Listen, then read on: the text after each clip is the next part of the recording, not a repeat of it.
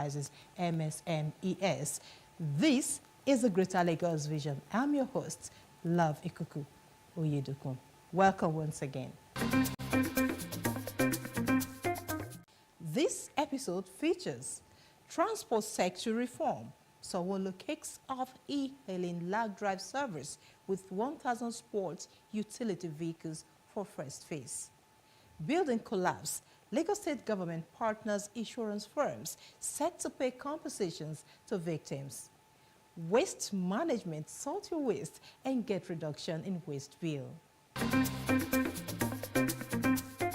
As part of efforts to reduce frequent cases of collapsed building and liabilities associated with it, the Lagos State government is set to introduce a mandatory insurance digital solution platform for all property owners in line with the federal government's Insurance Act.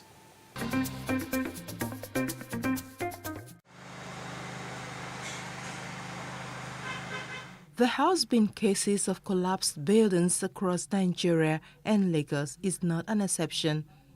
This results in loss of lives and billions of naira in investments. The 21-story building in Ikoyi, Lagos, which collapsed on November 2nd, 2021, was under construction before it caved in. The state government has now taken the bull by the horn to prevent such occurrence. In the last 44 years, there have been over 480 building collapses to be precise. And this is the information that we have. This is the data that we have. Imagine so much more that we didn't even capture. And this just highlights and goes to strengthen the importance of insurance. Many a times when these incidents, dangerous occurrences have occurred, the government is almost like the last resort where we then need to pay compensation. What we're saying now is safety is everybody's responsibility. To reduce the burdens and losses incurred by victims of collapsed buildings, the state government enters into a collaboration with insurance companies to ensure safety and, in the event of liabilities, pay compensations to the persons concerned. We are taking the purchase of occupiers' liability to another level. We want to, first of all, sensitize everyone that this insurance is not about IGR. It's not about what comes to the insurance industry. It's about the safety of all. You know, sometimes we say, God forbid, it will not happen. But many times we have seen it happening. And when it happens, some financial responsibilities come with it. Ilori adds that a digital solution platform will provide hitch-free and transparent activity. Lagos State Governor Babajide Sanwo-Olu has reiterated his administration's commitment towards supporting innovative ideas and investment in technology to achieve global solutions. Governor Sanwo-Olu, who stated this at the opening ceremony of the Microsoft facility at Ikoyi, said it was inspiring to see efforts made by the company in putting up the smart building despite the challenges posed by COVID-19 pandemic. Well, it's incredible to see what, the imprint of Microsoft, here in Lagos and in Nigeria. I mean, given the level of investment, it's not only encouraging, it's actually very audacious. I must indeed see that it's going round. It's indeed a smart building, and you've put a lot of resource. I don't expect anything less with a global name like Microsoft. But it's really around how we now, like you said, develop local, skills and local talents, and local, people. We understand what needs to be done to ensure that, your investment are safe and secure. But more importantly, the kind of partnership that you require, to see it grow. As a government directly, we see ourselves working with Microsoft, even on the business side. But more importantly, in terms of infrastructure and developing the space, so that, granularly people, and the citizens can utilize the full benefits of what resources have been put in here.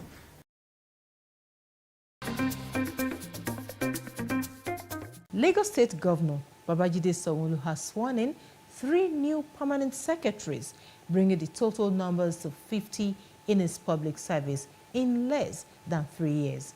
The governor charged them to justify the confidence reposed on them by adding more value to the service. Almost 70 to 75% of the current crops of permanent secretary were appointed in administration. And that tells two things. One, the fact that we want to identify, continue to identify, and recognize the brightness of our whole lot in the service of Lagos State, and that's what we're doing. Secondly, is also to give people that are deserving this position. We know how enviable it is to rise up to the position of permanent secretary, but if you're deserving of it, we will not deny you or debar you of that. As part of measures to ensure and guarantee the comfort and maximum safety of commuters, the Lagos State government has launched a new e-hailing taxi scheme. The scheme will complement the multimodal transport network being developed in Lagos in accordance with the strategic master plan of the state. That's according to the governor. A partnership agreement for a new e-hailing transport scheme was signed in 2021 by Lagos State Governor Babajide Sanwo-Olu and Chinese CIG Motors Company Limited. The result of that agreement is now manifest with the launch of the new e-hailing taxi scheme. It's known as Lagos Ride, with 1,000 sport utility vehicles for the first phase.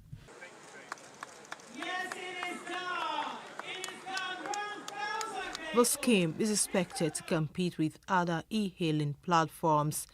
The driver or operator has a right to own the vehicle after payment is fully made within 3 to 4 years. Governor Sanwo-Olu said the initiative is to further ensure a seamless transportation system for the commuting populace in the state. Under this arrangement, all beneficiaries will be provided with a brand new car, which over time will become the driver's property after the completion of the payment of the vehicles that have been heavily subsidized. The governor described the day as historic. He said it's a step to further drive the development of the transportation master plan to put Lagos on the plan of a safer, comfortable, modern and forward-looking taxi scheme. We are starting and we're putting our money down to show to the private sector that we can do it and we all can do it collaboratively. These are no workers of Lagos State. These are Lagosians, these are Nigerians that will be taking over this. So our arms are open to other private sector investors to join us to ensure that we can increase this fleet to 3,000, to 5,000, to 10,000. Commissioner for Transportation Frederick Oladende highlighted some of the safety features of the scheme. The safety and security of lives and property are equally as paramount as the pleasure the drivers or the riders will enjoy on the Lagos Ride taxi schemes. Hence, the installation of security embedded dashboard camera in each car for real-time activities and monitoring, with panic buttons connected to the control command center that can be used by either parties inside the car in case of assault or emergency. Plus TV News spoke with some of the beneficiaries. It was something that we saw that will be of benefit to drivers, especially to alleviate the challenges and the burdens that drivers have in terms of owning their cars. The Modern Ride Service is one of the state government's socio-economic intervention programs. The government promised to get it professionally managed in line with global best practices.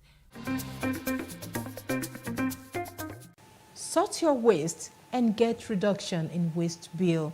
That's a message from the Managing Director, CEO of Lagos Waste Management Authority, LOMA, Mr. Ibrahim Odumboni, to Lagosians.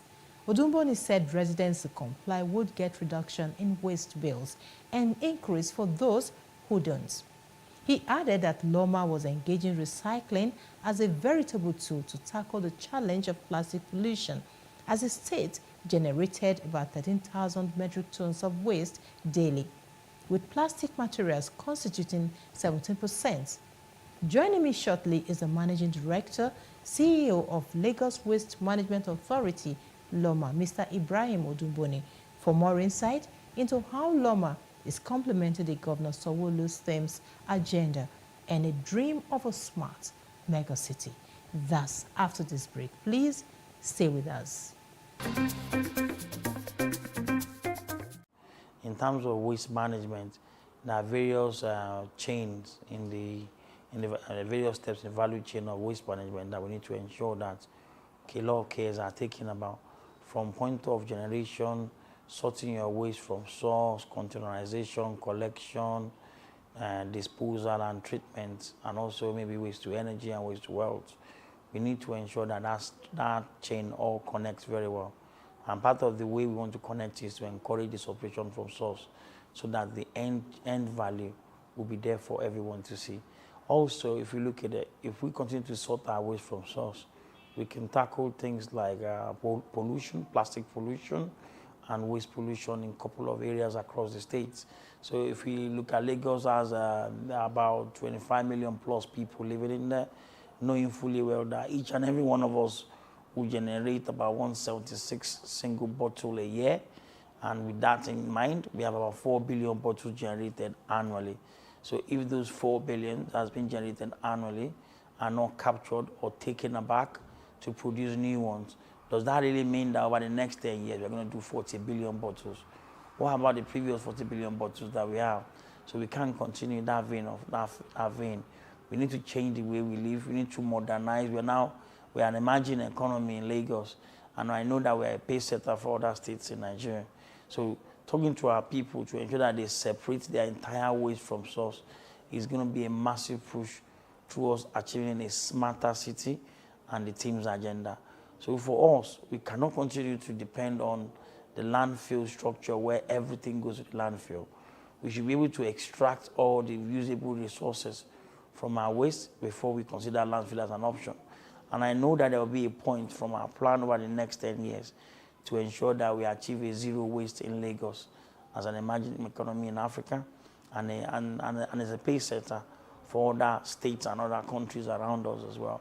And for our household, the reason why we initiated that from the 1st of April, all residential estates and companies or private organizations should start is because before we roll it out to everyone across the state, we believe those are organized environments where it's controllable and achievements are measurable as well. And we've also seen that a lot of our communities, since the introduction of Waste Blue Box scheme, which gave back to Lagos Recycle, was initiated on the 5th of September 2019. We've seen a couple of estates start doing one form or the other of recycling. But now we're formalizing it. We're encouraging them to ensure that the waste are not commingled. We're also encouraging them to use a two-bin system where there's a general waste and there's a recyclable waste. And we want to ensure that all our recyclables are also used to generate jobs. A lot of jobs have been generated from recycling over the last 24 months. Over 6,000 jobs and counting. And we believe that there will be effects on our lagoons and shorelines and our drainages. There will be a time where you won't be able to see any single bottle in our drainages, in our canal, and water could flow easily.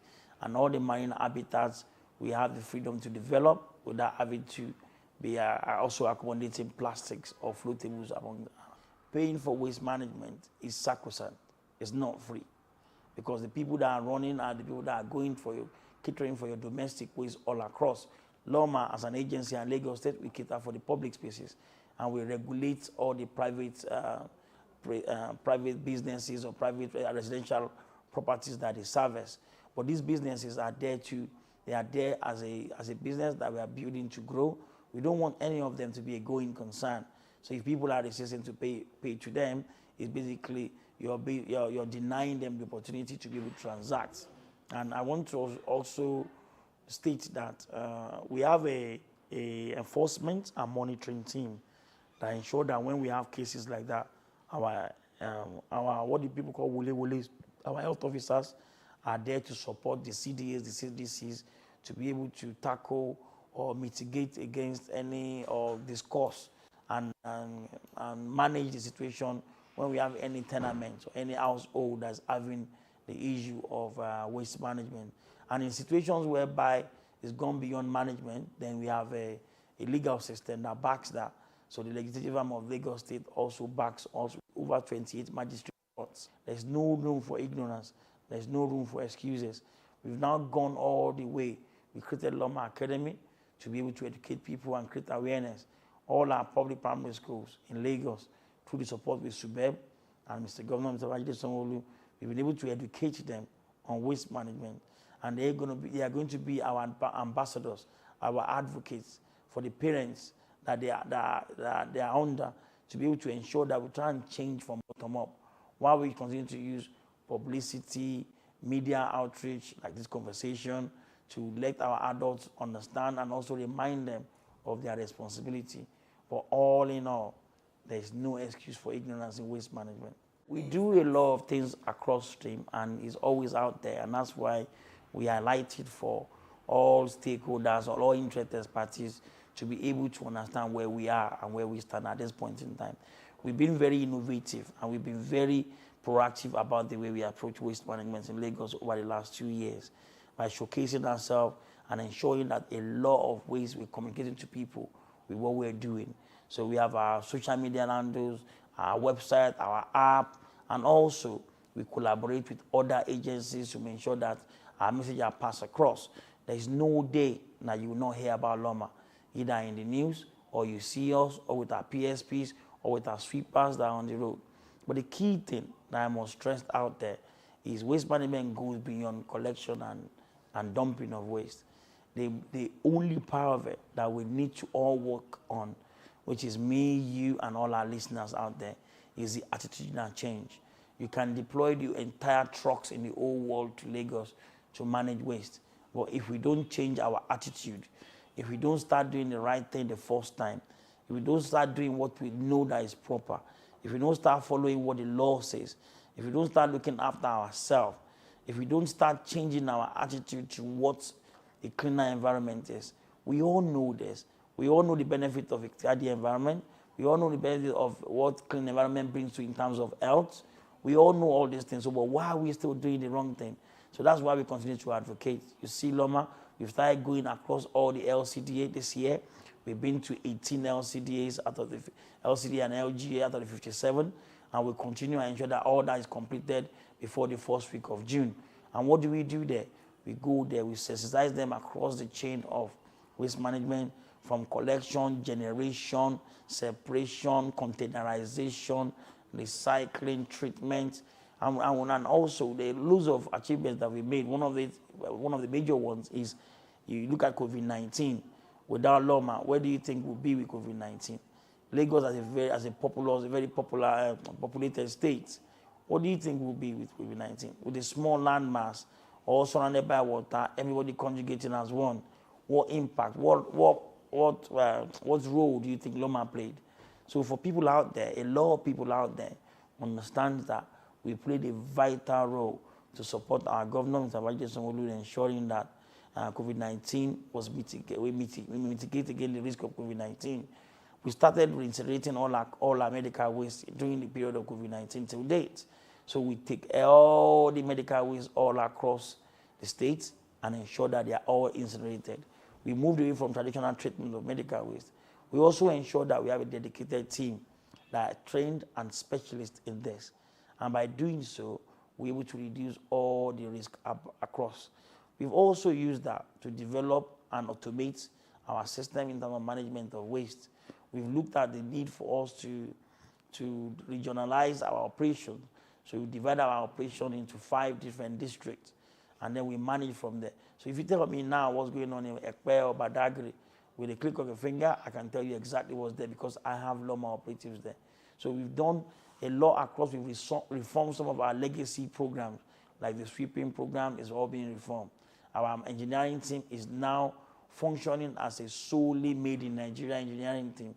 We make our bins ourselves, we design our trucks ourselves, we assemble our truck ourselves, we fix our truck ourselves, we're making things ourselves rather than buying and maintaining. So a lot of changes across. But for us, I think one of the reflections that we have in waste management is we have a lot of, Lagos has a very big advantage over every other state in Nigeria in terms of waste management, in terms of the fact that the human capital and the stakeholder around it are very knowledgeable and passionate about it. Starting from the governor, he understands it very well, and he provides a lot of mentorship and leadership and coaching for us on waste management. So it's given. We have a governor that waste management is given to.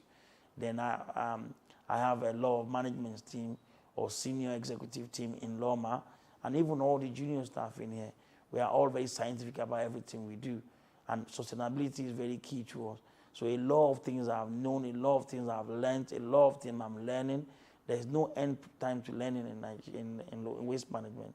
And all these people that have been in this practical over the years are now having the benefit of having someone from the economic side of things, from the technical side, coming in to inject a lot of sustainability into what we're doing. So I really appreciate the opportunity this gives.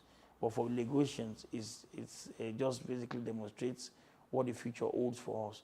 Waste management is never going to be the same. Every year, year in, year out, there will be changes that we are making for a better living for Lagos as a whole. I'm very confident that by the end of this year, we have an MOU in place for our first energy facility in Lagos. But I must state that in Lagos, the energy facility that we're going to have in Lagos, we will try and find the best sustainable at a very affordable cost and also strategically placed for the state. We're also going to look at what fits. We are not going to use one size fits all, but we're going to choose the best proponents, the most active proponents, and the more realistic proponents to be able to deliver that to us. We've reached a time whereby 100% of what we have in waste can be put to use. And in putting that to use, it is very important that we understand what our future goals are. Our future goal for waste management is to have an energy plant in Lagos, which is our immediate goal in this year. And then to ensure that over the next 3 or 4 years, we start to help to solve some of the energy problems that we have in entirety across the state. And in 10 years' time, we should be able to have replicated what we've done across certain parts of Nigeria and look at movable energy. If you look at the team's agenda, one of the key agencies that was mentioned in the team's agenda, if you really digest it, is Loma. Loma was mentioned as an agency on the team's agenda when looking at the health and environment. And it shows the importance of what we do here to every part of the agenda. And I believe that with the structure the team's agenda creates and the interlink that Loma has with other agendas, we are on course to ensure that a successful delivery is given to all the ultimate goals of the agenda. And I can well assure you that we're given the opportunity to innovate, develop, evolve, be dynamic, and challenge the norm in Loma. And that's why we are here where we are now. On a daily basis, we challenge the norm. We go to look at status quo. What do we need to change there? What do we need to improve? If it's not broken, sometimes we leave it. But if it needs to be fixed, we go all out and find out the root cause and how can we make sure that the changes that we are making is sustainable. And I can tell you out there, part of the smart city agenda and the team's agenda is to ensure that we're not just doing it and it's just not coming from somebody's head or somebody's thought or somebody's ideology. We are now professionalizing what we're doing. So I'm happy to tell you that even all my management team and my junior management team will be proceeding on a sustainability and circular economic training for them to be certified as waste manager for the state. And what that does is it creates sustainability for Loma for the future and also builds on from what our governor's agenda is in Lagos State. That's all we have for you in this episode of the Greater Lagos Vision on Plus TV Africa. I'm Love Ikuku Oyedoku. Bye for now.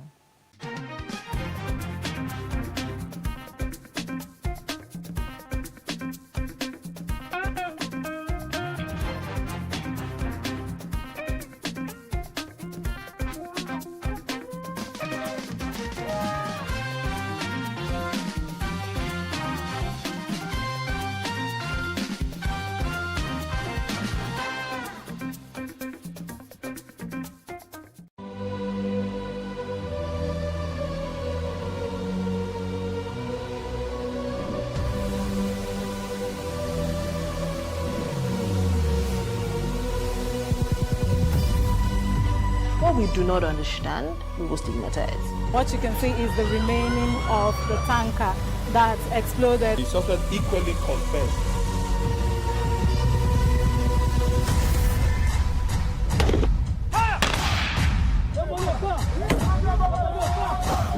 Now 500 naira they collect them. If you no talk, they go beat you. Now 2,500 they pay.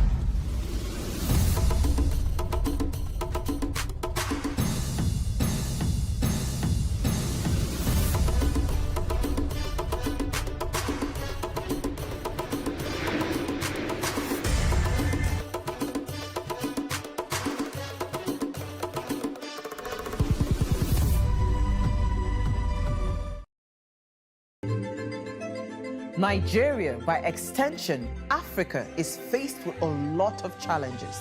The growing youth population with little engagement, that is a ticking time bomb. We are a blessed people with diverse culture and highly cerebral minds who have a lot to say. And yes, we are talking.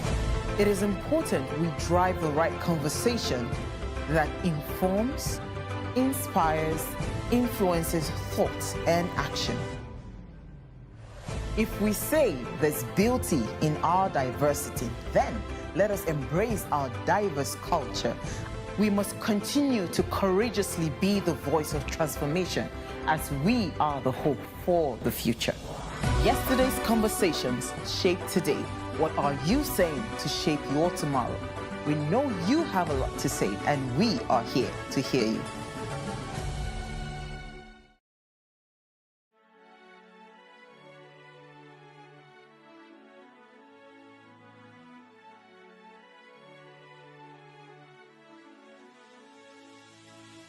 It is engagement we need to have. Those who suffer miscarriages are never taken into account. Members of the National Assembly are also influence peddlers. You are sitting on Nigerians' money. From the barbing, I pay my rent. On the barbing, I send my children to school. A consultative engagement. No any tangible notification before they ban us. It's one thing for people to be at your back and the heat of the moment, and another thing for them to still be with you when push comes to shove. I will do everything to take Lagos out of the national grid.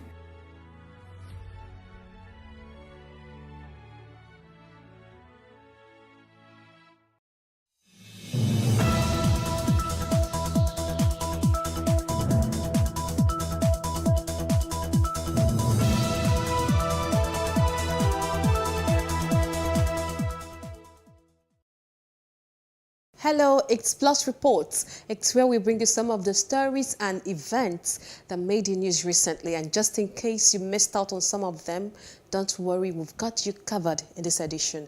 Welcome. I am Jacinta Obiugu.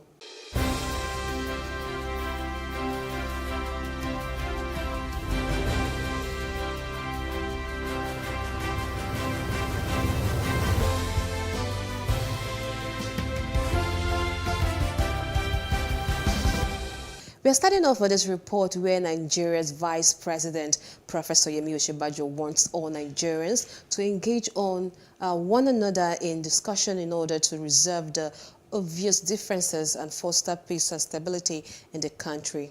Professor Osinbajo was speaking at the 75th birthday celebration and book launch in honor of the former Managing Director of Daily Times of Nigeria, Dr. Yemi Ogunbiyi, in Lagos.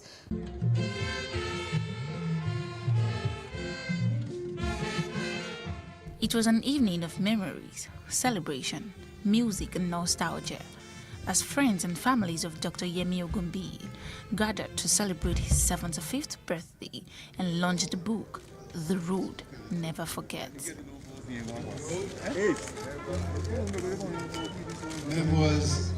Pupils of the Yemi Ogunbiyi Anglican School, named after the celebrant, provided music interludes.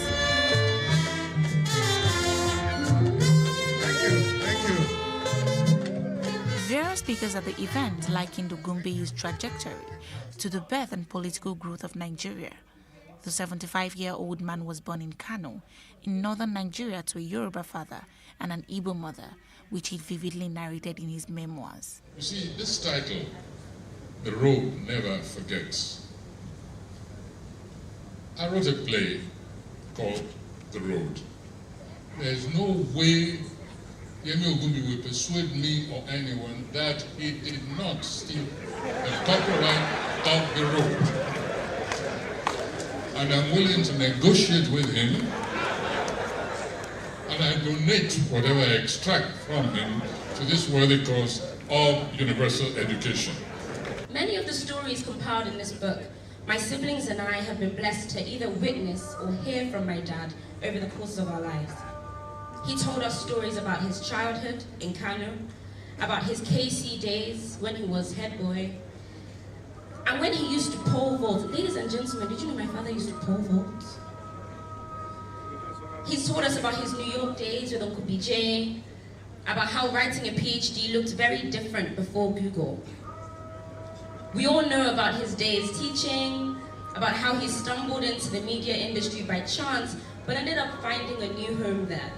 In his speech, former Secretary General of the Commonwealth, Emeka Anyoko, said the only way Nigeria can solve its myriad problems was for it to revert to true federalism.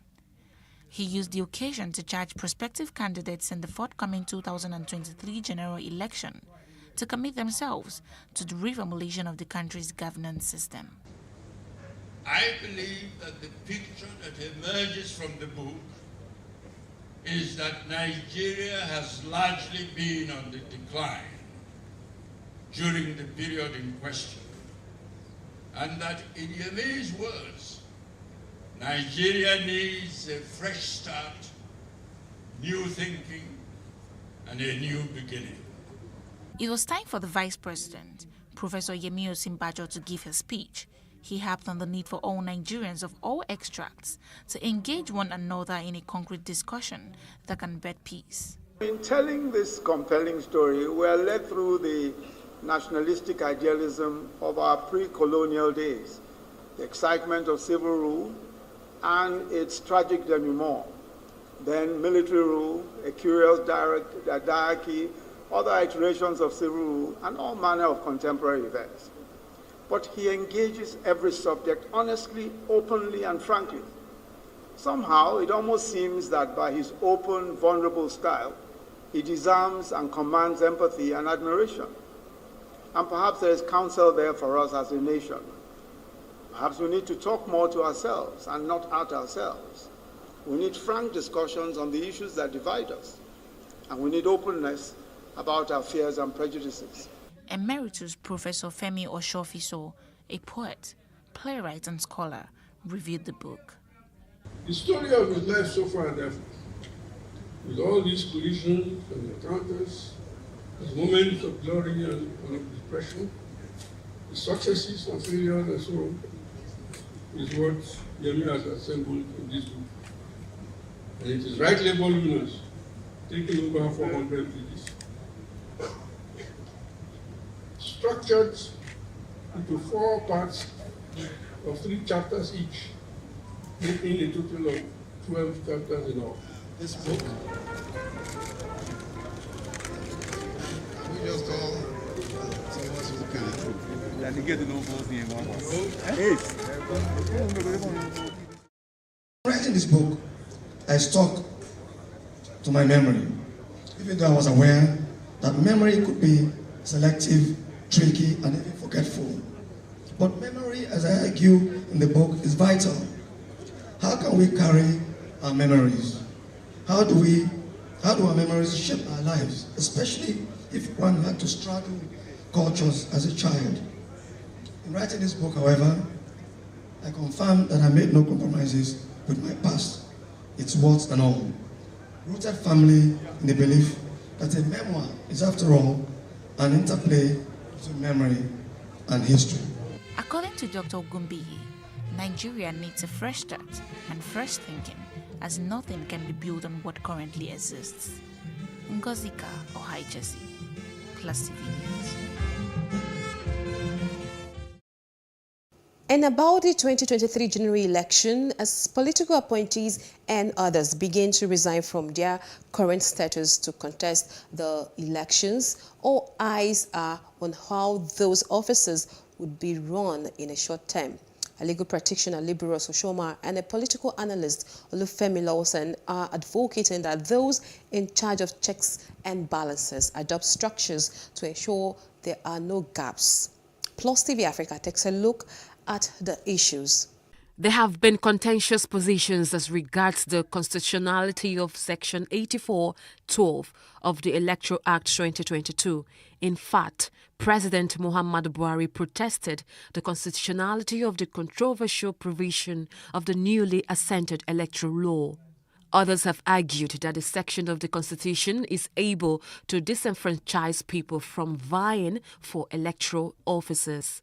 A legal practitioner, Liberos Oshoma, countered this. It does not disenfranchise anybody because the provision of the Constitution actually limits participation for civil servants. That if you are in the employment of the government of the federation or of the state, that you cannot contest for an election except you resign 1 month before the election.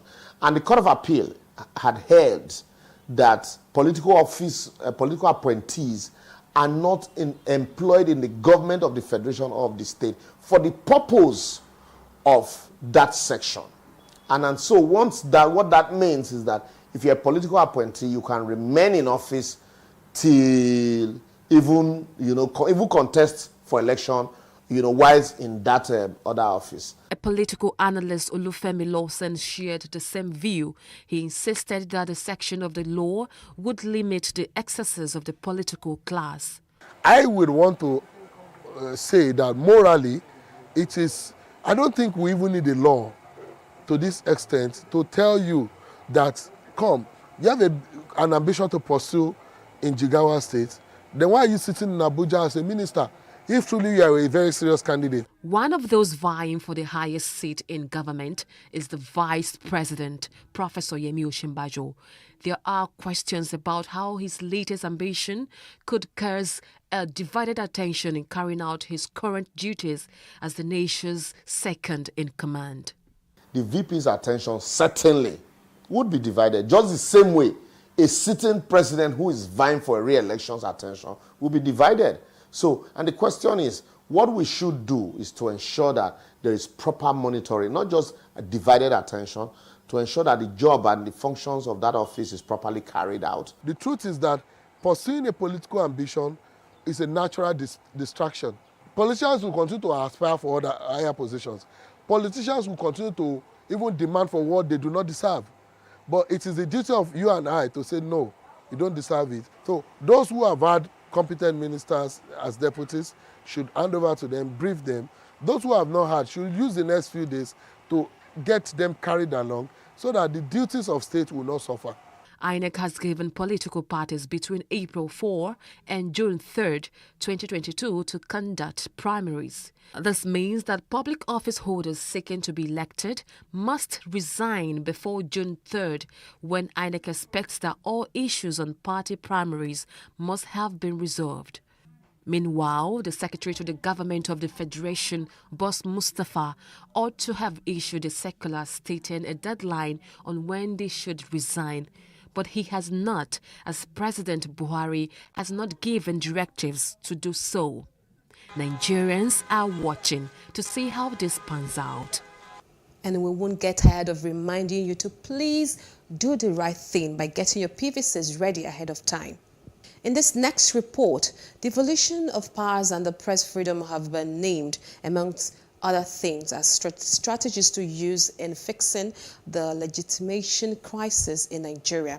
A professor of the Department of Sociology at the University of Lagos, Adebayo Ninolowo, who stated this during his valedictory lecture to mark his exit from the school, also pointed out that Nigeria, as a rich country, should have no business with poverty. PlusTvAfrica correspondent Adebanke Odunoyi has more on this. Delivering his lecture titled Continuities on Legitimation Crisis and the Human Condition, Professor Ninolowo noted that the crisis had its background in philosophy, which compares the political systems to the reality of the citizens. When we talk about legitimation crisis, is rooted philosophically. You try to juxtapose the nexus of the political state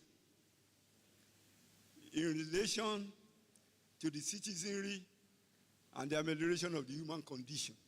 The professor also added that the ASU strike means that there is something very wrong with the political system. That we are here holding this occasion, this program, is symptomatic of legitimation crisis. Where else in the world that academics will embark on strike almost every 6 months or at most every year? Huh? There is something wrong with the system. During the course of the lecture, the professor said the youth are the future of the country. The older generations, they don't seem to have the answer for the real resolution of the problem. The younger folks like this, like what's the name of that guy? Professor Emeka, Elimelu, he will say, the future of Africa is in your hands, addressing the youth. I agree with him. The strike embarked upon by the Academic Staff Union of Universities was said to have had a great effect on students. Definitely, it has affected the university calendar and also the students, because many of them were doing their projects before the strike started. But definitely, I'm sure that the university will make up for that and will be able to adjust the university calendar accordingly. Traditional rulers present at the event described Professor Nino Lowo as a man of great character. Oh, Nino Lowo, the emeritus professor, is a very good man. I've known him for long, over 40 years I've known him. The professor highlighted the devolution of powers and press freedom as solutions to the legitimation crisis in Nigeria. Adebanke Ojunoyi, Plus TV News. It's time for a short break now. We will be right back with more.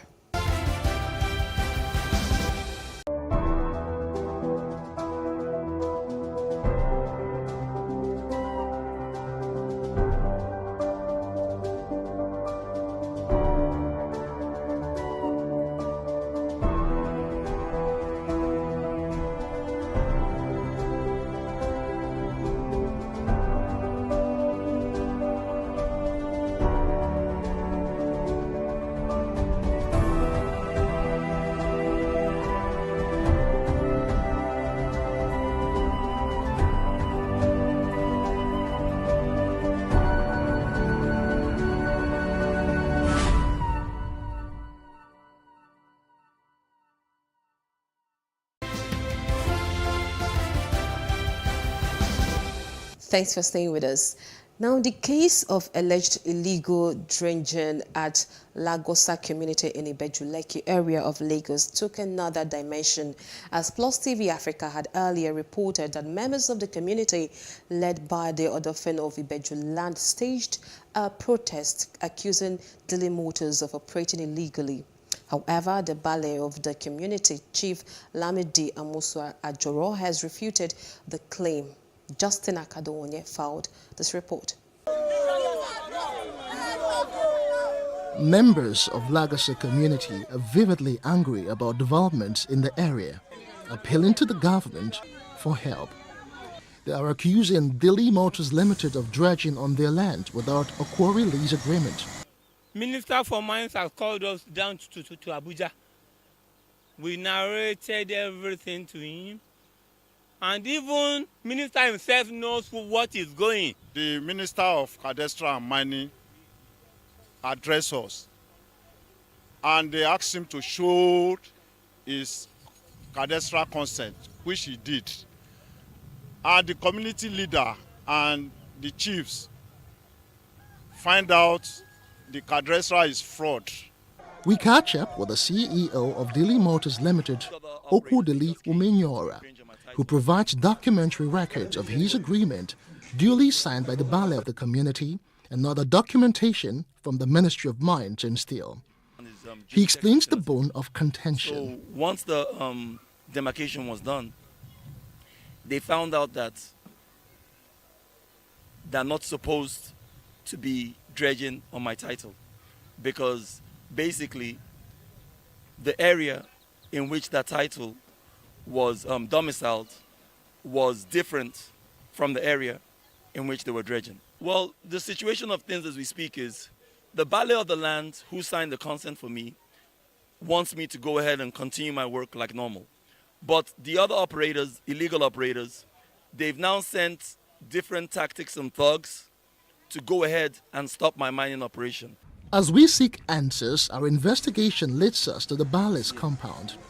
The aged leader tells his own side of the story.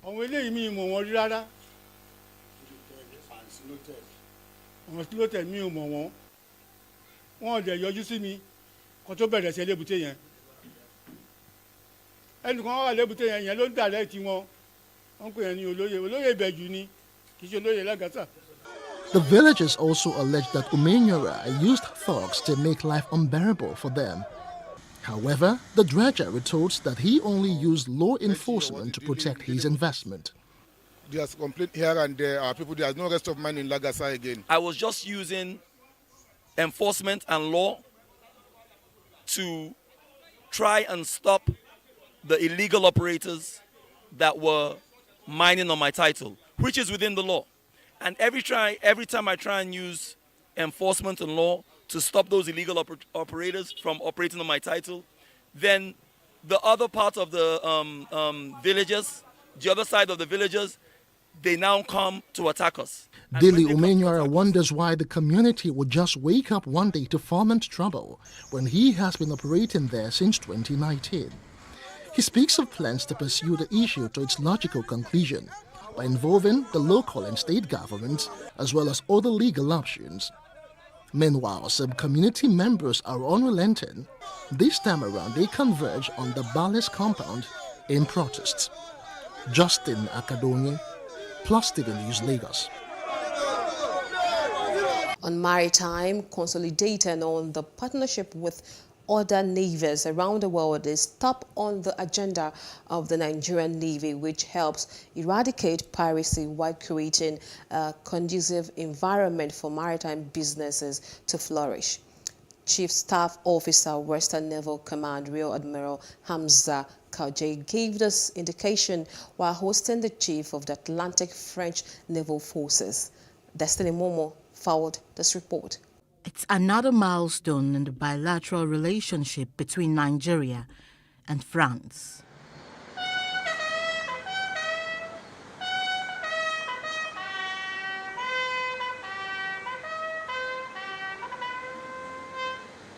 The Nigerian Navy and Atlantic French Naval Forces are using their connecting point, the Atlantic Ocean, to strengthen their collaboration towards sanitizing the hydrographic domain, especially the Gulf of Guinea.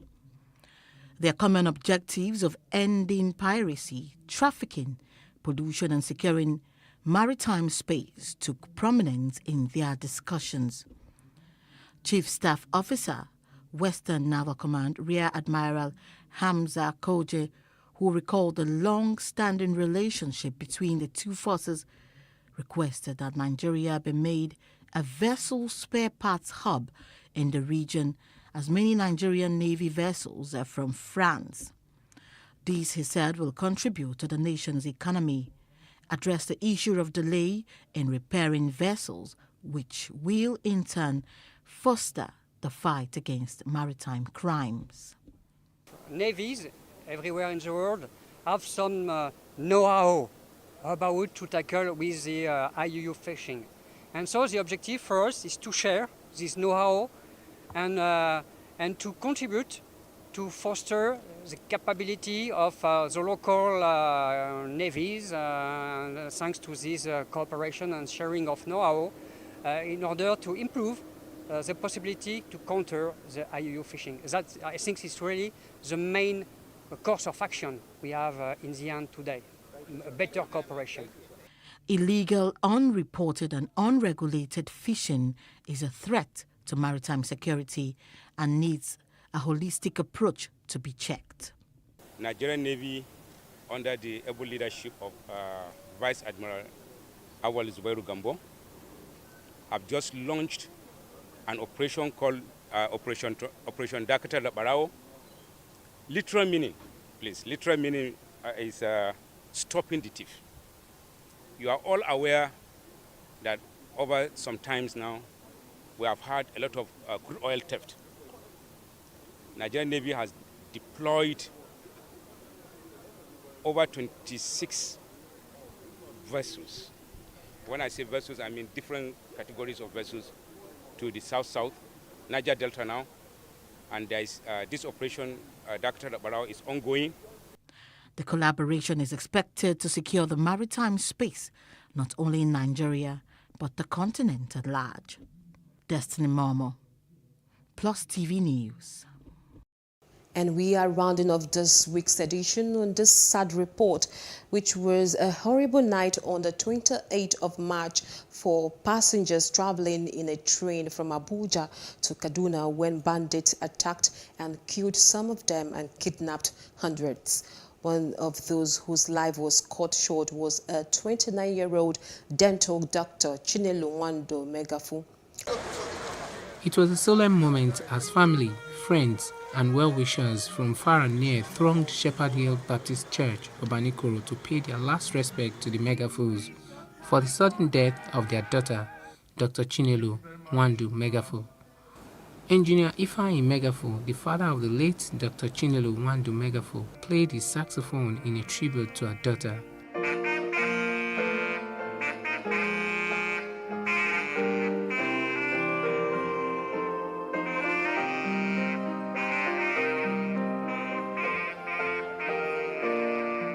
In his farewell message, he eulogized her daughter and said he has forgiven the terrorists who killed her child and abducted many others. Finally, the past 3 weeks have been quite traumatic. A serving member of this government introduced himself to me, and I told him, I know you, sir, I see you on TV. Called ostensibly to commiserate. But the next things he said, we are completely political, forgiving them all of them. I have also forgiven the country that enabled all this to happen. But you both need the forgiveness of God, and that is the one that counts. Heaven knows about that. The senior pastor of Shepherd Hill Baptist Church, Reverend Dr. Israel Christy Leary, in his message said Dr. Chinelo had lived a life and that those who are still alive should make heaven their goal. Discovered that Chinelo had a way of becoming first in many areas. She was the first of Engineer Megafu's children. She was the first to visit the earthly Jerusalem, and sadly, the first in the family to see the heavenly Jerusalem. But have you realized that the only degree Chinelo is taking away is BA, not a MBA, BS, or whatever they call it. And what is that BA? Not Bachelor of Arts. Is born again. Other sympathizers praised her bravery even in death. Dr. Chinelo was a committed member of the profession who graduated from the prestigious University of Port Harcourt in 2017, and she has served this nation meritoriously. For us, it's a big loss, especially with the fact that we are very, very few in the profession in Nigeria. It is with deep pain in my heart that I write, Chi.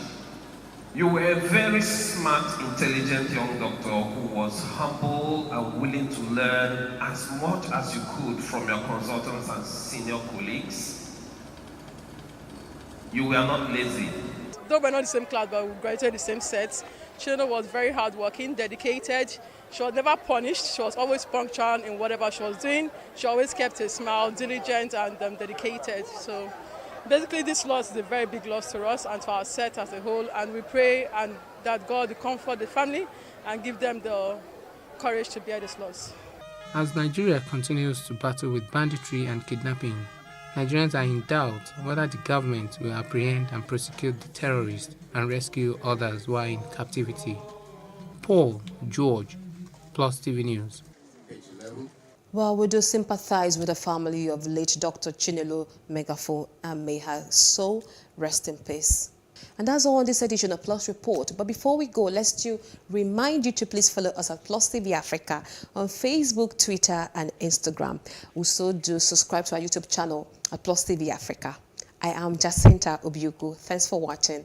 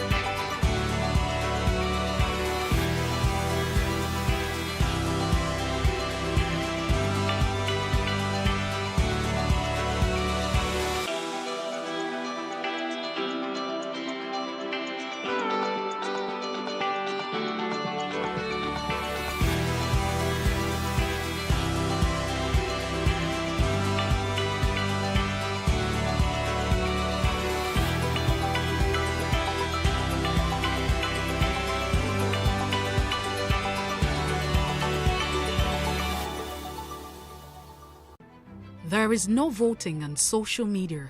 To vote, you would require a permanent voter's card. To get your PVC, visit cvr.inecnigeria.org. Create your account with a valid email address and start the registration process.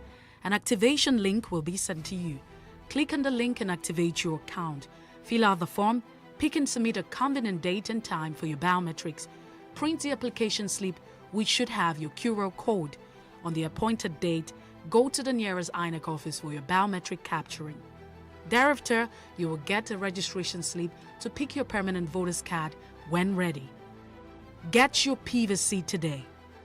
This message is from Plus TV Africa.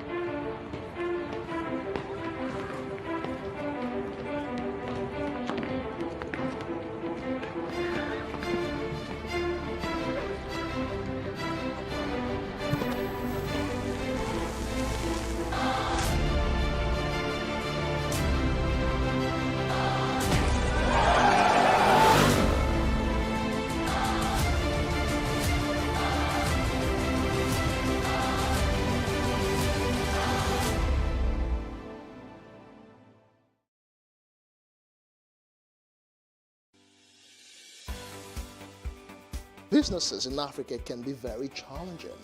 In Nigeria, it is particularly intimidating, and successful builders have learned how to navigate a hostile environment to unlock opportunities. But one major challenge businesses face is how to filter through the noise and identify where their ideal customers exist. Get insight and practical steps from industry players and captains of industries. Hear success stories to help you make informed decisions as you scale your business in Nigeria. Watch Business Insights at this time on Plus TV Africa.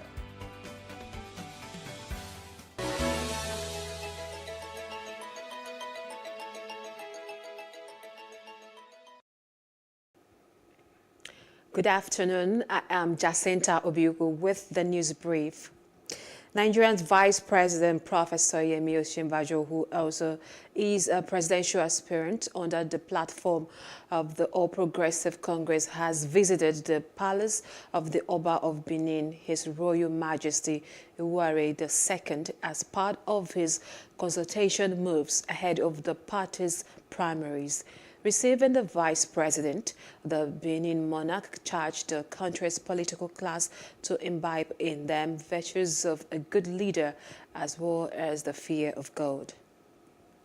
It seems to have always been a trend in the system also, or in their DNA maybe, that promise all sorts of things, use all sorts of tactics, sometimes high-handed tactics, mischievous tactics to get the vote of the electorate, at the end of which they turn their back on the electorate and not put the electorate as king, and not put the electorate first. When another election is coming, they run back to the same electorate. Please, I want to appeal to politicians to make this country, Nigeria, a great country again. In many ways, I think that God has guided my life in such a way that I've been given opportunities to serve this country. But at every point, at every turn, I've always felt that there was more that one could do. And I believe that even at this time, the opportunity calls again for serious, considered service to our country. And I am more than ever determined, more than ever committed to ensuring that I give the very best I can to our country, along with so many others who are also willing and able to give their best to the country. So this is exactly why I'm here. Vice President of Nigeria, Professor Yemi Osinbajo, has said that the country is in need of a leader who is knowledgeable and understands the process of running its socio-economic system at this time. The Vice President made this statement in Asaba, Delta State, where he informed Asagba of Asaba of his interest to run for the position of President and also solicits for blessings. Asaba correspondent Umijero Friday reported that Professor Osinbajo thereafter held an indoor meeting with the delegates of the All Progressive Congress APC in the state.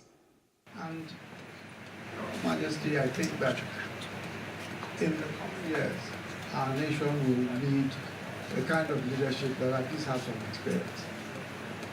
And I believe that God has provided me with that experience. I have not only come to do as a matter of responsibility, but as a matter of service also to our country. My desire at all times, Your Majesty, is to serve this country and to do so with everything that I have. Pride of place that has become his manifest destiny. It is my great pleasure, of course, Your Majesty, not just to inform you, but also to seek your blessings and your prayers. On his part, the Asagba of Asaba, Professor Chike Edozie, noted that insecurity has become a major problem in the country and that it's time for the government to make funds available for communities to run the security activities in the areas. To have a new constitution. One of the first things they did was to take the traditional rulers out of the governmental system and remove the 5%. So, some state governments have passed laws bringing it back, but most of the states have not done so. So that easily if you give back security to the traditional rulers, you will have to provide the resources for them to do it, because they cannot do it empty-handed. So if we want security, we want the return of the authority to the traditional rulers and the people to secure themselves, and the government has to provide them with the resources to do so. That's very important if we want to fight this insecurity seriously. It can only be solved if the communities are given the power to secure themselves and their communities. A presidential aspirant on the platform of the All Progressives Congress, Rotimi Amechi, has said that his presidential ambition was born out of the need to serve and provide selfless leadership to Nigerians. Amechi, who is the Minister of Transportation, said considering his wealth of experiences, he would be a president that would protect the interests of all Nigerians, irrespective of tribe or religion. He spoke when he paid a visit to the leadership of the APC in Lagos State, the State Governor Babajide Sanwo-Olu and the Oba of Lagos, Oba Rewon Akiolu. Ebonyi State Governor Dave Umahi has picked the nomination and expression of interest forms to contest the presidential election in 2023 on the platform of the ruling All Progressive Congress. This puts to rest the insinuations recently within Ebonyi and beyond that the governor had jettisoned his presidential ambition for the Ebonyi South Senatorial Zone contest. Umahi, in a post on his verified social media, displayed the receipt of the 100 million naira form, which he, for both the expression of interest and nomination forms, as he had been earlier challenged by the Rivers State Governor Nelson Wike to contest the presidential election if he was a man. Governor of Rivers State, Nelson Wike, has donated 200 million naira for the upkeep of internally displaced persons in Kaduna State. He made the donation when he visited chieftain and delegates of the People's Democratic Party at the party secretariat in Kaduna. This is part of his consultation tour to seek the party's ticket ahead of the 2023 presidential poll. First of all, I don't see the money being huge. It's a matter of identifying with people without them causing any problem. Their homes have been destroyed and now they are not living the normal life. They are now in the IDP camp. So for me, it is important that the government has to support. We should do our brothers keepers. One, if you have a problem today, it's my problem. If I have a problem to them, it's their own problem. How they are going to do it, they will work it out. It's not going to do with only party. It has to do with all the people who have been affected by this destruction. If you had what the leader, Ahmed Makati, said, he said you have to work out all the local government that have been affected and then share it. Benue State Independent Electoral Commission, BSIEC, has concluded arrangement for the conduct of elections for the 23 local government areas this Saturday.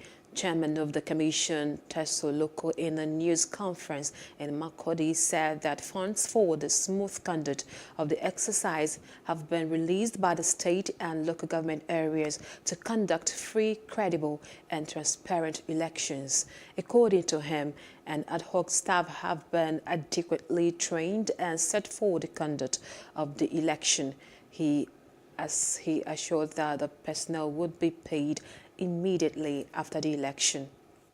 Plans are in very top gear. We are set to avail the Benue complete one of the most transparent local government polls come 30th of April.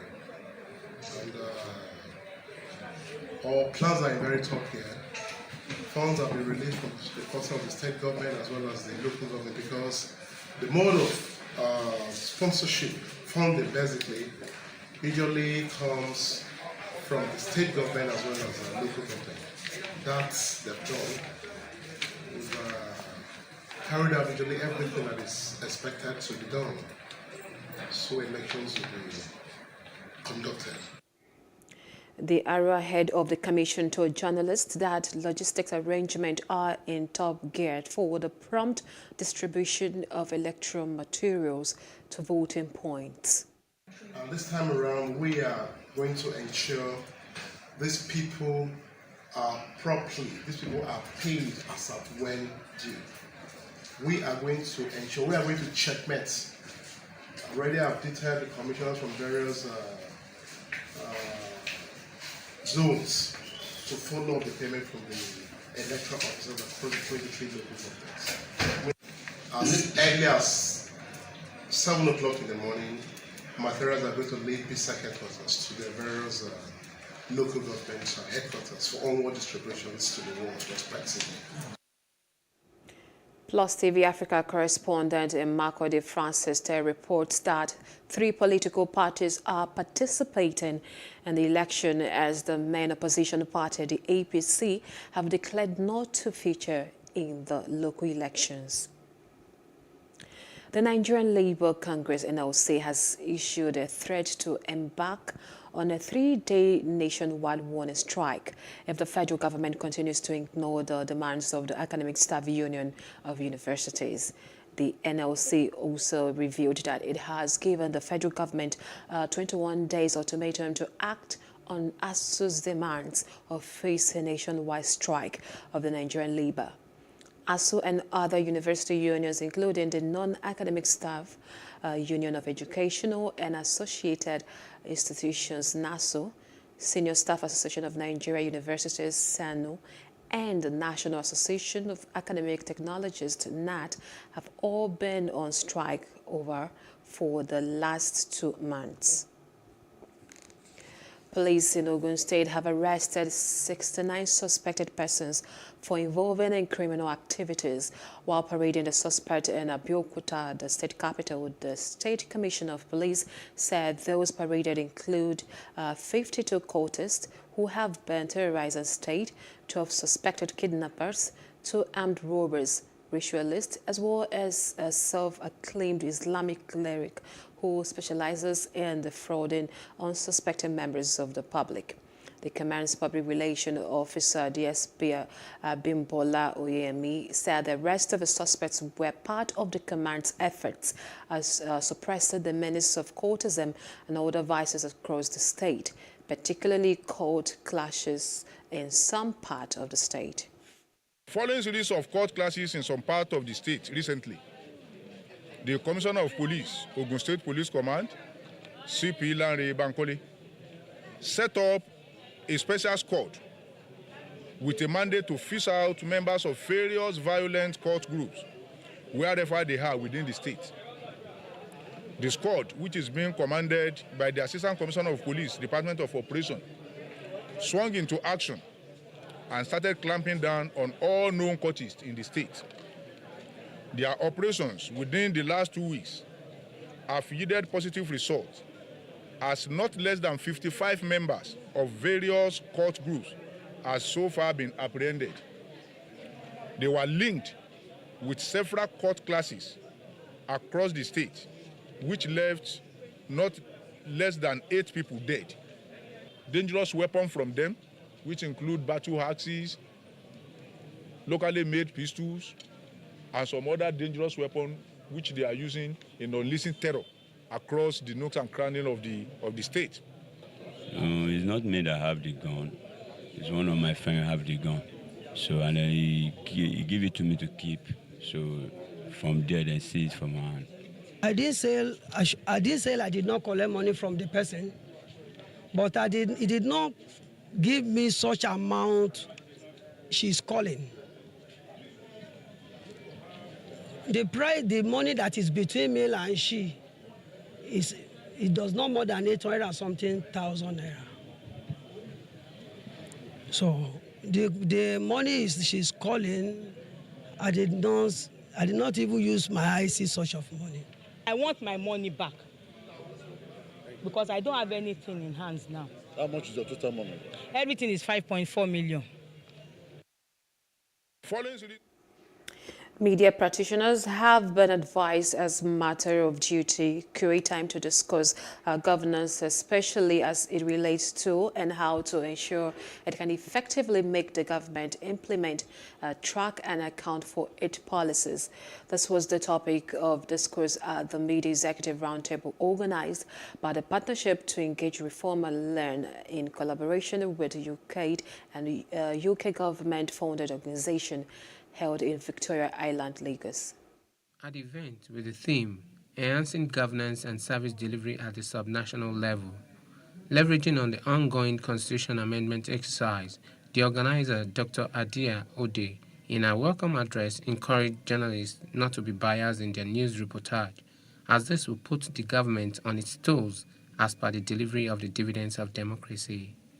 And so we thought it was important that we get media executives together to talk about these bills, to talk about current issues relating to governance at that subnational level, and really instigate their consciousness about the need to play their role in shaping public opinion. Delivering the keynote address, Sonny Irabo harped on why state governments must ensure the financial autonomy of their local governments. The media should be the watchdog for the clearly financial ambiguity of the law governing the local governments. The media should serve as ombudsman on behalf of the people, making such governance gets to the grassroots or the people. The panelists, some of whom are one-time media persons, also lent their voices, saying that the media should do more in putting the issue of constitution review on the front burner. At the moment, the best thing we can do is what the National Assembly has done by looking at Section 7, tearing it apart from beginning to the end, creating autonomy for the local government, and Section 162 was also tinkered with to address the issue of the joint federal state local government account. The idea of having that account is to even enable the states to put money in it, which they never did. This new provision or bill is actually a very good one, because if it's able to give them that formal recognition as a third tier, then this financial autonomy bill also passes, then it becomes easier. But the major problem lies with the state governors who don't want to let go, because they see local governments as being part of the contiguous apparatus of the state. What makes a governor to be a state governor powerfully? Forgive me, I wasn't trying to make excuses for the media, but what I have said is that the media needs help for this job to be done. Let people like the legislature and everybody, let them be facilitators for journalists to be able to do their job. We have the capacity. On his part, Dr. Ruben Abati, in his presentation, said many of the legislators do not really know their duties. Many of these lawmakers, they don't even know what this exercise is all about. They are distracted. So if there is any way in which they can be engaged, that will be useful. The second thing also is that for journalists, I think more of this exercise should be conducted, not just in Lagos, but maybe at zonal levels. The convergence of media parties had in attendance professionals from the print, radio, and television. The Chief of Staff to the Deputy Senate President, Otiv Igbuzo, a representative of Special Advisor Media and Publicity to the President, Biodun Oladujoye, among others. Panelists say this awareness will continue until the Nigerian government listens to the yearnings of the people. Paul George, PlusTV News. Outside Africa now, dozens of people have been injured in fresh clashes between Palestinians and Israeli security forces on the Temple Mount and Jerusalem Old City, referred to by Muslims as the Noble Sanctuary. Palestinians news agency reported that the violence on the last Friday of the Muslim fasting month of Ramadan left about 42 people wounded. The report said there had been repeated confrontations on the Temple Mount in the past 2 weeks, while the security situation across Israel remained tense after a wave of attacks. Demonstrators have clashed with police in Bogota during a protest to mark the first anniversary of massive national anti-government demonstrations in Colombia. According to the police report, the protesters faced down police and riot gear, a blast from a water cannon and tear gas as 13 people were arrested and 3 police officers were injured during the day of protests. Students and workers took to the street of Bogota to commemorate the first anniversary of the national strike in Colombia against President Ivan Duque. And in business news now, the Independent Petroleum Marketers Association of Nigeria, IPMAN, has urged government at all levels to intensify efforts to check the operations of illegal refineries in the country. IPMAN's president, Chinedu Okoronkwo, who made the call, said the recent explosion at one of the illegal refineries at Abeze Forest in Ohaji, Egbema local government area of Imo State, had again brought to the forefront the dangers of engaging in such nefarious activities. Okoronkwo said Nigeria was losing billions of naira to crude oil thieves, which was affecting the nation's economy negatively. Apple has reported record physical second quarter sales and profit that beat Wall Street estimates as it managed a chip shortage and consumers snapped up new iPhones, which rose 19% in the Americas and were up by single digits in Europe and China. Apple Chief Financial Officer Luca Mastri in a release cited continued strong demand for product and a record high for sales of services. According to Refinet data, Apple's overall fiscal second quarter revenue was $97.7 billion, up 8.6% from last year and higher than analysts' average estimate of $93.89 billion. And in entertainment news, the Apple's chief operating officer has testified that he understood that an OPED by actor Amber Heard, the Civil Liberties Organization, helped to pen referred to Johnny Depp and her marriage. A defamation lawsuit of Depp against his ex-wife playing out in Virginia courtroom hinges on the opinion piece published in the Washington Post in December 2018. The article never mentioned Depp by name, but his lawyers contend it was clear Heard was referencing him with regards to accusations that he had abused her physically and sexually. And in sports news now, Manchester United interim manager Ralf Rangnick confirmed he said that he will stay at the club in a consultancy role when Dutchman Erik ten Hag replaces him on the bench at the end of the season. The German, who took over the United following the sacking of Ole Gunnar Solskjaer in November, had an agreement to work as a consultant for 2 years when he took the job. Reports in Austria said the Austrian Football Federation was hoping to appoint him as their new national team coach, but Rangnick declined to comment when asked about that prospect. Tonight is our game against Chelsea, and I don't want to speak about anything else, and please accept that and respect that. So please only ask questions about tonight's game.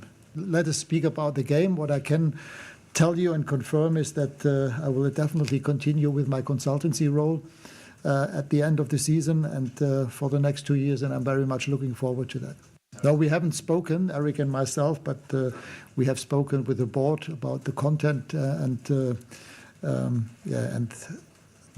profile of the job and the content of that consultancy role. We spoke about that, and that's why I can now confirm that I will definitely continue with that at the end of the season. That's the news brief. For more stories, please follow us at PlusTvAfrica on Facebook, Twitter, and Instagram, and just subscribe to our YouTube channel at PlusTvAfrica and PlusTvAfrica Lifestyle. I am Jacinta Obiugo. Thanks for watching.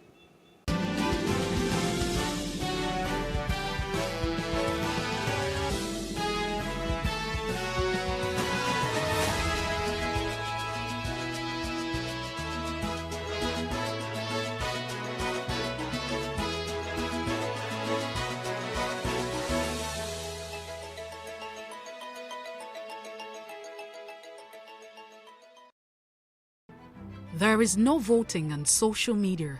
To vote, you would require a permanent voter's card. To get your PVC, visit cvr.inecnigeria.org.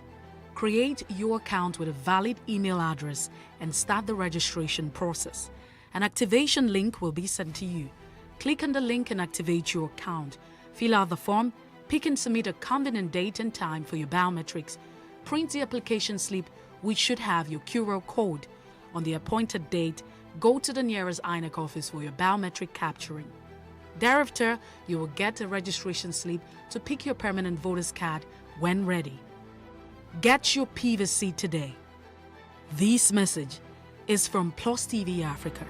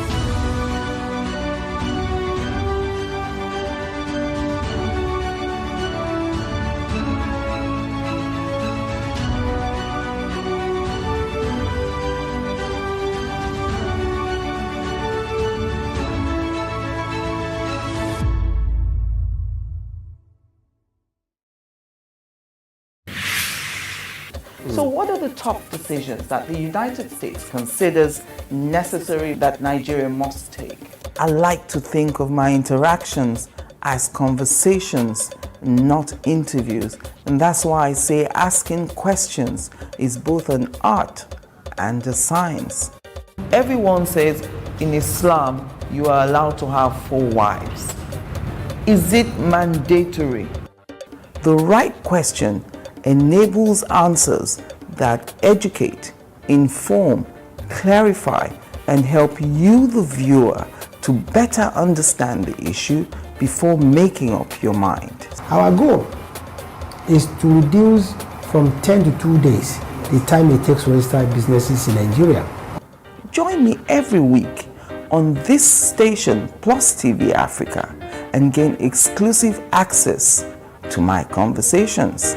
I'm Angela Ajetomobi.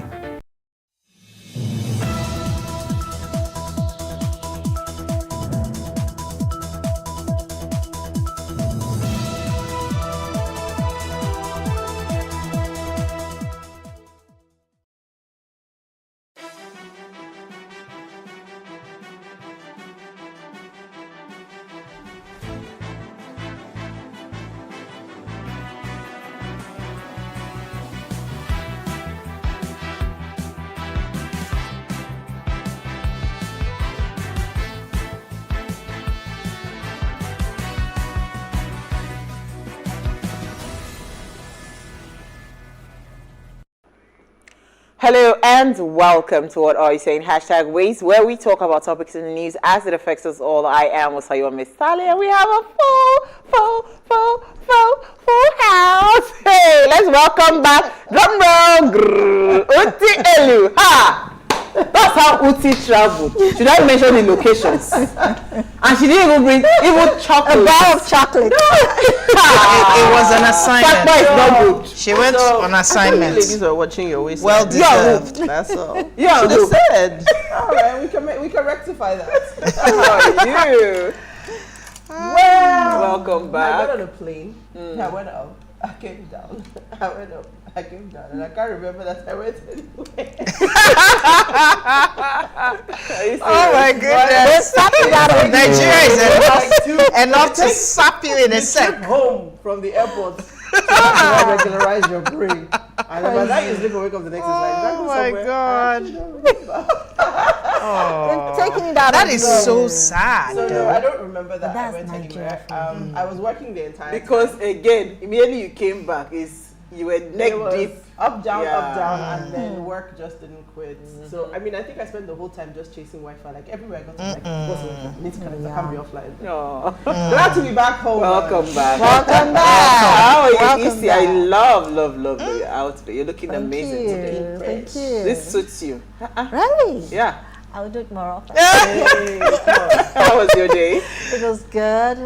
Went to school as usual, did the yappy talking. And now we're back here on the Okay, so your studio. schools have resumed? Oh, absolutely. Because some schools have not resumed. Oh, Yeah, some schools really? haven't resumed. Yeah, they said next week. For real? In fact, some just said, you know what, let's wait till After the holidays, yes, after the holidays. Lagos would have sanctioned them for that, you know. It's not allowed. Maybe they just allow the teachers to resume and not the students. Yes. Yeah. Yes, No, my friend, how you doing? The lady in the pink hair. Very desperate attempt to keep life alive. Okay, so we ran out of a lot of time, but we're going to quickly breeze through. We're discussing, so how many of us have been monitoring the news around the Senate passing the bill, right? The anti-terrorism bill, right? That's the The terrorism prevention bill. Prevention bill. Prevention. The amendment to the act. So they say if you go and pay ransom, you enter jail for 15 years. That's the conversation. And you But here's what we found as I found this very interesting quote. It says one of the greatest delusions in the world is to hope that the evils in the world are to be cured by legislation. I say, perfect. I'm telling you. It's a delusion. It's a ha-ha moment. When I saw the quote, I said, yes, I found the quote. So let it be said that it was Thomas Reed that said it. It was Thomas Reed, it wasn't me. Towards the direction of disclaimer. Absolutely. You know, delusion is such a powerful word, but it's such a true one too. In fact, you know what? The topic I was struggling not to. I just said insensitive. I was struggling. So referencing an Al Jazeera publication, the Nigerian Senate had passed a bill imposing jail term of at least 15 years for paying a ransom to free someone who had been kidnapped or who has been kidnapped and made the crime of abduction punishable by death in cases where victims died. So Okoyemi Bamidele, chairman of the Senate's Judiciary, Human Rights and Legal Committee, told the Senate on Wednesday that making ransom payment punishable with lengthy jail sentences would discourage the rising spate of kidnapping and abduction for ransom in Nigeria, which is fast spreading across the country, like we rightly know. Now, it's our ladies' night out. Nama, Uti, Isi, and I are discussing terrorism prevention bill passage, and we're asking, is this a smart or an insensitive move? I didn't want to put the other word. So when we open our phone lines, we really love to hear what you have to say. But first, let's take a break to see what we found in the news.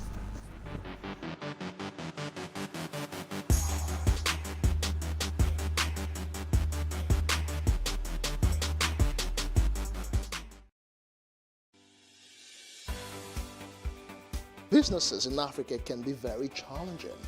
In Nigeria, it is particularly intimidating, and successful builders have learned how to navigate a hostile environment to unlock opportunities. But one major challenge businesses face is how to filter through the noise and identify where their ideal customers exist. Get insight and practical steps from industry players and captains of industries. Hear success stories to help you make informed decisions as you scale your business in Nigeria. Watch Business Insights at this time on PlusTvAfrica.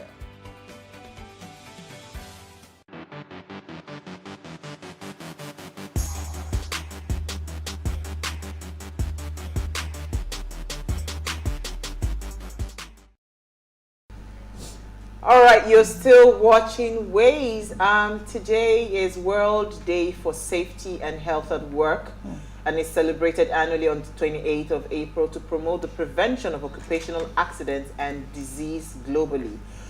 It is an awareness raising campaign intended to focus international attention on the magnitude of the problem and on how promoting and creating a safety and health culture can help reduce the number of work-related death and injury. In 2003, the International Labour Organization began to observe World Day in order to stress the prevention of accidents and diseases at work, capitalizing on the the ILO's tradition strength of tripartism and social dialogue. 28th of April is also the International Commemoration Day for dead and injured workers organized worldwide by trade union movements since 1996. So this is a very, very important day.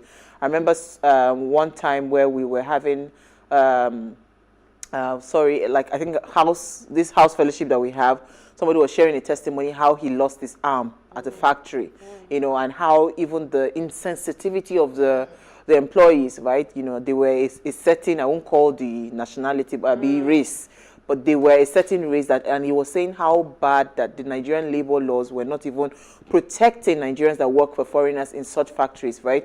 Imagine doing something, all those machinery works, and you lost your arm, nothing.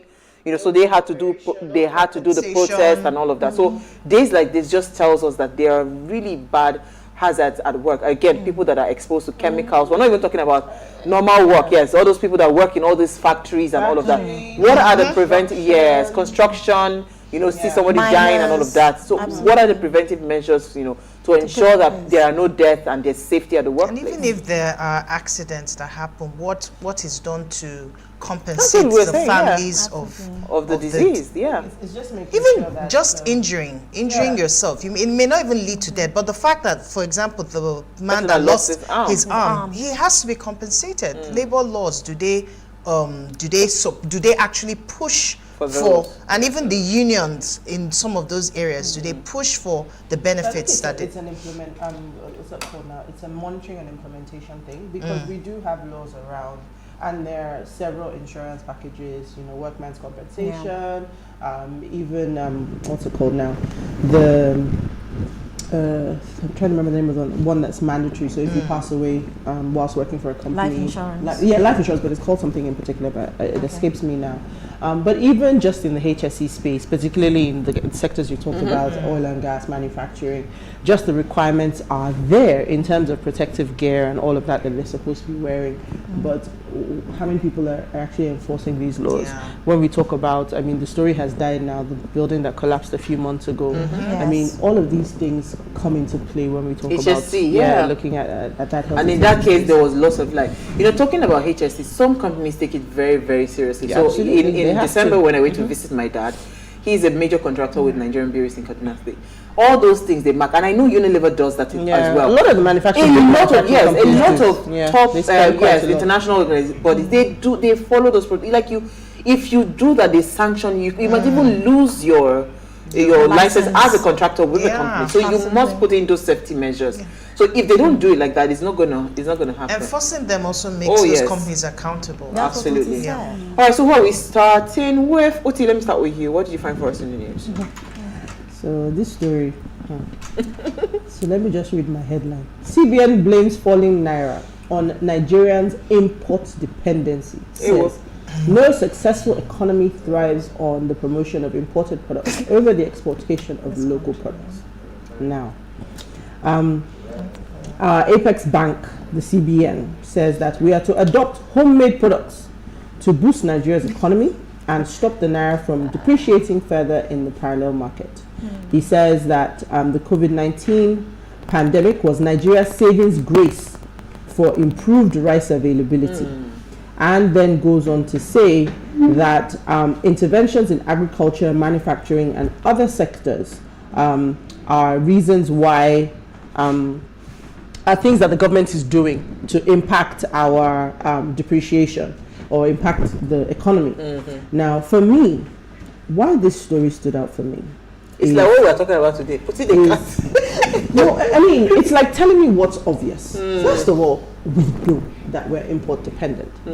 But just like the larger topic that we're discussing today, it's not smoke and mirrors. You can't tell me, right, that I should buy Nigerian when majority of the products or the raw materials that are needed to make the Nigerian products are still imported. The ones that we actually grow here, i.e. the tomatoes, the rice, do you remember the saga the last time about the rice pyramids and whether we would fall and where they put the rice? And then there is tomatoes and oranges, when all of these things are in season, the entire value chain has not been optimized. I don't even think it exists, because for every vegetable, every fruit that is in season, the wastage is huge. So we haven't done anything about this. Then we say that it is the things that we have no hope of making here currently. That is making our problem, you know, and you know, it's but it's even the lack of creativity, because let's be fair, it's important to have exports, right? We have, and it's largely because we've become so dependent on crude. But the fact is, we were major exporters of cocoa. Today, we're still major exporters of a lot of things. But quality is a problem. A lot of our products, Gary, all of these things are turned back in European countries because of the level of chemicals and things that have grown on it. So it wasn't properly processed. These are the things that we need to look at, and these are the things we need to fix. Now, might I add that we're all talking about this from an export perspective. We're also not thinking about the values we have for importation. On holiday, I'm looking at everywhere I've been to, and I'm thinking, we brought our money here. We, by ourselves, brought our money here to do the things that were man-made, that we have naturally. Lagos has water. We've done nothing with our waterways. The amount of tourism options that are available in this country today, but because of security, because of infrastructure issues, the money that should be imported. Let's say we don't already enter the conversation. Calm down. Thank you. Let's move on to it. We've run out of time. Yes, I'm going to keep it as brief as possible. While we're talking about healthcare, my story is on the Kaduna train attack that the pregnant woman, one of the pregnant women who was kidnapped about a month ago. You won't believe that it's already 30 days since time flies. She was they were kidnapped. Gives birth in the terrorist den. Oh wow! Now, look, the fact that she was in the terrorist den is another thing. They kidnapped her while she was even pregnant, and she was 8 months pregnant when they took her away. And they didn't even bother to take her to a hospital. They brought in a set of medical personnel to come and attend to her. At least they did that. Should she be grateful? Should she really be grateful? What is the circumstances where she gave birth? What is surrounding that environment where she gave birth? They didn't cut the child out of They didn't cut her. They didn't cut the child. See, I mean, okay, you know what? Let's move on, because these are all part of the conversations. Norman, let me hear your story. Still on health, insecurity this time around. We have a case of the missing core member finally really found dead. Oh, sad. And NYC is probing the killing. So this story really touched me. It said a member of the National Youth Service Corps identified as Stephanie Siemba Terungwa has been found dead in Abuja.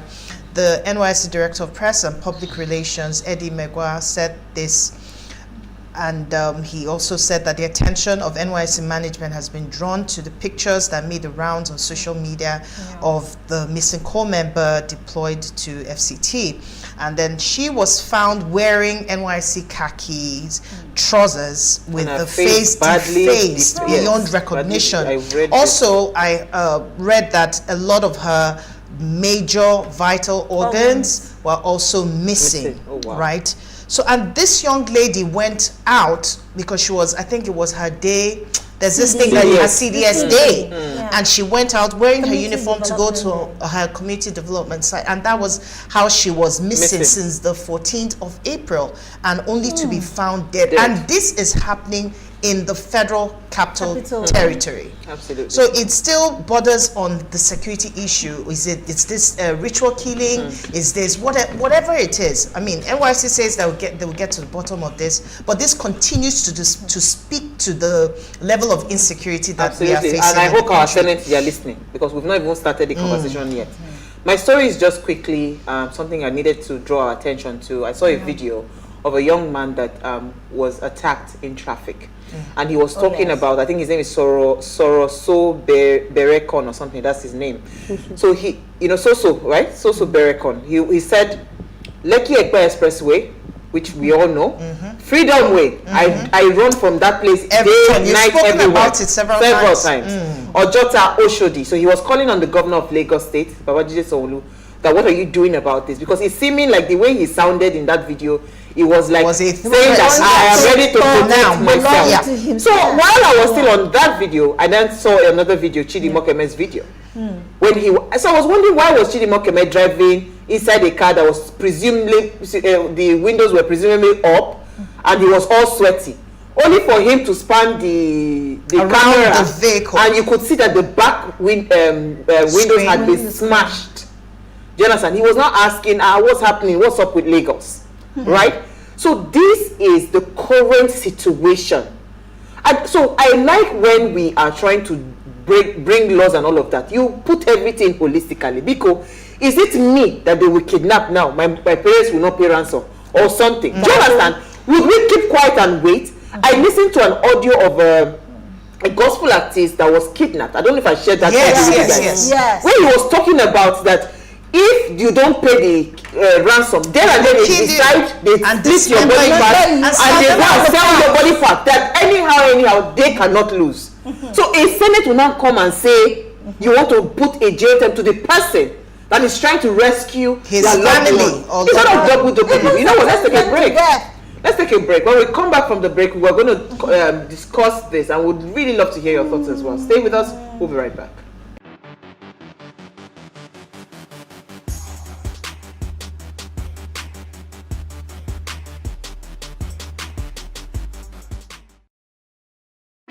Hey, what's up, guys? You're welcome to another edition of Plus Event, and I remain your host, Ifeoluwa Oshukeye. Your absence isn't an excuse anymore, as Plus Events is all you need, as we bring you the glitz, the glamour, and loads of fun. Oh, definitely. No question. He's a living legend.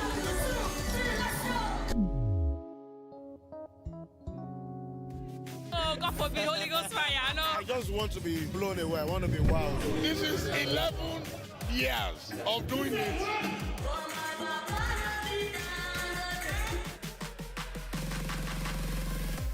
I'm surrounded by so much positivity.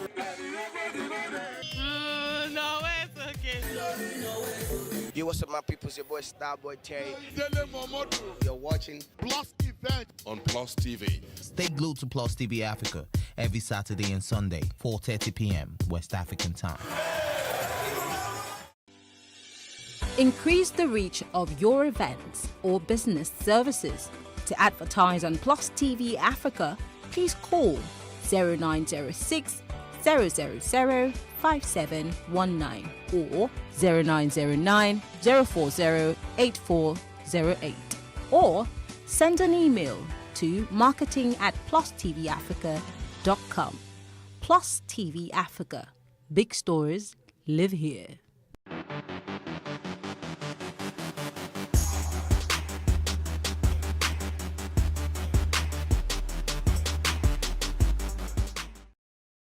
Thanks for staying with us now. Although activities of different groups that target civilians are definitely terrorism in nature, the attempts of the government in Nigeria to use this label may have created some confusion, especially when political opponents, civil society groups, and opponents of the government have also been branded as terrorists. Now, this is an excerpt from the publication by DME Bukola Oyeni titled Terrorism in Nigeria, Groups, Activities and Politics. You can go read them up.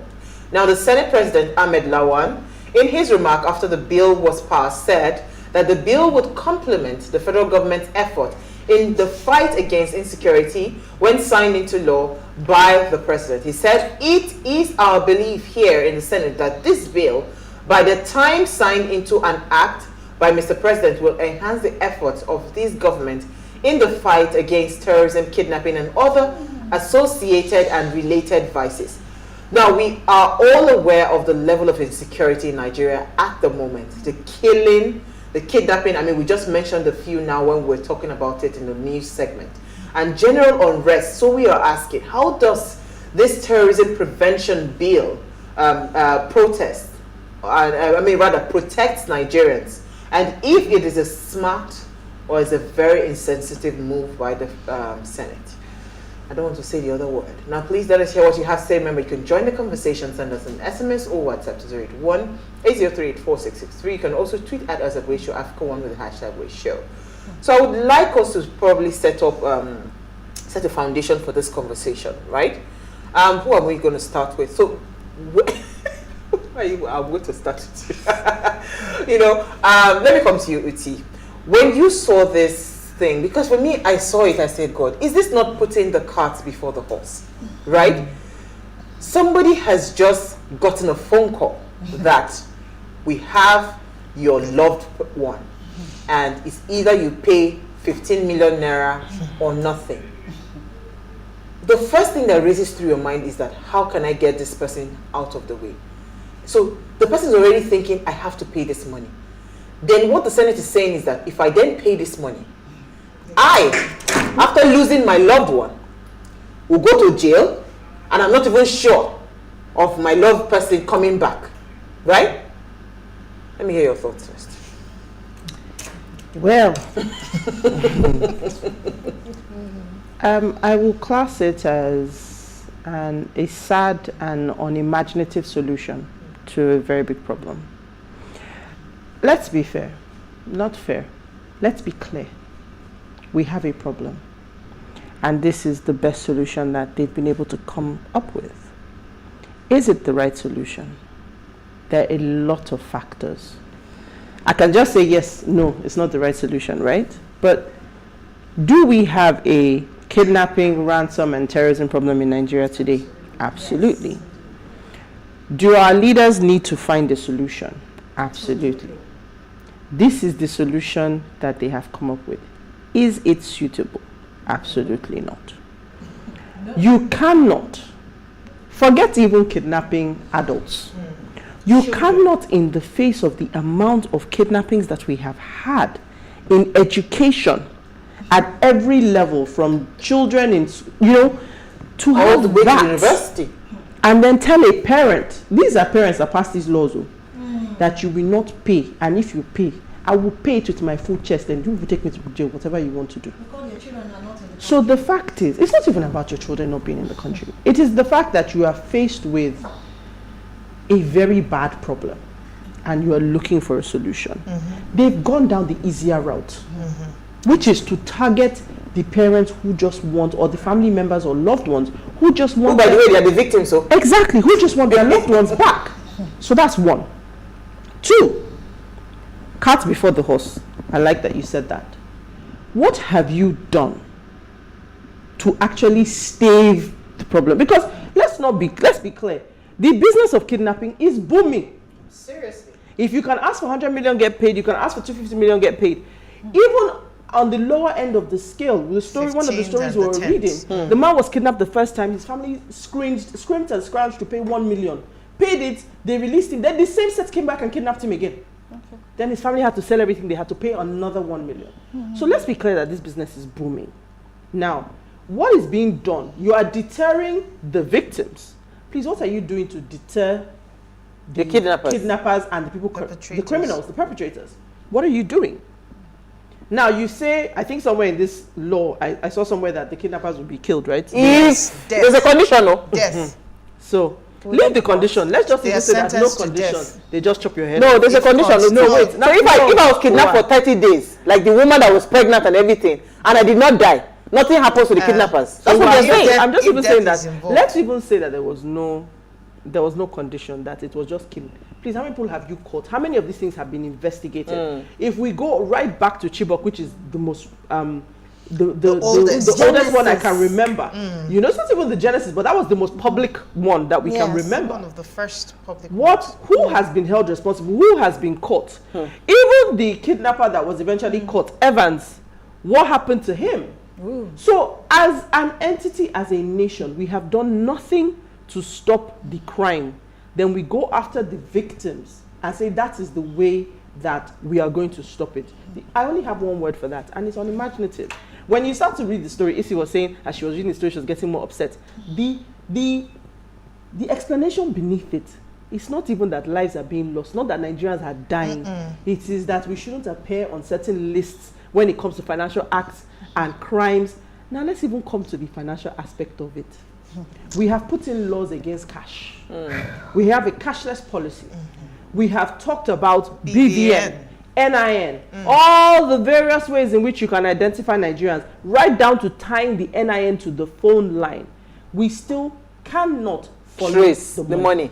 Don't forget that Go ahead, someone actually said that they know these kidnappers, they know where they are, but they cannot reach them. They are actually interacting with these kidnappers. Let's not forget that. However, I want us to start from this premise. I want us to take this. What is the meaning of kidnapping, basically? What is the principal motive of kidnapping? It is said here that the principal motives of kidnapping are to subject the victim to some form of involuntary servitude, to expose him to the commission of some further criminal act against his person, or to obtain ransom for his safe release. Now, the Senate is saying that we should not obtain some sort of ransom, or we should not pay the ransom for the release of our loved ones. Safe release. Safe release of our loved ones. Why? So is it okay for us to lose our loved ones in the process of having this? Uti has already said most of these things. And what are the preventive measures they have put in place? What is the root cause of kidnapping currently in Nigeria? Unemployment. Lack of education or low standard of education. What are the other things that we can take into premise? And you know, it just cuts across border. Poverty, and it is so it's in everybody's faces. A lady walked up to me yesterday and said that she had not eaten. I had to give her some money for her to feed herself and her family. Now, it's food. Would you be happy to see somebody in that kind of dire need? The sad part about poverty. Because when you talk about poverty, the sad part about that poverty is that when you hear how much they sell a human being for. Remember that the child that 5,000, 8,000, they were trying to kidnap at the school at Omole, when I heard it. So you think the worth of a human life. And again, it is not we can't kid ourselves. The election season is upon us. And it seems like this thing has just quadrupled, right? The cases of what we're hearing. I was going to come to you, Norma, because again, somebody laid an allegation that the truth is that he thinks that this is a good move. He said because government, parastatal, they've been paying ransom. So interesting thing that even happened was that there was a time somebody was kidnapped, and the government actually claimed to have paid 800 million. Only 30 million got to the kidnapper. Kidnapper begin the vex, come bring out video. Say, So the 800 million they pay, now only 30 million come to me. That no, this is this, you know. So even within, there's a lot of insincerity within, because again, they are saying that in all quote unquote underlying gist is that this bill is supposed to be targeted at government bodies paying ransom, because it is now a business, right? You pay. I'll tell you that I have written there that what we had to pay for the ransom was 800 million, but what will come to you? So they will still. So who is to blame? Which addresses Isi's point that the kidnappers are known. Yes. They are known. I was just going to be. I was while Isi was talking, I was reminded about the voice notes that we heard, and how the person that was narrating his story said that this is beyond just kidnapping. That there's some kind of cabal, it's a cartel. There's some kind of system going on, and then you brought out the aspect of profiteering, and it seems from what we can see that there are people who are benefiting from this system going on. Because when we hear, like you said, the amount of monies that go into this is enough for you to put up a bill, quote unquote, to stop the profiteering from this situation. But my question is, at the end of the day, who is benefiting? The young boy who attempted to kidnap some people for 5,000 naira, he doesn't even know that when these people are going to take these things, they're going to sell it at a much higher. Of course, the kidnappers usually will say that even if they don't pay your ransom, we're not going to lose. Because guess what? We're going to dismember you. Stephanie was dismembered and parts of her body was taken away for God knows what. If it's about ritual killings, there are people looking for livers. There are people looking for kidneys. There are people looking for arms and legs or whatever for rituals. So who is profiting from this experience. You're putting up a bill and then you're telling, my heart is so heavy. Because the level of insincerity and insensitivity that some our so-called policy makers present in their bills, sometimes it is so disheartening. And that's why we have been crying times without number for people to open their eyes in 2023, your elections. The questions that you're asking the people who are going to be making policies on your behalf. And not focus on focusing on just the executives. There's so many aspects to government. It's not just about the presidency. There's different aspects that continue to affect you and I as citizens of Nigeria. You can't make a bill, you can't try to pass a bill that you're not thinking about the people. Uti rightly said it, and literally she took it out of my mouth, because at the end of the day, these are victims. How are you sorting the problem of terrorism in Nigeria? The sitting government had promised before they came in that on top of the list is to tackle terrorism and insecurity in the country. And this is how many years down the line? It seems like it's becoming worse. You rightly said the elections are coming up, so people are beginning. It's like the business is even booming more, because these are who are the people that are patronizing these terrorists. At the end of the day, that they're booming and having the audacity to ask for millions and billions, and then people want to save the lives of their loved ones. If they had to scratch, that voice note said that literally it was some group of that literally came to that man's aid to scratch out whatever it is that they could come together, some church members, family, to be able to help. So how are you being sensitive to the need, to the cry of now that people are losing loved ones? I was reading up on the write-up, and till date we have about 87,903 people who have lost their lives since we started talking about terrorism in Nigeria, and these are the ones that are known. Yes. You are not talking about the people that are missing. But some people never you are not talking about the ones that have never been found. So this is beyond just putting out a bill there just for profiteering. Okay, let's take a break, because the phone lines are buzzing. We'll take a break. We'll come back right now to open our phone lines. Stay with us.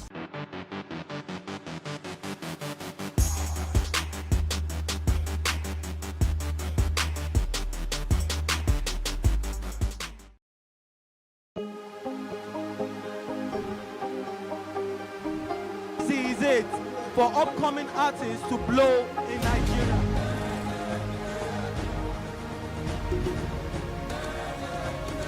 Welcome to Plus Trending. I am Vicky November, your host, saying thank you for joining us on today's episode. Welcome back. It's tea time on PlusTvAfrica. Practice makes perfect. I'm not perfect yet, but I'm a lot better than I used to be. He's a king. He's entitled to marry 100 if he wants to.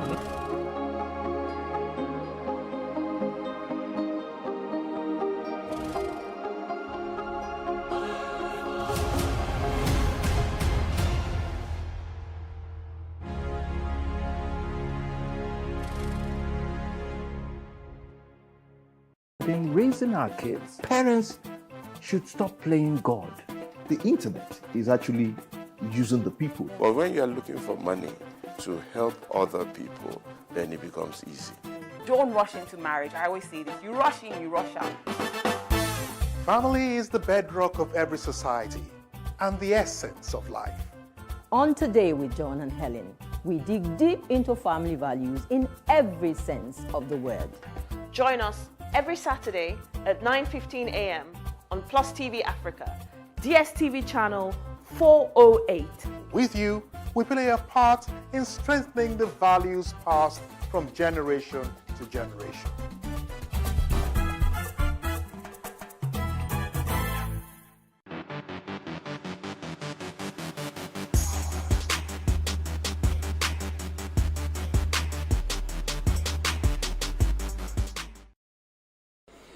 All right, so if you just tuned in, it's our Ladies' Night Out, and we are discussing terrorism prevention, bill passage, and we're asking, is it a smart move or a very insensitive move by our Senate, right? Please, let's hear what you have to say. Remember, you can join the conversation. Send us an SMS or WhatsApp to 081-803-4663. You can also tweet at us at PlusTvAfrica1 with the hashtag WadeShow. Our phone line is now open. You know the rules. Turn off the volume of your television set. The number to call is 07025007749. Let me come to you, EC. You know, about many years ago, for our area, now robbery they reign. All of a sudden, it now shifted from robbery to kidnapping. And kidnapping at that time was for expatriates. It now became I mean, if you're going back to Benin, for instance, you're coming from abroad. Yes. Do you understand? You dare not because don't flaunt your because they'll kidnap you. That was how it started. And now it's everywhere. But let me hear your thoughts, see. But even at that time, even if they kidnap you, they won't hurt you. It's just go bring the money. They used to give you food, so go bring the money. We know say you get this money. Go and get it for us. It was based on information. And they don't hurt you. So they bring you back in one piece without hurting you. But these days, there is no empathy. There is so much insensitivity in the process of doing it. They beat them. They torture them. Did you see how he treat them? Let's take a call. Sorry. Suleiman from Bauchi, thank you for calling. You're live. Thank you. Well, I like the topic. The thing emotionally is not easy to take. But if you look at it, security-wise, you know that what they did is because once you pay the kidnapper, they buy more weapons and they kidnap more people. And the thing is that, for example, that the people that kidnap the train station in Kaduna, if you know, they are not asking for them, they are asking for their leaders. And those leaders, if you release them, they are more dangerous to the society. So the government has to be careful. The issue is that the prevention is better than Thank you. Thank you, Suleiman. So please, for those calling the WhatsApp number, you can't call us on the WhatsApp number. Call the number on the screen. That's the number to call for calling in. Somebody has been buzzing the WhatsApp line. So, I don't know how to respond to Suleiman. No, Suleiman makes a valid point. He makes a valid point about, but you see, the truth is, you can only put this bill in place when every other thing has been put in motion. Point. Exactly, which is why we say that it's unimaginative. You've said, we all know. I mean, which of the school kidnappings was it that they asked them to buy motorcycles? What for? It's the same perpetration of the crime. So, the reality is that we understand that the problem exists. But what are you doing to stop the problem? What are you doing to... What have you put in place? There are so many aspects to kidnapping, right? There is the terrorism side of it. You know, what's happening up and there's the money side. Then there's the money side of it, because it's not every point. Like you said, some people are kidnapping and it's about body parts. There's all sorts of it's become quite lucrative. I'll tell you. Let me take Peter from Benin, then I'll come back to you, T. You're live. Thank you for calling. Yeah, hello, good evening. Hi, Peter. Thank you for calling. Yeah, good evening. When I heard about this bill, I just laughed in my heart. It's highly insensitive because the primary responsibility of any responsible government is the protection of life and the guarantee of security for the citizens. Now, where did this slogan that came from that we don't negotiate with terrorists? It came from America in 1973 with Richard Nixon during the Iranian capture from American citizens. Richard Nixon just said it by his speech, so that it was written down. That's how most countries now use that slogan that we don't negotiate terrorists. Even the America even Richard Nixon made that statement that America is American policy, they still negotiate with terrorists through the back door. In the international diplomacy, there's what they call back channels. 30 days now, over 160 people are still in the bush. 2 women that was pregnant, one will hear from reliable source that she has given birth, that they need to doctors into there to deliver the woman. What are we trying to do? If this bill comes to pass now, are you not saying if they kidnap people, the government will not negotiate with terrorists? Then the family members will just hold their hands and say they will not bring money to negotiate with terrorists to free their loved ones. The way forward is let the government provide security. If there's security to a reasonable state, that's when you cannot tell the citizens that there is a matter of policy that you don't negotiate with terrorists. I don't like putting the cart before the horse in this country. It's a very funny, highly insensitive and wicked law that they want to bring into this country. Thank you very much. Thank you. And the thing has passed the third reading. Go ahead. In fact, Peter has touched where I was going, because you now talk about the fact that there are many drivers. The real one is money. It's the economy. We're not just seeing which was why EC was harping on poverty. Yes, so we're not just seeing it in the increase of kidnapping and ransoms. You just shared a video. Even crime, breaking and entering, breaking cars, all these things are on the increase. Why? People must eat. If you are hungry. Anyhow. And that's the reality. So there are many drivers for this problem. So when the government just comes with a bill that targets the victims, do you understand? For the worst double jeopardy. For the worst of reasons about the impacts for the country, sanctions, we are already living a hard life. I'm telling you. What is sanctions going to add to it when people are dying like chickens? Let's take a call somewhere from Mota, then I'll come to you. It's easy. Thank you for calling. Hello, good evening. Hi, Samuel. Wow. Good to be back. Thank you. I tell you what to contribute to.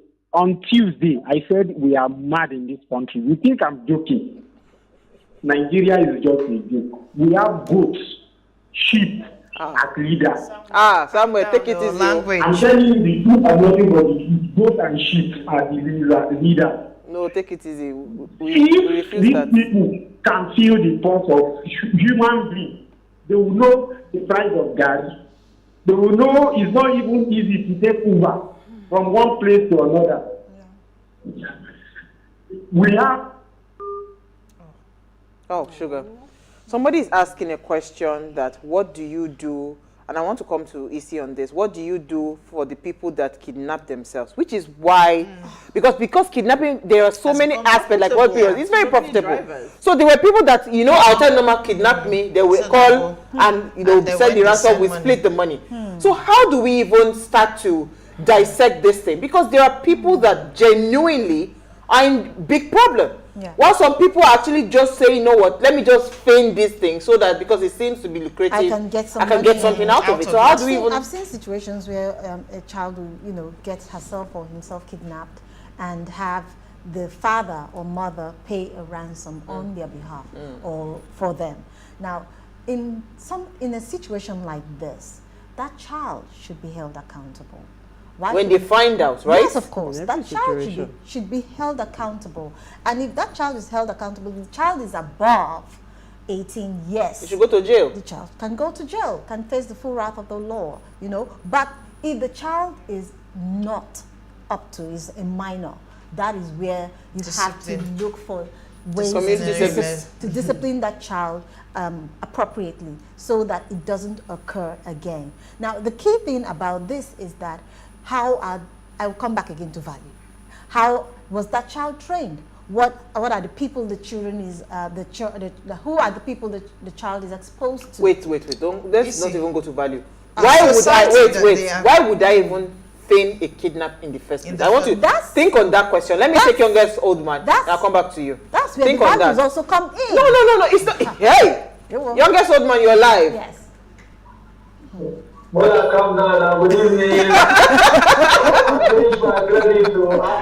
Sorry.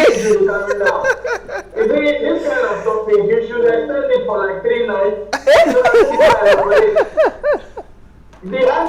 really think for the other guy that is using some hard language, you should understand that we're in TV. Yes, we are begged him. However, I feel his pain, you understand? But the issue is that it's easier said than done. Absolutely. Any policy you want to bring, we have to take it step by step. I really want to believe that the Senate is trying to do the necessary to curb the big business going on now, which is simply called the kidnapping business. But I think they should start from that step of what will they do to a government that is not providing the necessary or the enabling environment? One, what's going to be their consequences? What's going to be the consequences for them? Should they be impeached in 42 days or 32 days or in a month? They take out that government, they bring in another one. Secondly, they should think about what can they do for a government that has failed in security, that cannot protect its citizens. Then after that, they will now say, okay, after all this has been provided, and you people are still going on to pay ransom, there's going to be consequences for paying ransom. But you don't go directly and say someone should not pay ransom. Why? They are sending videos of their family members being dealt with. There is someone that this girl was raped on video, 8 different bandits, 8, not 5, not 3, 8. They were singing and the poor girl was just there like, look, if you have connection with Northerners, tell them to send you videos of what is happening in life. I once told you on this station that a girl gave birth. That's why I was even celebrating this one that they gave birth and they allowed the child to live. They fed that child to the dogs. Fed it to the dogs. That woman till today is not she's mad. Yeah, she's mentally. Till today, even they have left them now. Something is happening. Something is happening. But I don't know what's in the open for that on that deal. They never know what's in there. But I know that by the grace of God that we worship, Pharaoh will feel the same pain that the Israelites felt. I'm telling you this. Thank you. But I know say what goes around comes around. Then by then, they will catch you now and they pay the money. They will do. Thank you so much. It's only the poor that is being kidnapped. So it's really sad. That's why when I see bills like this, it's like you're making light of people's pain. This is double jeopardy. You have given me problem. Like I have a problem. Somebody that I love so much is under somewhere. I can't even tell what's happening to that person. You don't tell me that if I eventually pay this to release the loved one, I go to jail. Are you guys even understanding the situation? You see this situation. So that was the place. It's not making light of it. It is a shift in perspective. Do you don't understand what that person could be going through. So when I want to solve a problem, glass half full, glass half empty. There is a solution that says I drink the water, or there's a solution that says I pour the water away. It depends on how thirsty I am. So you, at this point, look at the way the story was couched. It did not speak of the death of Nigerians or the lives of Nigerians. It talked about it from the perspective of the country, the international laws, the potential the image of the country. Sanctions, which again is not a bad thing. It's not. But is that what is most important? Thank you. So perspectives are key. So I love the way we've couched it in the sense that youngest old man said, there is a sequence of events. When you show me that security is important to you, you have taken steps and measures to improve security. You have taken steps and measures to show the criminals that crime doesn't pay because I will catch you and I will deal with you. I look at the other drivers and I look at the economy. I look at how to put money in people's pockets. I need to look at how to employ people, how to educate people. All of that is in motion. Then you now come and say, well, I've done ABC. So it's not now, if you choose to pay ransom, I will now face you because you have now become part of the problem. But you have not touched the problem at all. Even money, you can actually print special money where people serial numbers and all of all of those things. You've not put in any measure at all. But I think we have a caller as our final caller for the evening. Then I'll come back to Isi and Nama to hear your final thoughts. Quickly, let's hear what you have to say. Yeah, Samuel. Let me give my solution. I see this deal. Can you first of all apologize for calling them sheep and goats? Okay, you're not ready. Go ahead. Is it there? I think we've lost it. Okay, so Isi, let me hear your thoughts. My thought is this: they should prefer solutions first, which is what he has harped on. Preferring solution is not about us going through the motion of just lip service or saying that we'll do this, we'll do this. But we should see the actions being taken place, so that first we should work with the fact that we have individuals who are not educated. We should work on literacy. We should work on the greed and the mindset of Nigerians. We should work on providing jobs for Nigerians, so that this profiteering or whatever doesn't grow beyond what we currently have. And the fact that we have individuals who are who have been traumatized by the experience of being kidnapped. You know, when the young man was talking and he was describing the vivid description of how the ladies were being raped, and I just couldn't take it. It is quite seething for me to take in. So if we have like an anti-kidnapping squad that would be trained to actually go in there, get individuals who have done this, and hold them accountable. Hold them accountable. I think, yes, so we can say that the government has done their part, which they haven't yet.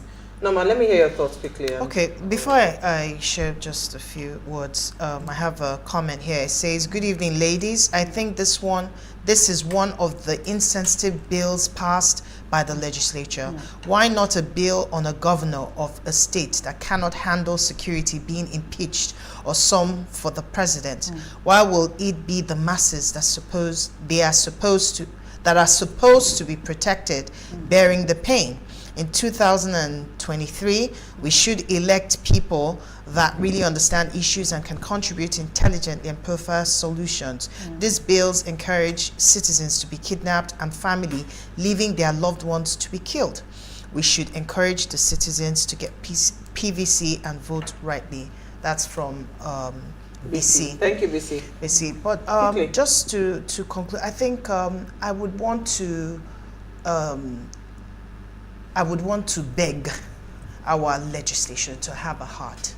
When they're considering this, think about your mothers, think about your daughters, think about your sons, think about your fathers. It is because of a sense of a lack of consideration. That's why we always have this mentality of not in my backyard. So because it's not happening close to me, I don't feel the pain. I don't know what you're going through. They kidnapped a son of yours. I don't know what that feels like. So I cannot empathize towards the victims. And that's why this bill can be okay for them to pass. Third reading, you can imagine. So when they begin to have a heart in their considerations, when they begin to think as citizens of Nigeria, if this was affecting me directly, what would I do? You know what? If they refuse to have a heart, for us the people, let me say my own we can take them out. For us the people, you must start to think of getting well educated when it comes to your your governance, the governance structure in Nigeria, so that if they refuse to have a heart like Norma has begged them, we will take them out and put people that have heart. If those ones come again, their head is not correct, we move them out, and it's like that. So there has to be a system until we get the right side of people. Now remember something. Evans was arrested in Magodo, right? There was a lot of fancy around it and all. Who is the policeman again that went to arrest him again? Answer the name first. His name doesn't come quickly to mind. Please, Uti, I know you know the answer. The one that was caught. Why are you trying to call my name? The one that went to pick a kidnapper. He knew that a few years down the line, Super Cop is being indicted for being a drug, peddling drugs and whatever. He's been indicted and all of that. So my point is that even the people that are supposed to be part of this security architecture, because you cannot tell me that these kidnappers, our police and our army, our military, and all don't have the money to fish those people out. They do not not even fish. They do not have a cut in this so-called percentile share, because this thing is very profitable. Do you hear how much they take for ransom money? So if we are ready and we're serious people, before you come and pass a bill to say you want to arrest me and put me in jail for 15 years because I had to go and pay ransom that I did not have, because mind you, most of us don't have this ransom. Of course. We have to sell things to go and pay the ransom. Before you say you want to come and arrest me, can you please make sure that you have done all the, you have dotted all your I's and crossed all your T's as a government, security wise. Then you can come to me and tell me that yes, if you go ahead to pay that ransom, I'll jail you. Because nobody will do that. The first thing you will do is to go and meet the special squad to say, you know what, my person, I've just got a call, and they will take it up from there. On that note, we rest our case. I rest my case. Thank you, Noma. Thank you, Isi. Thank you, Uti. I'm using this to calm myself. And thank you, Uwa. Let me thank myself today. Thank you to everyone that called and tried to call. The phone is still ringing. Sorry, we can't take all the calls. Now, before we go, ensure you follow us on Instagram. Is at WaveShowAfrica. You can interact with us further, drop a comment, and more importantly, follow all the engagements on social media. Like, share, invite your families and friends to watch the show. If you missed this, our quote today, here it is again.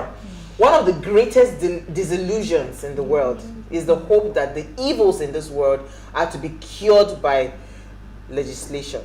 This is from Thomas Reed. I didn't say it. So just go and think about that quote very well. We'll see you guys live tomorrow at 8 p.m. as we bring another great conversation to your screen. Enjoy.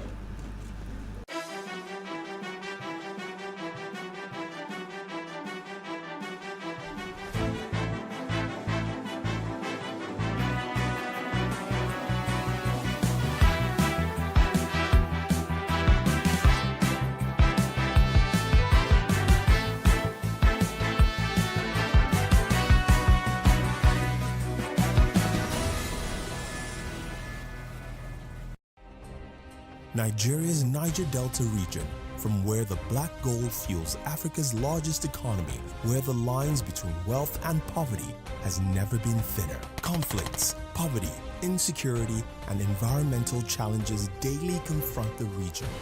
How can the Niger Delta story be changed for the better? Join Mamude Akuga at 9 p.m. every Friday evening on PlusTvAfrica as he probes deep in search of solutions. Inside the Niger Delta with Mamude Akuga, the authentic voice of Nigeria's oil-rich region.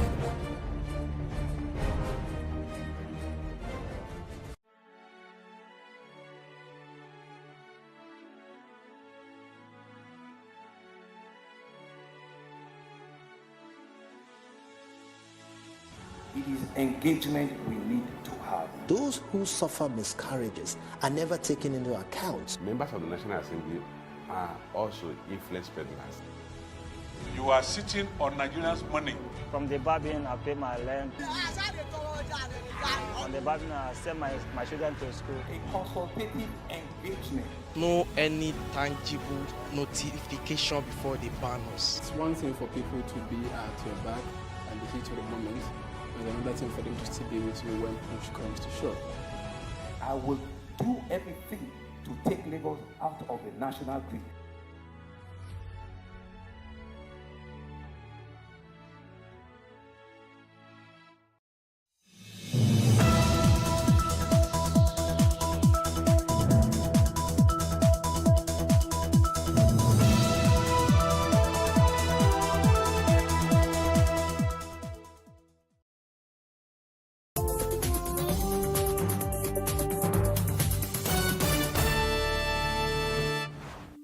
What are the reasons for the rising hunger numbers on the continent? According to the United Nations Food and Agricultural Organization, after a decade of the world making progress in fighting food insecurity, world hunger has increased by more than 20% for people in Africa, and more than one-third are undernourished, the highest proportions since 2014 and greater than any other region worldwide. The United Nations Food and Agriculture Organization estimates that around 800 million people on the continent, equivalent to about 60% of the continental population, are affected by moderate or severe food insecurity. Some point to the COVID pandemic's impact on the local supply chains and food shortages. But many analysts say it's drought due to growing climate change issues. That is the main reason for the growing hunger on the continent. We'll discuss this and more on this week's edition of Our Voices.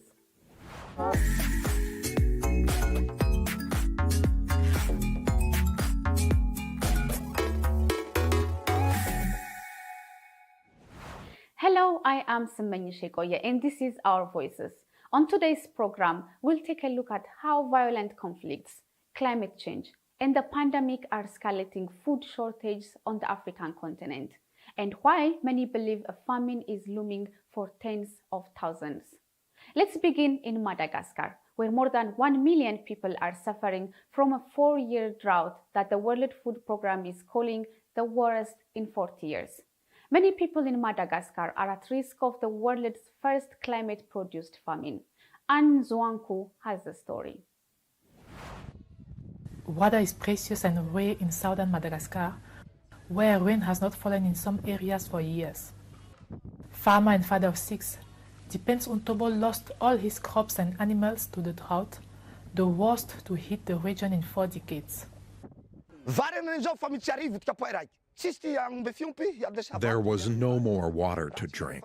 The price of rice had gone up. We had to sell our livestock to buy food. I was very afraid to die.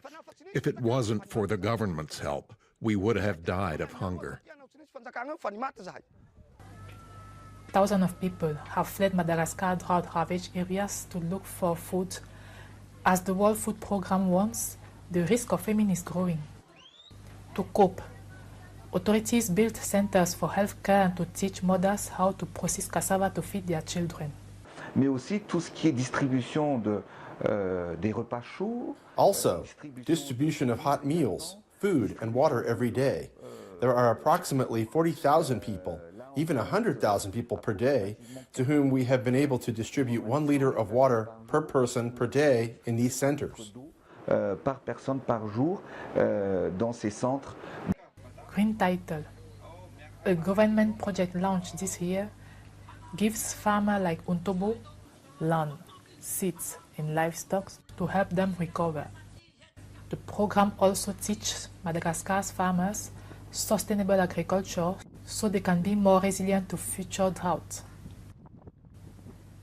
It's an important skill for farmers on the island nation, which sees frequent drought.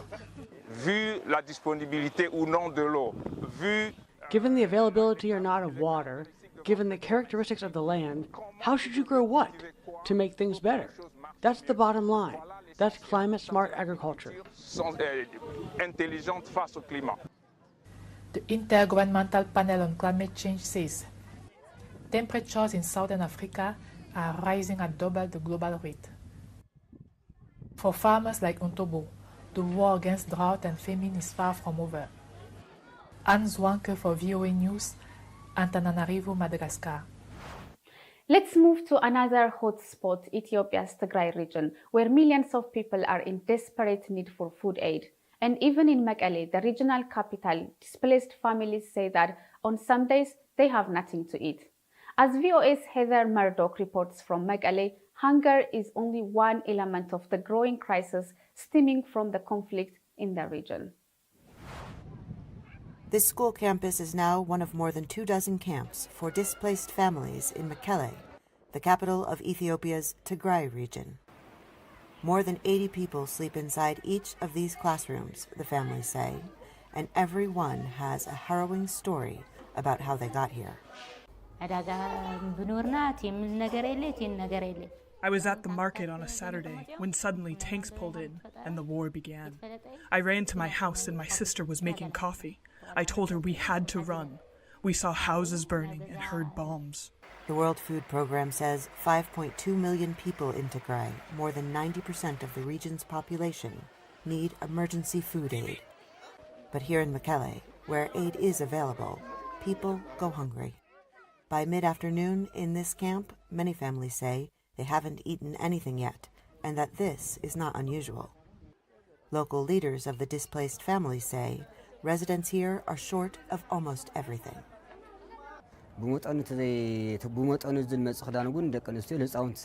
We are facing a lot of difficulties. We don't have enough food, shelter, sleeping materials, and clothing. Before the war, we fed our children 3 times a day, but now we cannot. The conflict in the Tigray region began in November last year, when Ethiopian government troops were sent to the region to crush the forces of the Tigray People's Liberation Front. Now, roughly 2 million people have been forced from their homes. Thousands have been killed. Many more, like Zufan's 11-month-old son, have been injured. Zufan says her son's arm was injured as she fled, and it took her months to reach Mekelle for treatment. I went to the doctor yesterday. He said, "Where were you? He needed an operation, but now you are too late." There are children at the camp without their parents, and parents who lost their children in the chaos, Zufan says. And while her son may never have full use of his arm again, there are so many other mothers whose children are dead. Heather Murdoch, VOA News in Mekelle.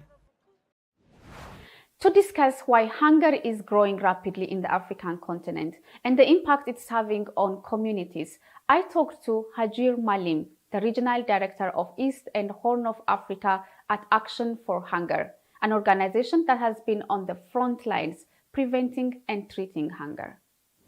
There is no short of efforts to try and address the increasing levels of vulnerabilities in Africa. However, these efforts are not meeting the intended targets because of a number of factors. One is the increasing levels of conflict that is driving tens of millions of communities from their homes and making them vulnerable. When a community is uprooted by conflict, they then lose the ability to be able to produce their own food, and therefore these then subject them to hunger.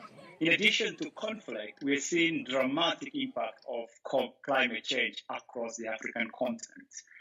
In Africa, traditionally, farmers and pastoralists have ways of managing the shocks that they face. However, with now frequent droughts, these coping mechanism and traditional ways of rangeland management is being compromised as the severity of these droughts and floods continue to erode the existing capacities within these communities. And finally, as COVID-19 has hit the world, we're seeing that impact as well on the food security situation in Africa. You mentioned conflict as one of the major driving forces to the rise of hunger. And we are seeing new conflicts emerging in the Horn of Africa and at the continent level in Africa. And the old conflicts are even getting protracted, and none of them are going away. What are the solutions to address the root causes of conflict, and how can Africa come out of this? Definitely, conflict is increasing, and it's particularly impacting women and children who continue to remain vulnerable. Many of our refugee camps have 80% population who are women and children who continues to remain vulnerable to the impact of conflict. Then one key issue that's really driving this increase in conflict is lack of resources and the competition over the limited resources that exist within communities. Until we are able to find equitable ways of sharing resources and continue to support these communities to be able to find better ways of managing their resources and provide support to the best level we can. And there are very simple, easy solutions that has been devised by many of the humanitarian actors, like Action Against Hunger and many others on the ground, that continue to support both peace building and development programming in these communities. Your organization is working in all these countries. So how are you addressing, what are the help you are providing in these areas to address the hunger issue in the region? Let me give you an example of one farmer we assist in northern Somalia, in very dry areas, which is currently also facing drought condition. By providing training on good agricultural practices, by giving this particular farmer seeds and tools, and accompanying this farmer to help plant the crops and manage this in a very dry condition, today this particular farmer is able to have a profit of over $1,000 in less than 5 months. $1,000 in Somalia is a significant amount of money that is able to meet the food needs for a household of 6 over a period of 6 months. Addressing hunger issue is more than just delivering food aid, I assume, and it requires supplying medical treatments, nutritional supplements, therapeutic programs. And how is that going at the time of COVID-19 when the world is lacking resources to help? Definitely, COVID-19 had massive impact on household food security. We have seen livestock, which is a key lifeline in many of these communities, have their prices significantly shrunk. And this has exposed many of these communities because inter-country trade, regional trade has been hampered by the restrictions that have been put in place to contain COVID-19. In addition to that, access to healthcare is poor in many of these areas. And women who are the backbone of food production in many of these areas are also impacted as children get malnourished. Mothers continue to suffer from the impact of lack of access to health care. So what we're doing today is to make sure that we reinforce and support government's efforts to reach the last mile, deliver essential services, medical services, education services in terms of providing nutritional counseling and support to mothers at all levels, reaching the most vulnerable, the communities that are not reached by other actors on the ground. It's time for a break. But first, do you think climate change is now the leading cause for food insecurity on the continent? And do you think the agreements made at COP26 end the scourge of hunger in Africa? Share your thoughts on our social media platforms. We are on Facebook, Instagram, and on Twitter. Our handle is @VOA Our Voices. We are also on WhatsApp, and our number is on the screen. When we return, we will examine how the impact of the COVID-19 pandemic continues to intensify hunger and food shortage across Africa. We'll be right back.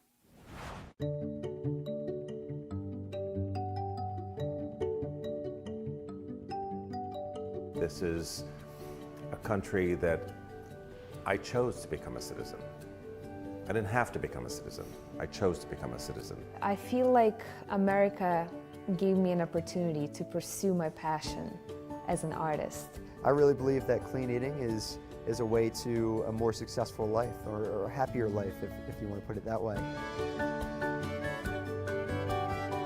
One of the things that helps me wake up every morning is doing better, being better. We grew up poor, and so I'm always focused on helping the working class be able to have a more comfortable lifestyle. I'm passionate about doing justice every day.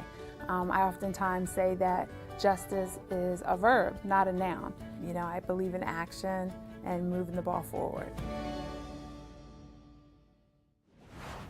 Welcome back. You are watching Our Voices.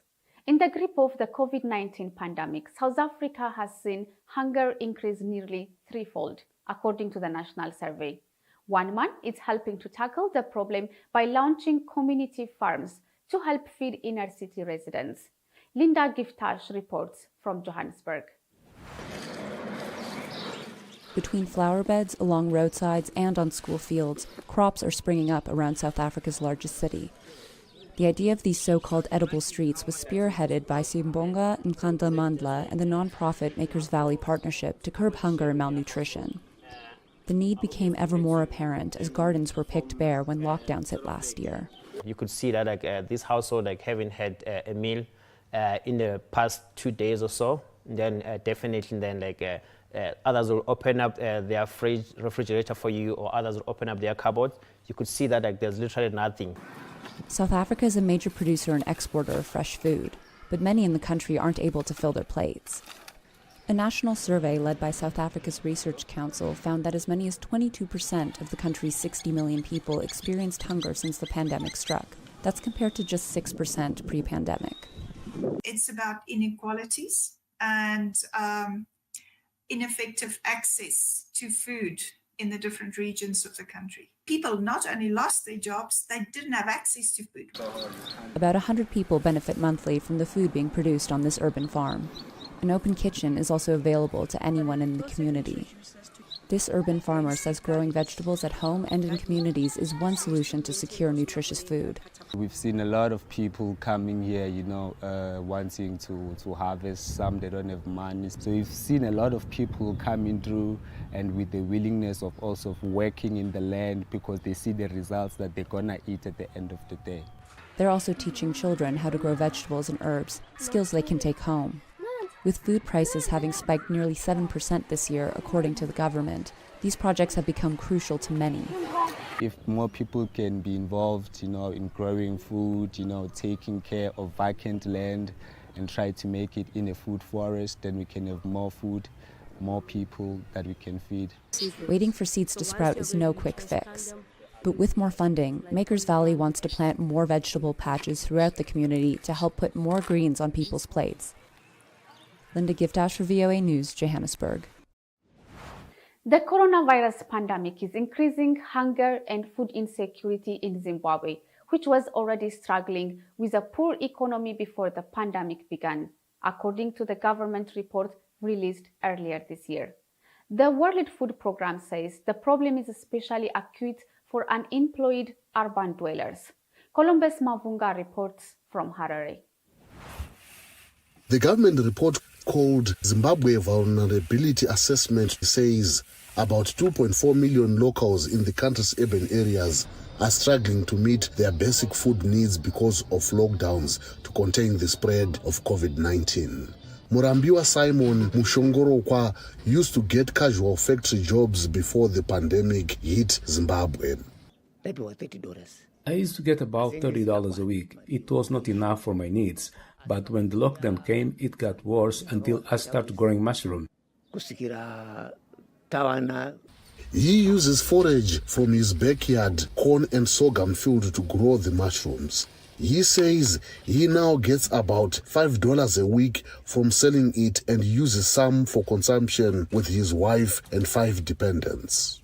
Simon Julius Kufakwevanu, an official from a local NGO, has been teaching people in this poor suburb to grow mushrooms.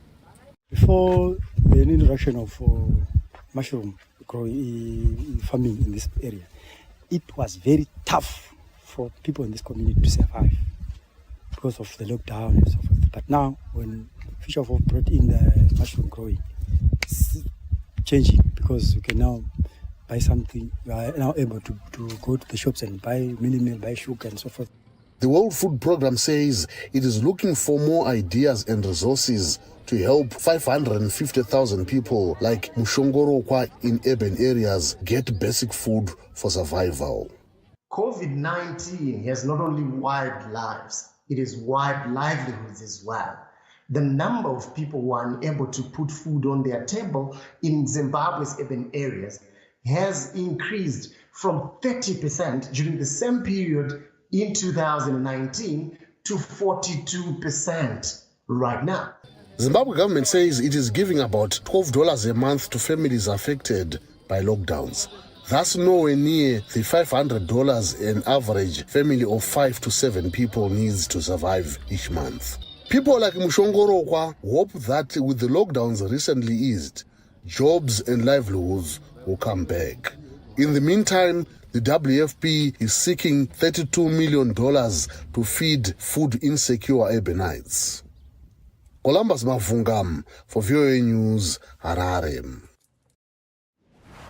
It's time for another break. When we come back, we will look at how farmers and entrepreneurs are using innovative technology and techniques to feed the hungry and still grow their business. That's coming up next. Stay with us. We're bringing women's voices to the conversation, and more than that, we're building a community of inclusion and empowerment.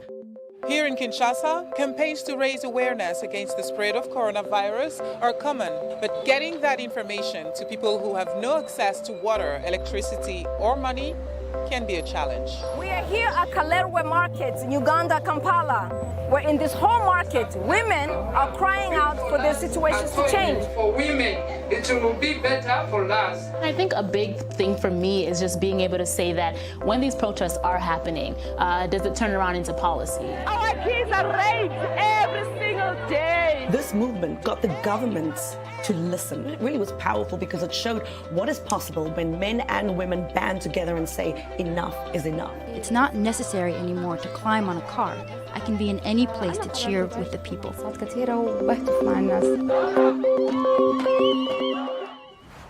Welcome back, and you are watching Our Voices.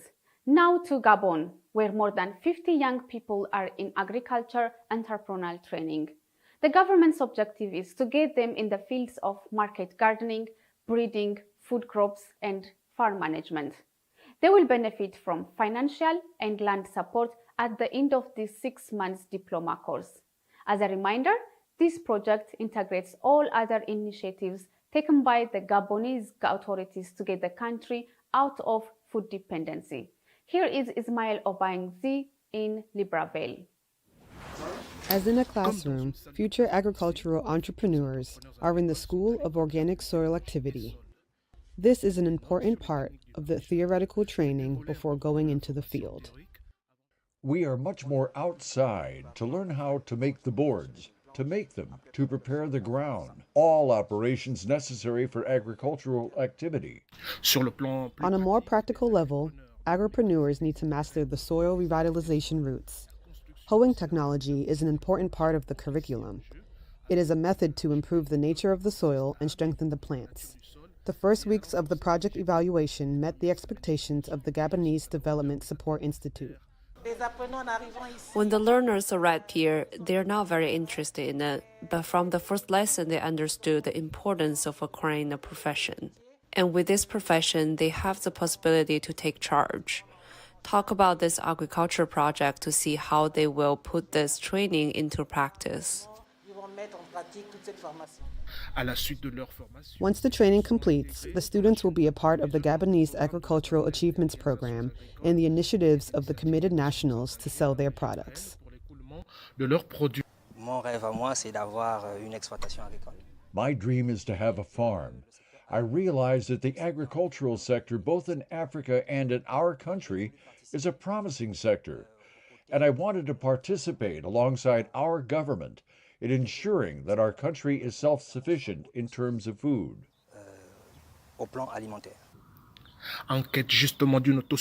In search of food self-sufficiency, Gabon has secured and made 8,000 cadastral plots available.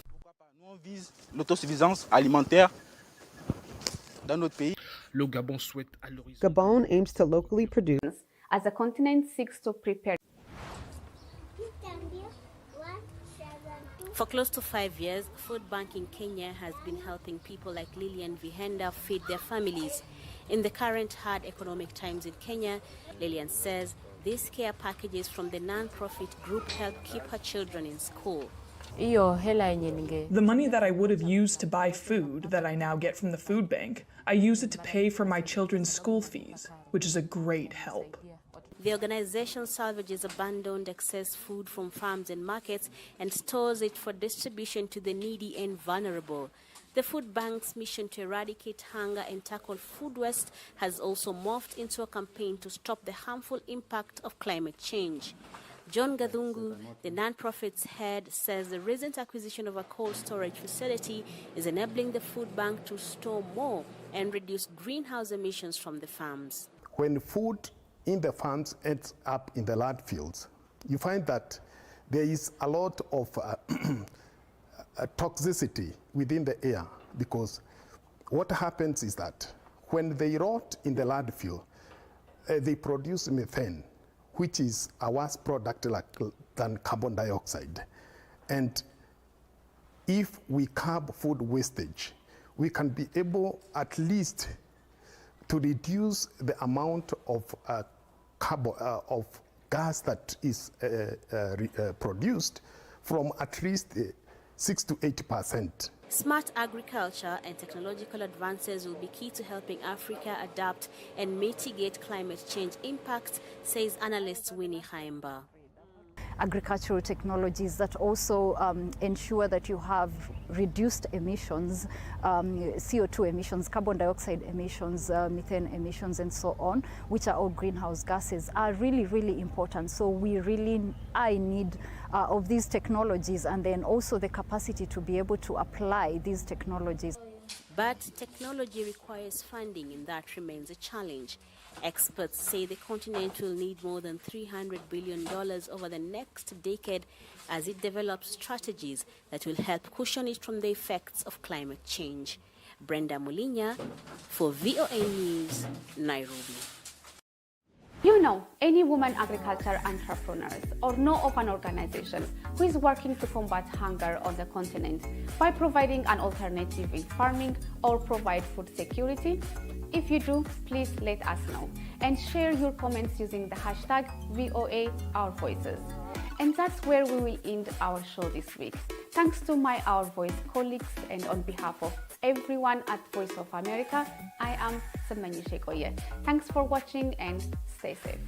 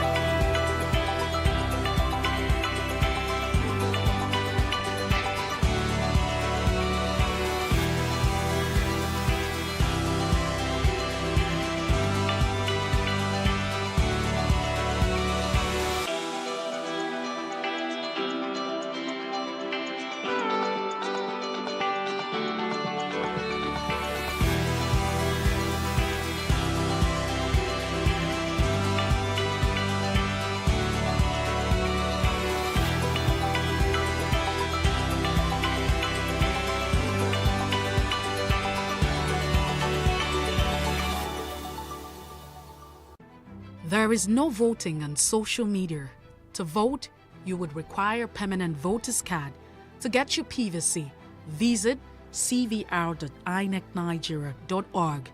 Create your account with a valid email address and start the registration process. An activation link will be sent to you. Click on the link and activate your account. Fill out the form, pick and submit a convenient date and time for your biometrics. Print the application slip, which should have your QR code. On the appointed date, go to the nearest INEC office for your biometric capturing. Thereafter, you will get a registration slip to pick your permanent voter's card when ready. Get your PVC today. This message is from PlusTvAfrica.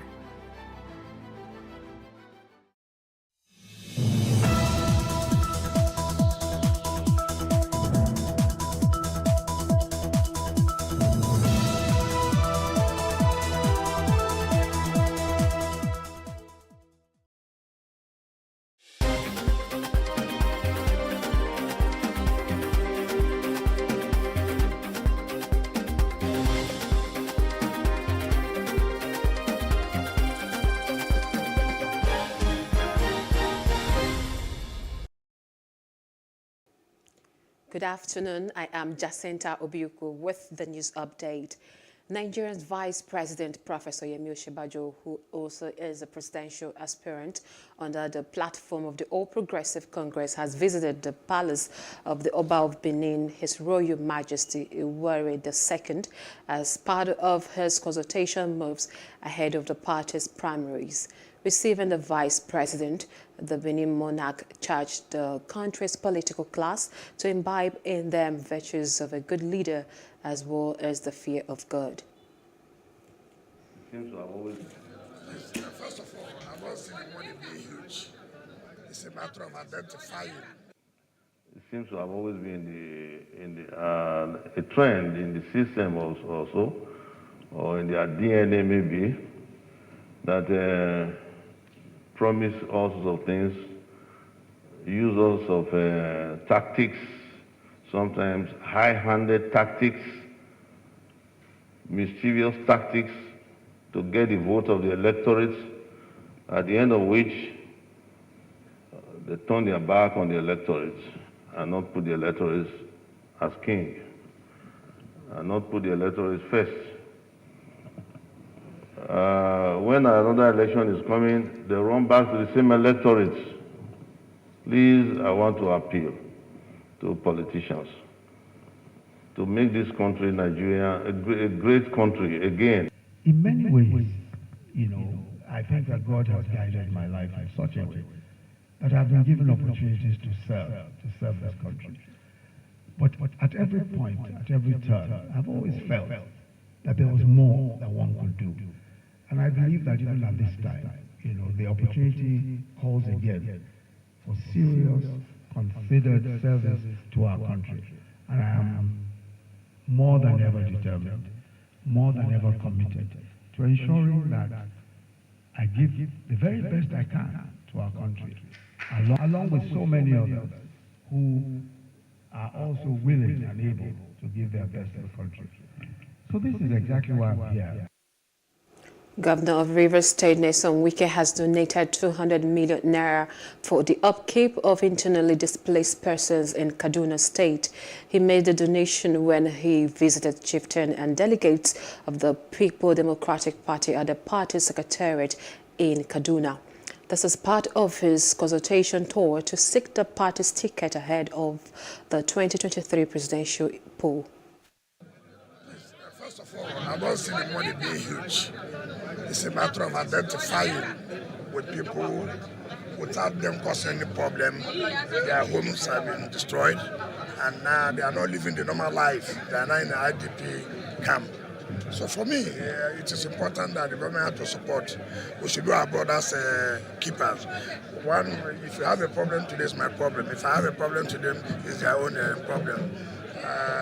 How they are going to do it, they will work it out. It's not going to do with only party. It has to do with all the people who have been affected by this destruction. If you had what the leader, Ahmed Makaravi, said, he said you have to work out all the local government that have been affected and then share it accordingly to them. Benue State Independent Electoral Commission (BSIEC) has concluded arrangement for the conduct of elections for the 23 local government areas this Saturday. Chairman of the Commission, Teso Loko, in a news conference in Makurdi, said that funds for the smooth conduct of the exercise have been released by the state and local government areas to conduct free, credible and transparent elections. According to him, an ad hoc staff have been adequately trained and set for the conduct of the election, as he assured that the personnel would be paid immediately after the elections. Plans are in very top gear. We are set to avail the Benue complete one of the most transparent local government polls come 30th of April. And our plans are in very top gear. Funds have been released from the cost of the state government as well as the local government because the mode of sponsorship, funding basically, usually comes from the state government as well as the local government. That's the done. We've carried out usually everything that is expected to be done. So elections will be conducted. The head of the commission told journalists that logistic arrangements are in top gear for the prompt distribution of electoral materials to voting points. This time around, we are going to ensure these people are properly, these people are paid as at when due. We are going to ensure, we are going to checkmate. Already updated the commissioners from various zones to follow up the payment from the electoral officers across the 23 local governments. As early as 7 o'clock in the morning, materials are going to leave BISAC headquarters to their various local government headquarters for onward distributions to the world respectively. PlusTvAfrica correspondent in Makurdi Francis Ted reports that 3 political parties are participating in the election as the main opposition party, the APC, have declared not to feature in the local elections. Police in Ogun State have arrested 69 suspected persons for involving in criminal activities while parading the suspects in Abeokuta, the state capital. The State Commissioner of Police said those paraded include 52 cultists who have been terrorizing state, 12 suspected kidnappers, 2 armed robbers, ritualist, as well as self-acclaimed Islamic cleric who specializes in defrauding unsuspecting members of the public.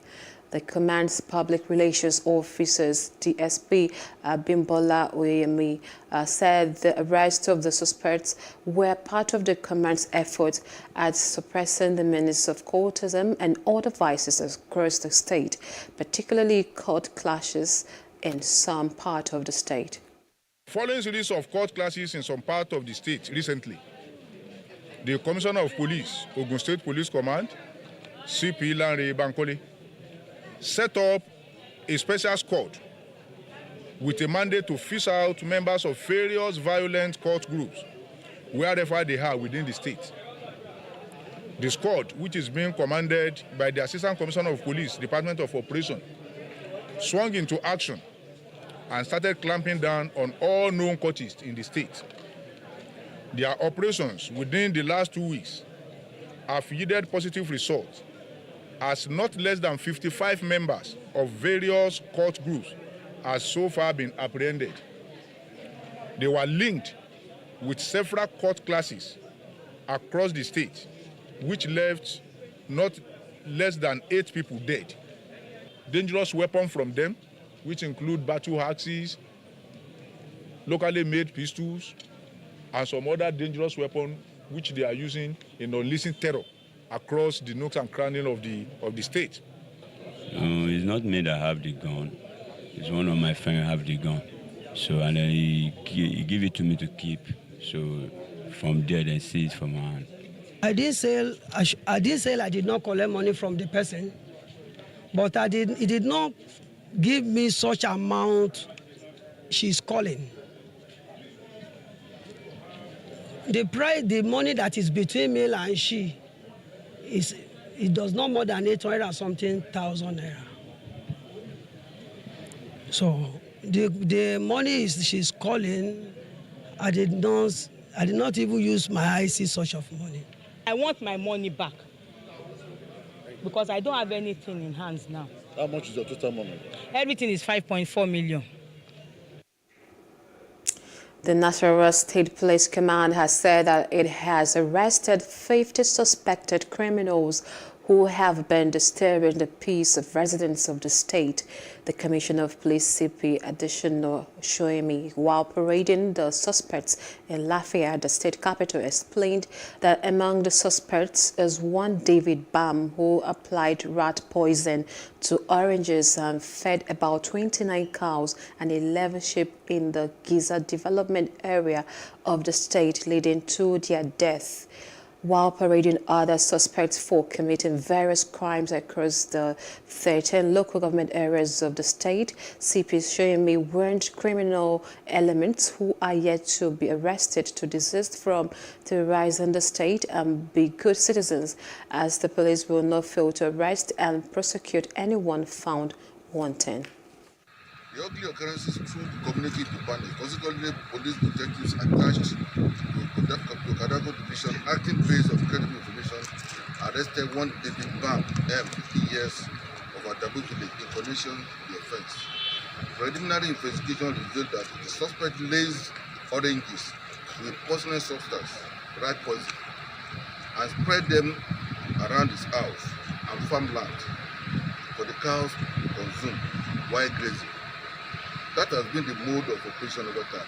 A search warrant was executed at the suspect's residence and farmland, where some oranges laced with poisonous substances were recovered at its residence and farmland. You know the consequences of such things. When you kill 30 or 40 cows The others will want to fight back. And that has led to the death of so many people. God being on our side, we will be able to catch culprits. So I can assure you that there will be peace in that area. Outside Africa now, dozens of people have been injured in fresh clashes between Palestinians and Israeli security forces on the Temple Mount in Jerusalem Old City, referred to by Muslims as the Noble Sanctuary. Palestinian news agency reported that the violence on the last Friday of the Muslim fasting month of Ramadan left about 42 people wounded.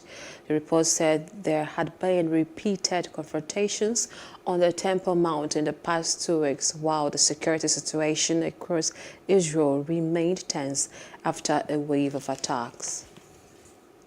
And in business news, Delta State Commissioner for Finance, Honorable Fidelis Tilije, has said the state government is seeking for 150 billion naira bridge and finance facility to pay for the completion of some critical ongoing legacy projects awarded by past and present administrations, and to also take care of outstanding pension commitments to state and local government pensioners in the state.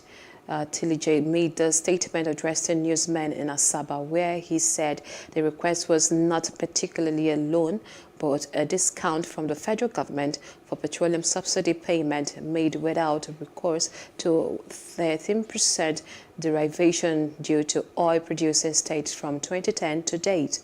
Asaba correspondent Abomejero Friday reported that Tilije noted that the governor is very mindful of the fact that the total pension past dues was 35 billion naira.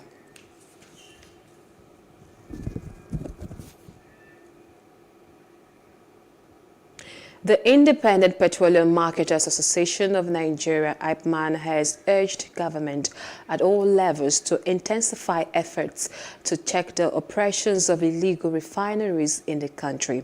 IPMAN's president, Chinedu Koronko, who made the call, said the recent explosion at one of the illegal refineries at Abezi Forest in Ohaji, Ekpema local government area of Imo, had again brought to the forefront the dangers of engaging in such nefarious activities. Okoronkwo said Nigeria was losing billions of naira to crude oil thieves, which was affecting the nation's economy negatively. And entertainment news now, the ACLU's chief operating officer has testified that he understood that an OPED by actor Amber Heard, the Civil Liberties Organization, helped to pen referred to Johnny Depp and her marriage. A defamation lawsuit by Depp against his ex-wife playing out in a Virginia courtroom hinges on the opinion piece published in the Washington Post in December 2018. The article never mentioned Depp by name, but his lawyers contend it was clear Heard was referencing him with regards to accusation that he had abused her physically and sexually. That's the news update. For more stories, please follow us at PlusTvAfrica on Facebook, Twitter, and Instagram. And do subscribe to our YouTube channel at PlusTvAfrica and PlusTvAfrica Lifestyle. I am Jacinta Obiukwu. Thanks for watching.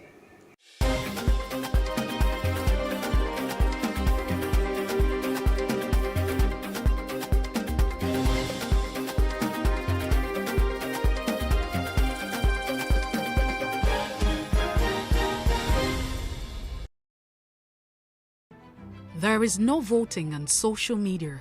To vote, you would require a permanent voter's card. To get your PVC, visit cvr.inecnigeria.org. Create your account with a valid email address and start the registration process. An activation link will be sent to you. Click on the link and activate your account. Fill out the form, pick and submit a convenient date and time for your biometrics.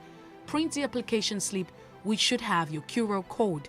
On the appointed date, go to the nearest INEC office for your biometric capturing. Thereafter, you will get a registration slip to pick your permanent voter's card when ready. Get your PVC today. This message is from PlusTvAfrica.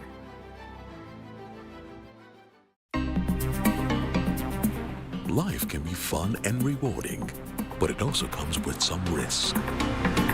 As in business, you win some, you lose some. And that's why you need to be wise in the choices you make. It's like placing a bet. Again, you need to be wise. Wise in choosing an innovative platform with the highest market options and highest odds ever. That's why Winners Golden Bet, the leader in online, in-shop, virtual, and live sports betting, gives you enhanced platforms that offer you the best chances of winning. For betting on live soccer matches, live dog races, and virtual games. Winners Golden Bet is your best bet. Instant payment of winnings guaranteed.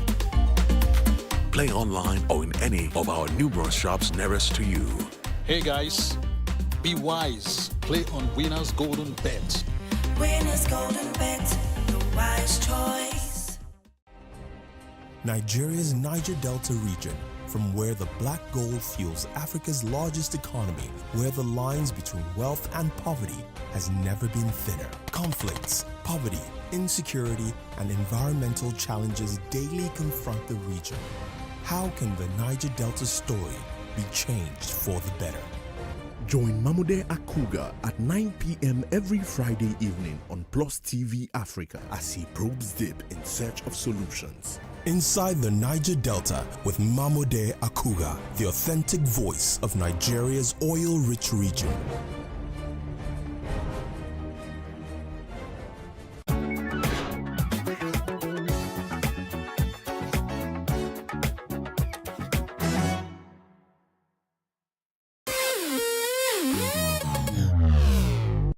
Sometimes when we see celebrities either on social media, television, or in person, we assume they have it all together, but we forget that they're also human. Well, here are some of the low points of some of your favorite celebrities. Story.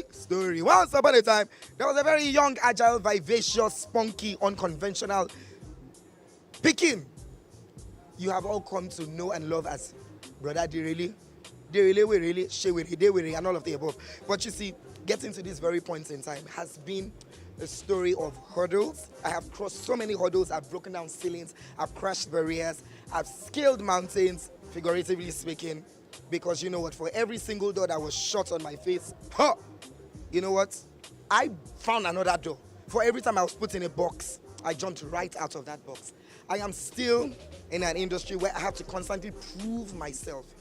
Not the fact that I have to prove myself to myself, but I have to prove myself every time how resilient I can be and how much of an identity and strong force that I must be.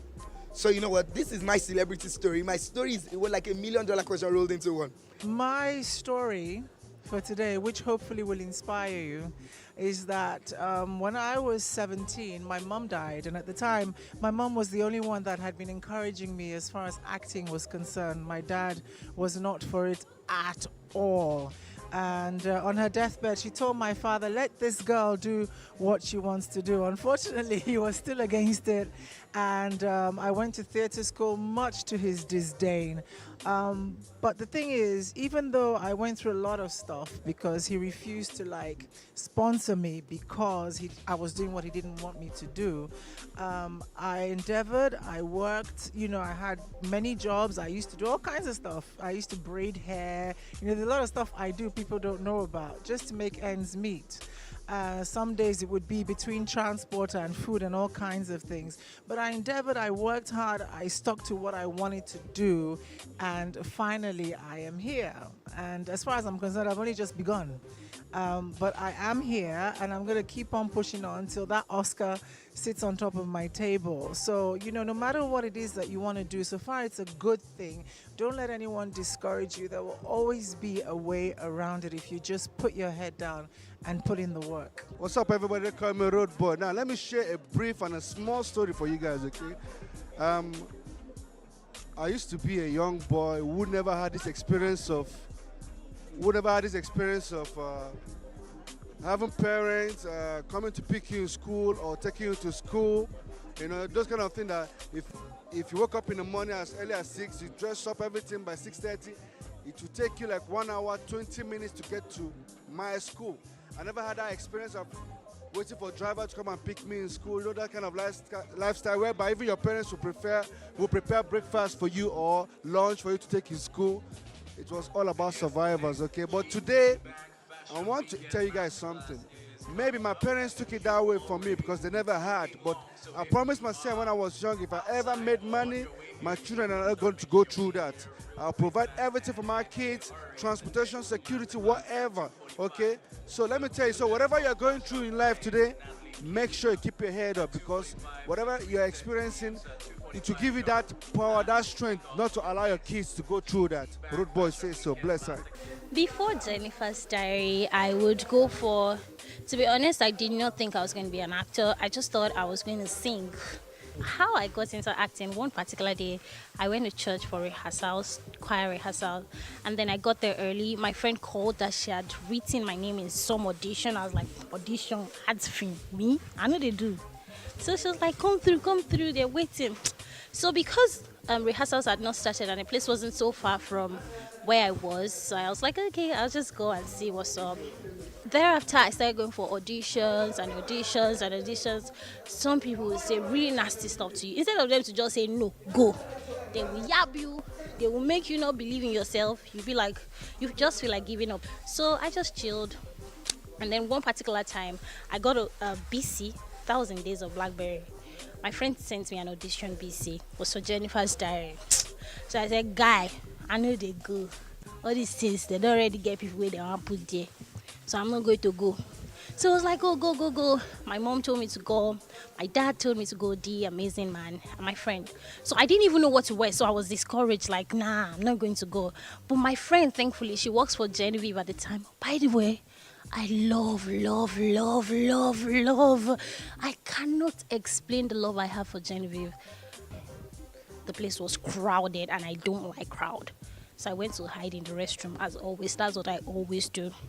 So I was there till like 8 p.m. For real. I called my mom. Mom, I'm leaving. She said, no, too bad it's audition.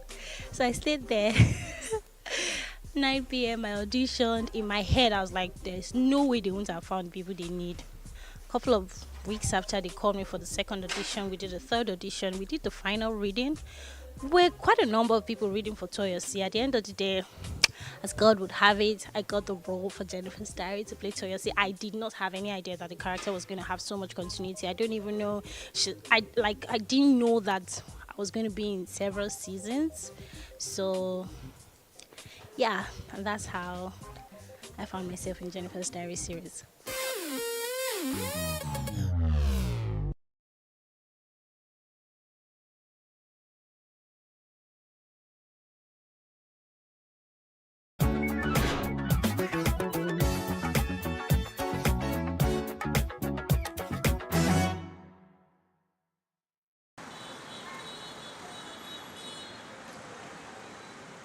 You may want to ask why murals are important. It is no secret that murals make neighborhoods beautiful. They add color to building walls and streets which would otherwise go unnoticed. They are treat for locals and tourists alike. Murals have been part of Nigeria's cultural landscape for thousands of years. The term mural became popular with the Mexican muralism art movement. The transformation which took place in the history of mural art during the 1920s and 1930s was highly influenced by the government's sponsorship in Mexico. The Mexican President Alvaro Obregón began a nationalist cultural program in the 1920s. As part of this program, the Mexican Ministry of Education and other government entities to create public murals.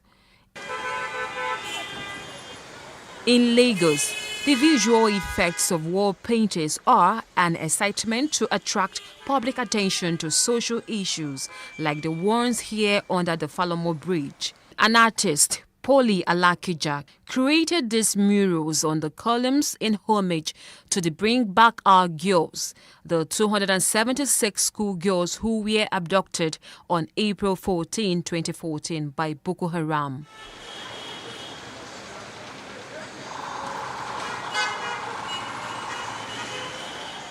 We speak to an artist, Ebenezer Omole, a 34-year-old who started off as a child and has been painting for many years. This is one of the locations where he has some of his works.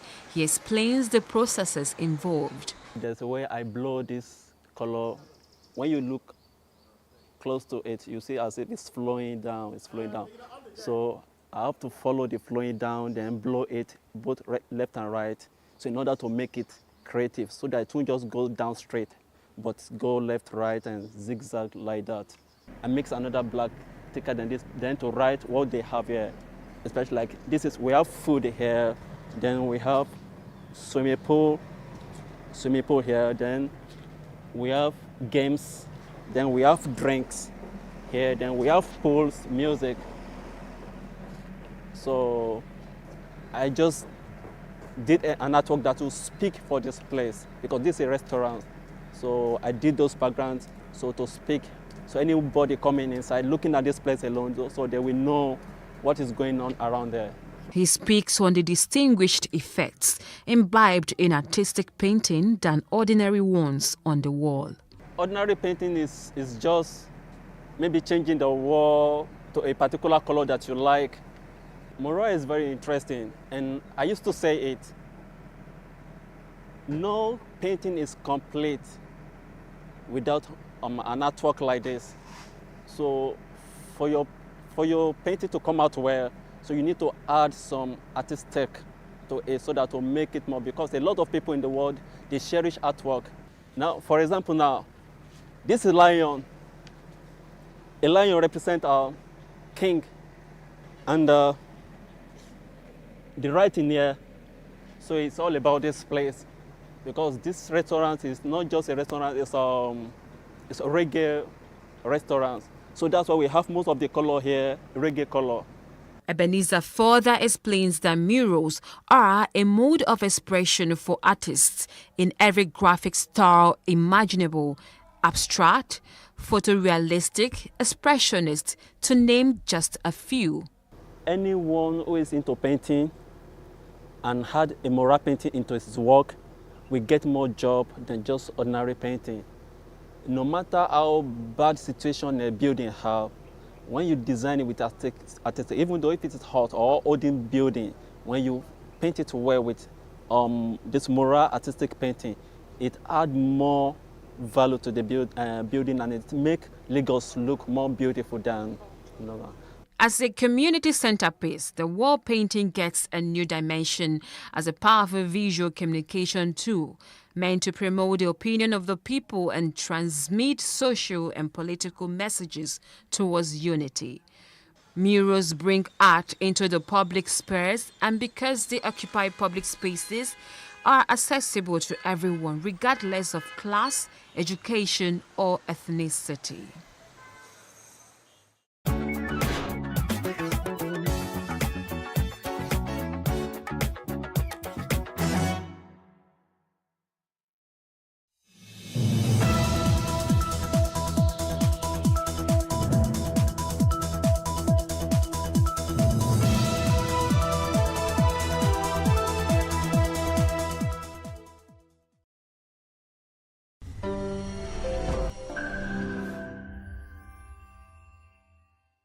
Hello and welcome. On today's episode of One on One, we'll be focusing on writing and migration. Now, writing is a talent for some, and for some it's a skill. Now, there are different categories of people who enjoy writing on different levels, and writing has become a required skill in the 21st century to succeed, whether you're in business, whether you're in academic, career, or any sphere of life. Now, Owamma Odefa is a best-selling author of romance novels that spotlight lifestyle and social situations in Nigeria and Africa. She's a media personality as well as a human resource professional with a focus on organizational development and change management.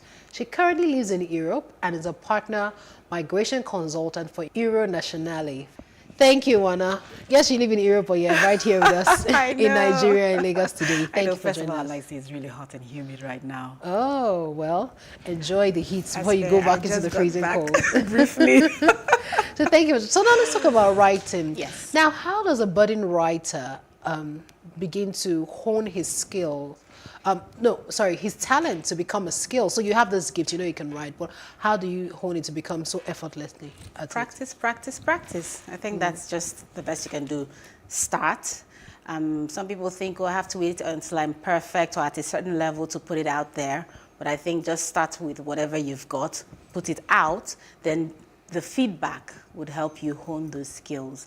And then also look at your peers.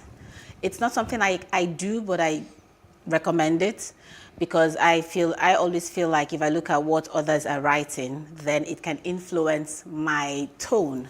Okay. Yeah, but for most people, they find that it helps them to focus. If I'm having a specific challenge, maybe describing certain scenarios, then I can research that particular scenario based on how other writers describe it.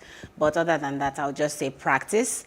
There are a lot of platforms for budding writers to put their work out for free. And then people read it and give you feedback, and then based on that you can, that's actually how I started writing as an author. Oh, okay. Writing my novels. I put it out on a free reading app, and it was just something I started out of not just boredom, but I was in a rough space at the time, and it was an outlet for me. And I put the first few chapters, and I kept getting, so when's the next chapter? So when's the next chapter? And I thought, and by the time I was getting midway through, people were like, look, don't give this thing away for free. It's too good. It's as good as any published work out there, so make money off of it. So I yanked it off from the free app. Okay, and then? Finished the book and put it on the major book reading platforms in Nigeria, Africa, and I guess globally, the major ones everyone knows. I don't know if I'm allowed to say their names, but they are out there. And I started making money.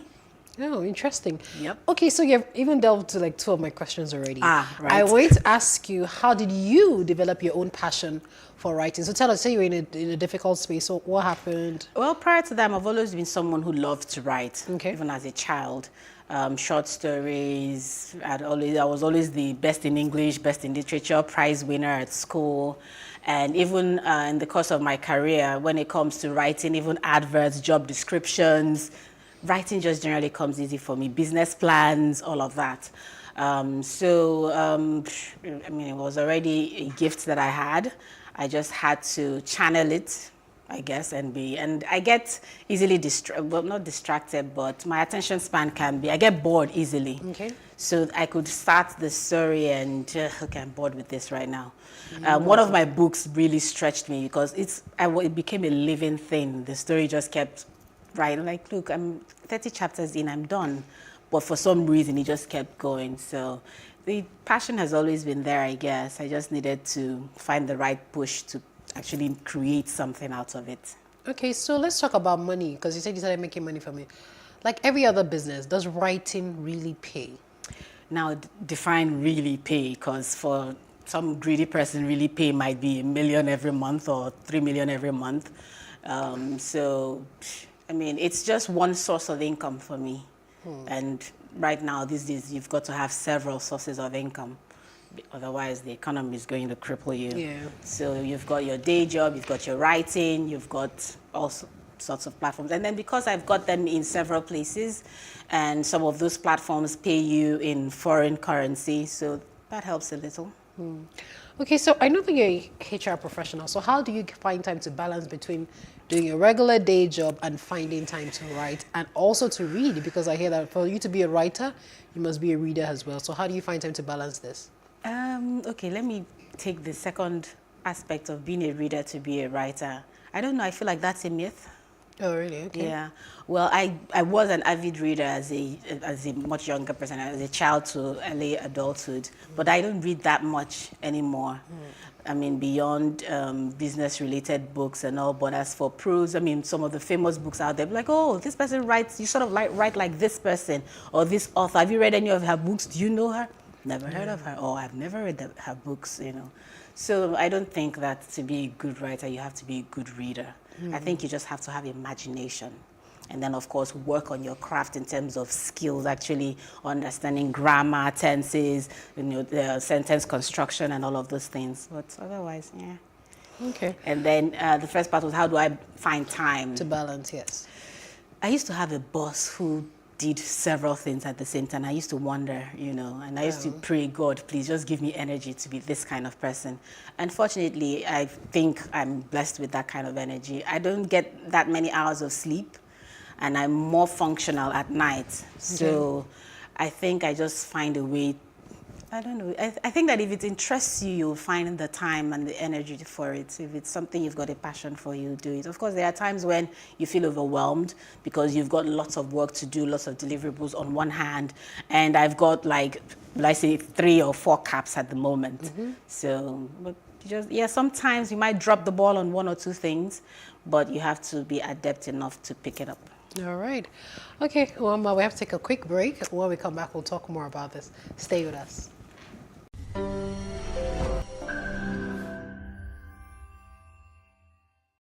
Thank you for staying with us. And on this episode today, we're talking about writing. Wama is telling us of how she draws a balance and how she makes money from it.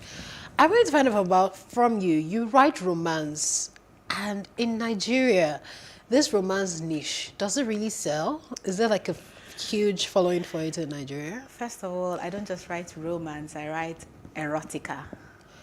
Aha. Yeah. So Wama. don't look at me different. No, it's fine. I'm just saying for the Nigerian market. How has that helped in the, When I first put my very first book, Stormy Passion, on one of I think it's probably Africa's biggest reading platform, and before I put it there, when I started writing this book and a few of my friends read it, there's a group I belong to, some of them are quite righteous, and they're like, oh no, this book won't sell in Nigeria, Nigerians are religious, Nigerians are XYZ. And I said, well, I've written it, there's not much I can do, let's see the reaction. So I put it on this platform, and in 2 weeks I became their highest bestseller. Oh, wow. So I beat out the business books, I beat out famous authors whose books they had on their platform. So I was telling the owner of the app that, look, I was getting this feedback, sir, you know how we are, we are religious in the outside, so people read them. And then I did an anthology with about 20 other African romance writers, and they gave the same feedback. One of them is an LGBTQ writer, and her books are doing very well.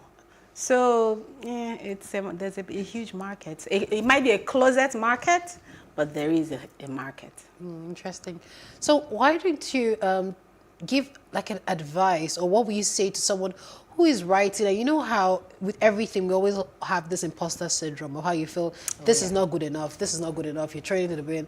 How does that person move on from there? What will you say to the person? I think maybe say to yourself, okay, yes, I'm an imposter, so what? Just put it out there anyway. And understand that everybody has these feelings. I was having this very conversation with a friend of mine who's the MD of a major oil company in Africa. They're like the biggest, oil provider in Africa. He was just made MD last year, and he tells me when he's sitting with, these oil billionaires and he keeps pinching me like, should I be here?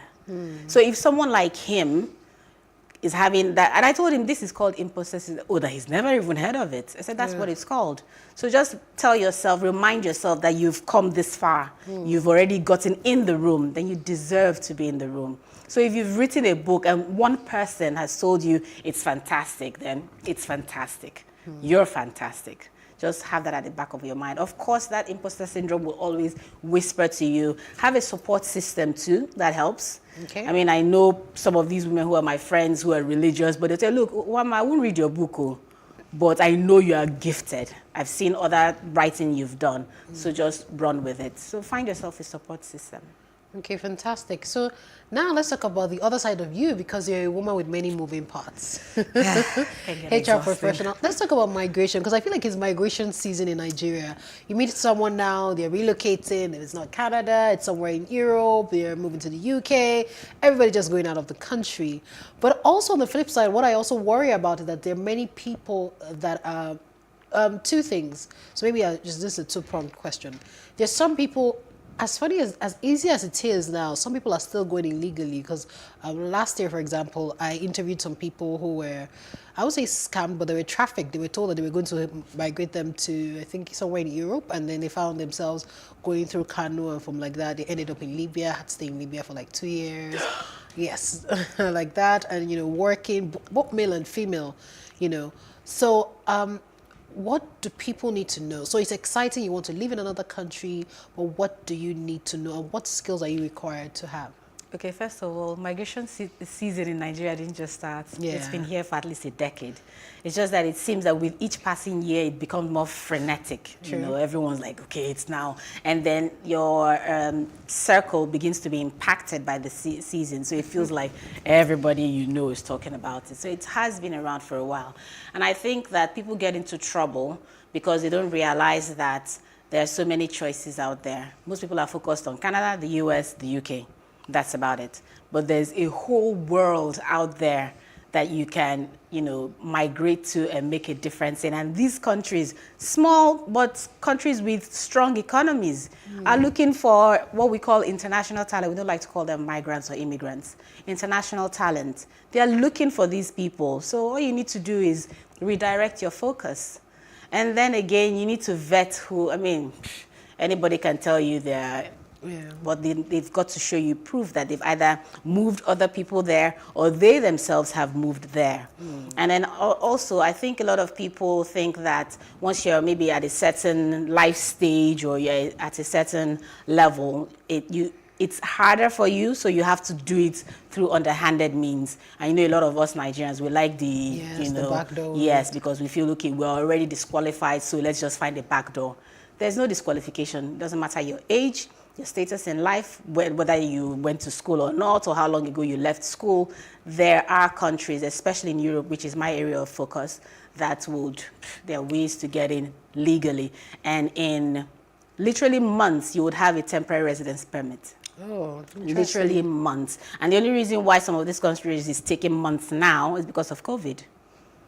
So there's skeletal services, most people are working from home. So for the few people who are working in the offices, they are few and can impact output.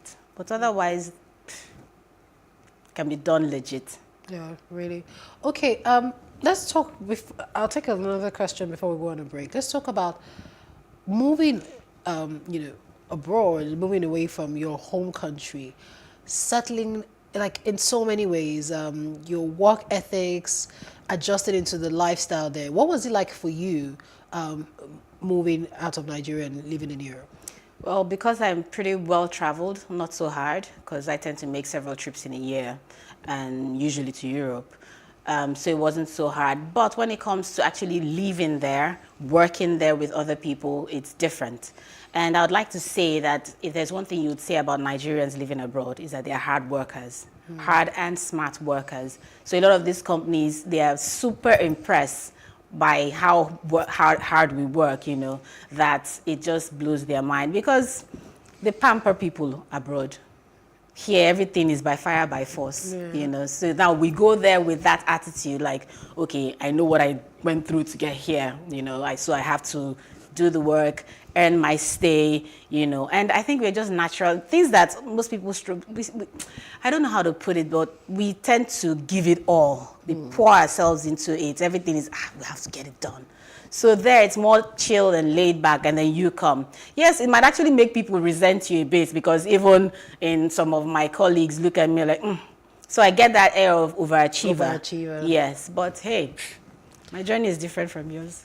Okay, we'll take another quick break, and after this break, Wama will still be here with me.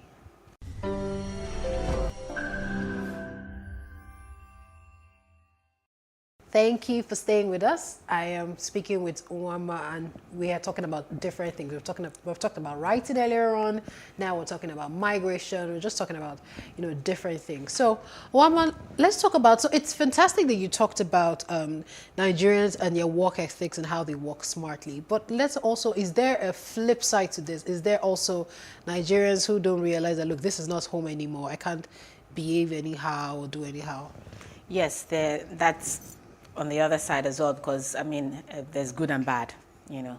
So while I've also encountered the Nigerians who would work hard, put in their best, there are also, a lot of the times, yes, you're working hard, you're working smart, there's also integrity questions. So you find people looking for shortcuts, you find people also looking for ways to, they're not focused on the work because they're thinking, okay, is this the best place for me, or can I still go to Canada? You know, so they're distracted, and then they're just people who just feel like, look, just understand that, you know, anyhow we go rough am. And I hear that, you don't know how common that phrase is, anyhow we go run am, and I always give, run what?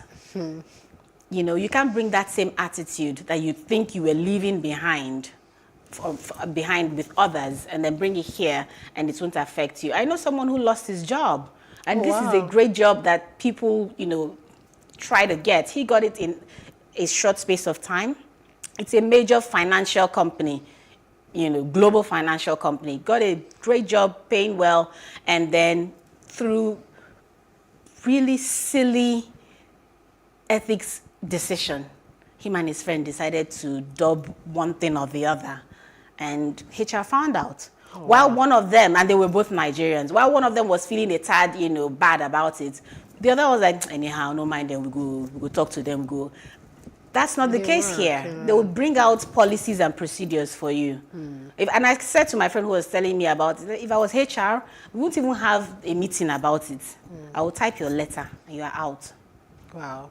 Let's talk about racism, because I think one of the worries for many people, in fact, this morning I saw a video, how does one deal with racism when, you know, they move out of the country? Now, that's a tricky question, because you will find racism. I'm glad to say it's not something I've experienced, or maybe I've experienced and I didn't know what it was. Because I think we've been so saturated with that word racism that we see it everywhere. So someone says to me, oh, my colleague gave me an African mask for Secret Santa. She's an African American, and she's like, oh, you know, these racist people. And I'm thinking, wow, African mask, that's nice. And she's, you know, attacking me for being naive or being stupid or being pretentious. For me, I didn't see it as racism. So I think people, it's a function of perception. And again, just try not to see racism everywhere. Because I don't think it's as common as, you know, they make us think it is. And then when you do encounter it, I think the best way to handle it is deal with it on an as-is basis. So it's this one you're dealing with. Stop trying to deal with global racial issues. Just deal with that one in front of you in its situation and in its presence, and move on, you know. Let's go back to writing. Now, you talked about the fact that you wrote you know, a collection with some other writers. How did you break into the international market? The beauty of it is that there is an international market for black authors, especially black female authors, and there are a lot of, you know, Africans in diaspora and blacks in other nationalities who are always looking for stories that represent them. So we grew up reading Mills and Bones. It's always white people in there. You know, when we even see someone mixed with something else, it's exciting. But now you can find lots of stories about people who sound and talk like you and who come from your background. So there's a ready and waiting market. And to break into the international market, it's easier if you use those international platforms. So go where they are. All right, so let's talk about the Nigerian market, because oftentimes some writers have complained and said that they sell more on international platforms than in the local market. Have you found this to be true for you?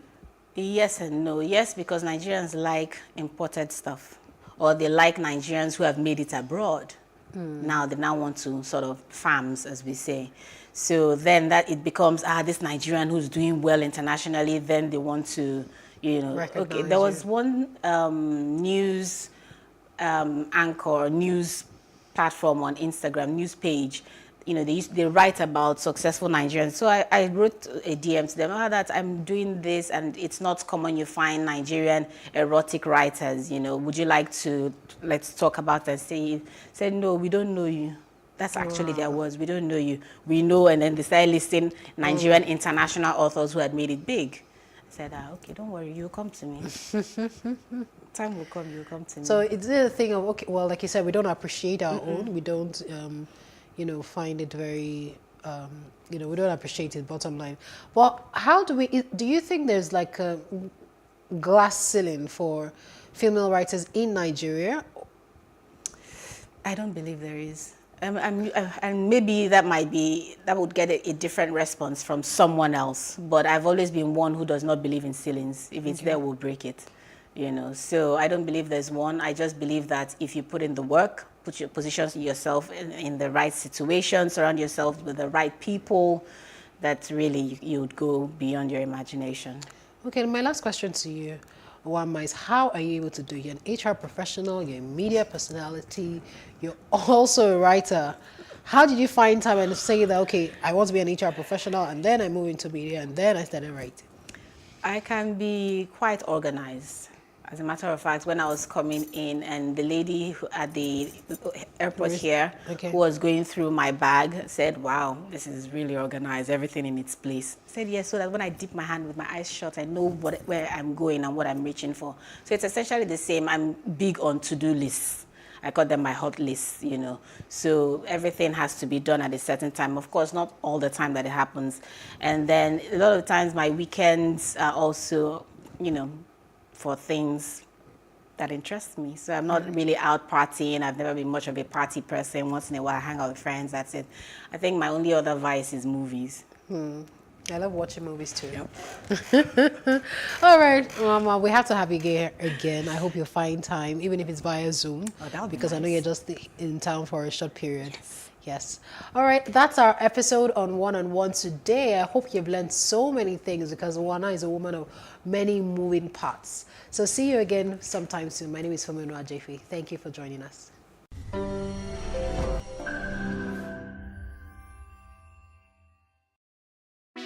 Hey, what's up, guys? You're welcome to another edition of Plus Event, and I remain your host, Ifeoluwa Oshuke. Your absence isn't an excuse anymore, as Plus Events is all you need, as we bring you the glitz, the glamour, and loads of fun. Oh, definitely. Right, no question. He's a living legend.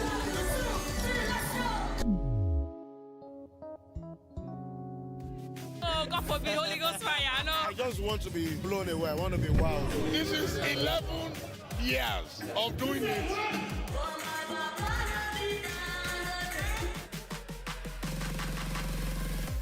I'm surrounded by so much positivity.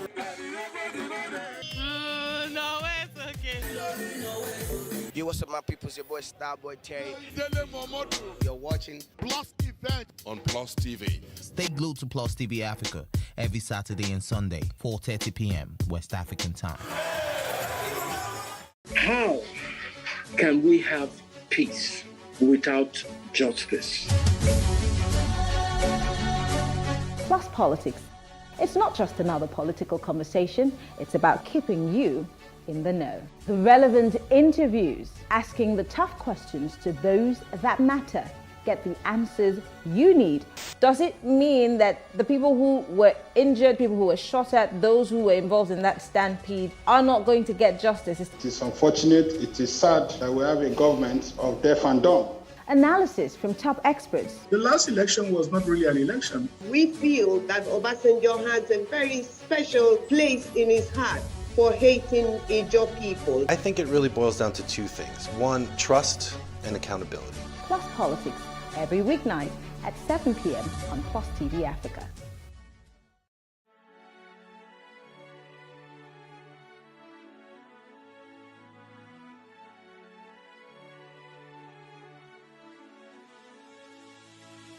It is engagement we need to have. Those who suffer miscarriages are never taken into account. Members of the National Assembly are also influence peddlers. You are sitting on Nigerians' money. From the Babin, I pay my rent.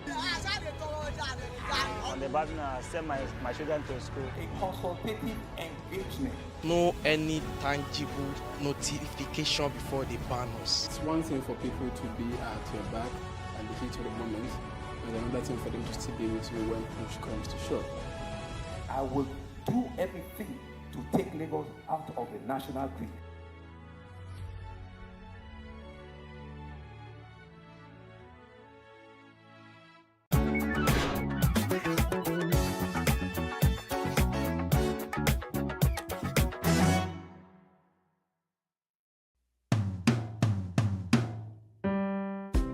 My name is Yetunde Adefolahan Odejayi, the fourth in line from my late parents, Reverend Jacob Adeshoga and Grace Folorunsho Badejo of blessed memory from Ijebu-Igbo.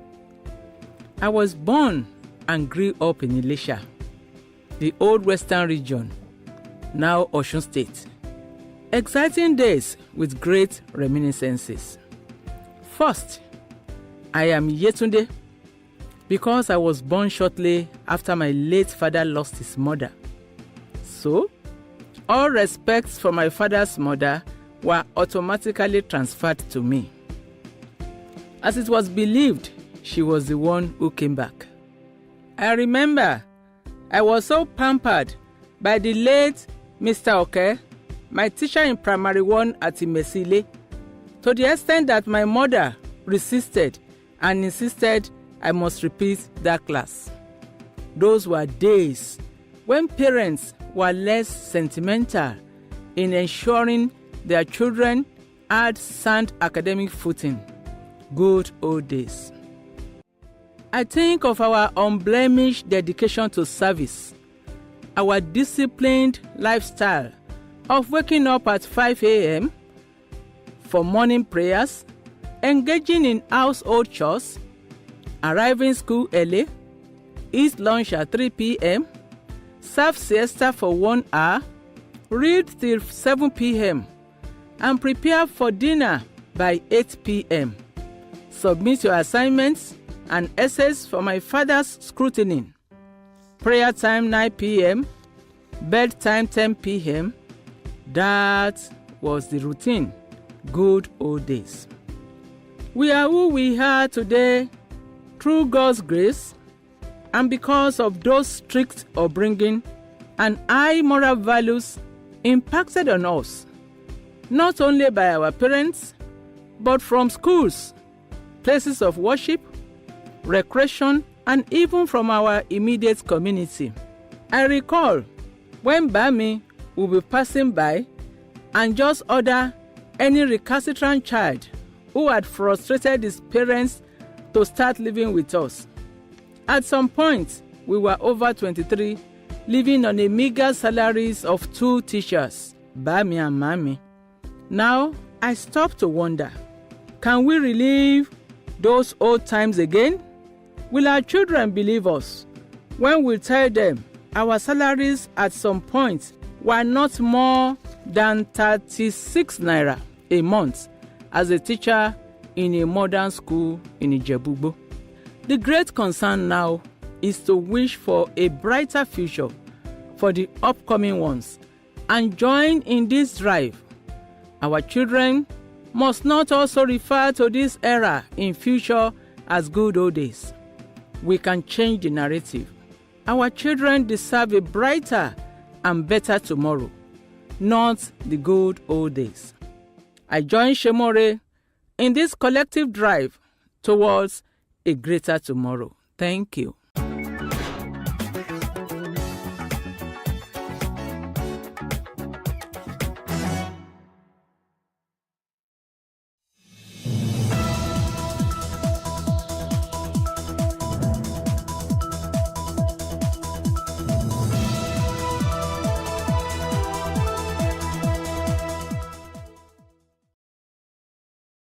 A new constitution will save Nigeria from total collapse, says the senior advocate of Nigeria, Chief Afe Babalola. The Nigerian Senate has prohibited the payment of ransom after amending the Terrorism Act of 2013. This is Plus Politics, and I'm Kofi Bartels.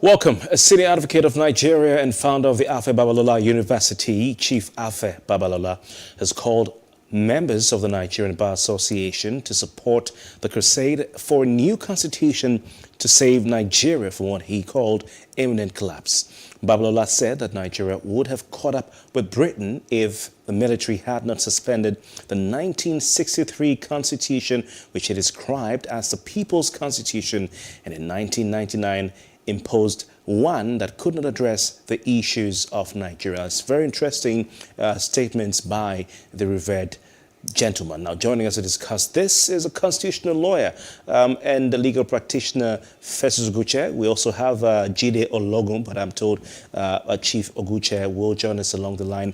Jide Ologun, thanks very much for your time. And what are your thoughts? Let's start off from that on this call by Afe Babalola SA and to the members of the bar in Nigeria. Thank you very much. The Senior Suit has been on this advocacy since around 2001, and based on his own argument that Nigeria is operating under an imposed constitution by the military when transferring power back to democracy. And then for some of us, we need to look at the basic need for the Constitution. The Constitution is about the basic principles and laws of a nation, state or social group that determine the powers and duties of the government, guaranteeing certain rights to the people in it. And basically, if you look at Section 14 of Section 2 of the Nigerian Constitution as amended, for instance, it says that the security and the welfare of the people shall be the primary purpose of the government. Even if that is the only provision in that constitution that the government has tried to implement up to 70%, I believe that today Nigeria should be the third richest country in the world.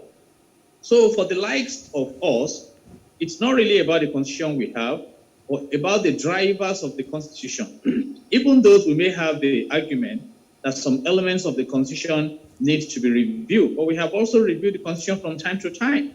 And in comparison with the 1963 constitution that he's also making reference to right now, it is what we call the Republican Constitution that swept away the hold of the colonial rule over Nigeria.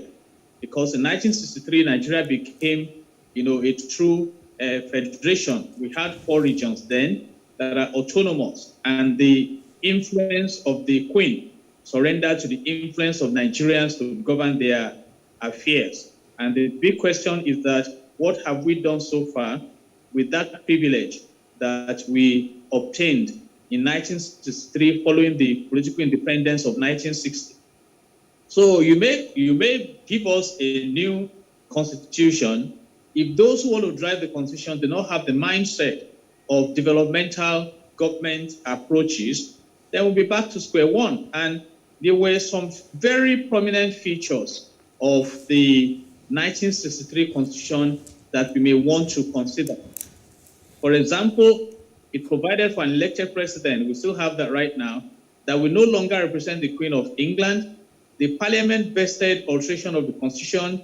The procedure for creation of new states was established, and today we've been able to create up to 36 states, and the Parliament made up of the President, Senate, and House of Representatives was there. The Supreme Court became the highest court in the land, and we still have some of it. And basically, I doubt if there's anything wrong with us having the Supreme Court at the highest court of the land. And when you talk about the merit, the elected president became the head of state to replace the British monarch. So that handed over to Nigerians the management of Nigeria. And if we have mismanaged it, we may not blame the Constitution so much.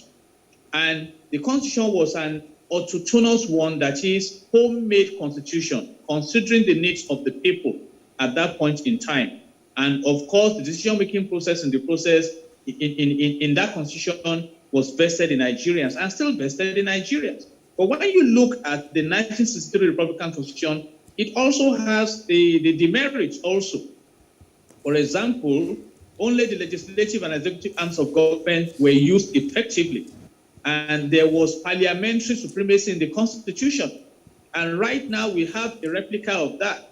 We have the National Assembly that is made up of 109 senators and 360 House of Reps members that are now calling for the sack of service chiefs rather than proceeding on impeachment procedure if the president has failed to fulfill the mandate of Section 14 subsection 2 of the Nigerian Constitution. So right now you still find Nigerians at the mercy of the National Assembly, so to say. And I will say that really, except we are saying we are going back to regional government that represents the true federalism, where each region will have to manage her resources and make a contribution to the central government. But that may be a difficult one because we've come to the point in Nigeria where those who may be beneficiaries of this presidential system of government we run, we go ahead headlong to oppose the call for this true federalism.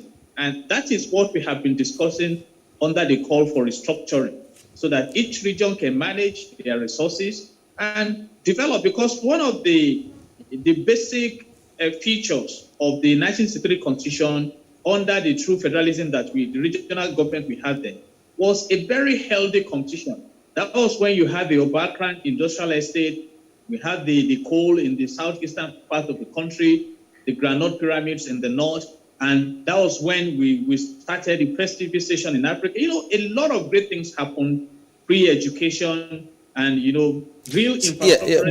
But General Logo, you've raised some very interesting points. I want to thank you for taking us down memory lane. You seem to be saying that indeed, you know, the call for a new constitution, a totally new constitution to save Nigeria is a good one. But you've said that it seems you're saying that that is not the answer, that this 1963 constitution that was suspended by the military also had its merits, but it's demerits as well. I think that's what you're saying, that the constitution, if we have a new one, still is not the answer to Nigeria's issues. Is that what you're saying? Absolutely. And I may want to add this question. What constitution does Singapore run? Singapore became independent, left Malaysia in 1965 as a little coastal region with little resources. And by developmental leadership, Lee Kuan Yew was able to transform that third world, in quotes, to a first world. And that is one of the best nations to live and work in the world today. Are they debating constitution there? What constitution do they run in the United Arab Emirates that now operates an autopilot of prosperity? Or, I mean, do they not have a constitution in United Arab Emirates that they identified sponsors of Boko Haram in Nigeria, they prosecuted them and jailed them, and yet we are not able to run with our own laws? Is there any provision in the Constitution that says that terrorism should be allowed in Nigeria, that people should be killed at will, that terrorists should apply and attack the train? Okay. So it's just of how we drive the system. So you're saying the constitution, even the one we have and the laws we have, are enough to make Nigeria successful if we want the country to be successful? Absolutely. If you read section 14 to section 18 of the Nigerian Constitution as amended, you'll be amazed. And I'm challenging all our viewers to please spare some time to read it. For example, if you read section 18, if we have a serious-minded governance system that is developmental in approach, we should not have ASU being on strike today, because section 18 says this government must provide education for all. We should not be condoning fight against education. You talk about the economic, go and read section 15 and section 16 that says that the resources of the country should not be managed in a way that will concentrate wealth in the hands of a few. That we should have a dependent economy, that we should make affordable and available housing, food, care for the old, reasonable living minimum wage, care for the disabled, available to all citizens, in fact, maximum happiness. Those provisions are there in the Constitution. So it's about how it is run, that we have allowed nepotism, that we have allowed disrespect to the rule of law. And I think these are issues that we can confront. And the National Assembly can help us. Wasn't the Electoral Act amended recently? Have we not been having the review of the same constitution? So if you give Nigerians the best constitution in the world, except they have the mindset and the repentant spirit to make great things happen in this country, they will still mismanage that constitution. So for a Jide Olokun, it's not really about the document we have, even though I agree that that document needs a review to make it a full reflection of justice. But then, with what we have now, we can still prosper as a nation. I'm asking now, are there no laws, anti-terrorism laws in Nigeria? Don't we have Section 15 subsection 5 that says that the state shall abolish corrupt practices and abuse of office? Why do we have all thieves in Nigeria? Why do we have people embezzling trillions of naira? Why do we have a group of Nigerians claiming that they have spent 100 billion naira to turn around Bonbon refineries? Are there no laws to go after them? These are the issues that we have. So I respect the yearnings of our yes. But Mr. Logo, interesting. You've said you respect the yearnings of especially the revered lawyer. But it seems you're also saying that certain aspects of national life can never be carried on successfully. And I am told, I do hope that we can get Festus Goche on the phone line as quickly as possible so he can be a part of this conversation. But it seems you're saying that certain aspects of national life may not function if we do not fix or have a new constitution. Now, what some people are saying is that these things you're talking about, is it fighting terrorism? Is it fighting corruption? Is it good governance? Is it, fighting insecurity? Providing healthcare for the people, and then the benefits or the dividends of democracy to the grassroots, that all these things are tied to the Constitution, because they say that the Constitution is what sets up the structure and the framework for the country. And the structure as it is, like you've rightly said, is flawed. So if you don't fix that structure, whatever you put on that structure, no matter how well intended, will collapse. So this is an example for you. For instance, you have a Lee Kuan Yew who comes into Nigeria and it decides to lead this country. He comes back from the dead. The school of thought is that he will fail with this current constitution. Let me engage a prominent agitation now, which is the call for state police because of the widespread level of insecurity in the country. By asking a simple question, if we have a president that wants to achieve a huge result, that we position him on the golden side of history by diminishing insecurity in Nigeria, are you saying he cannot engage the Inspector General of Police and the military by the powers conferred in him under the Constitution to diminish insecurity in the land? Or are we saying there are no provisions in the present laws of the country to fight the evil in the land? So it's all about the driver. It's all about the leader.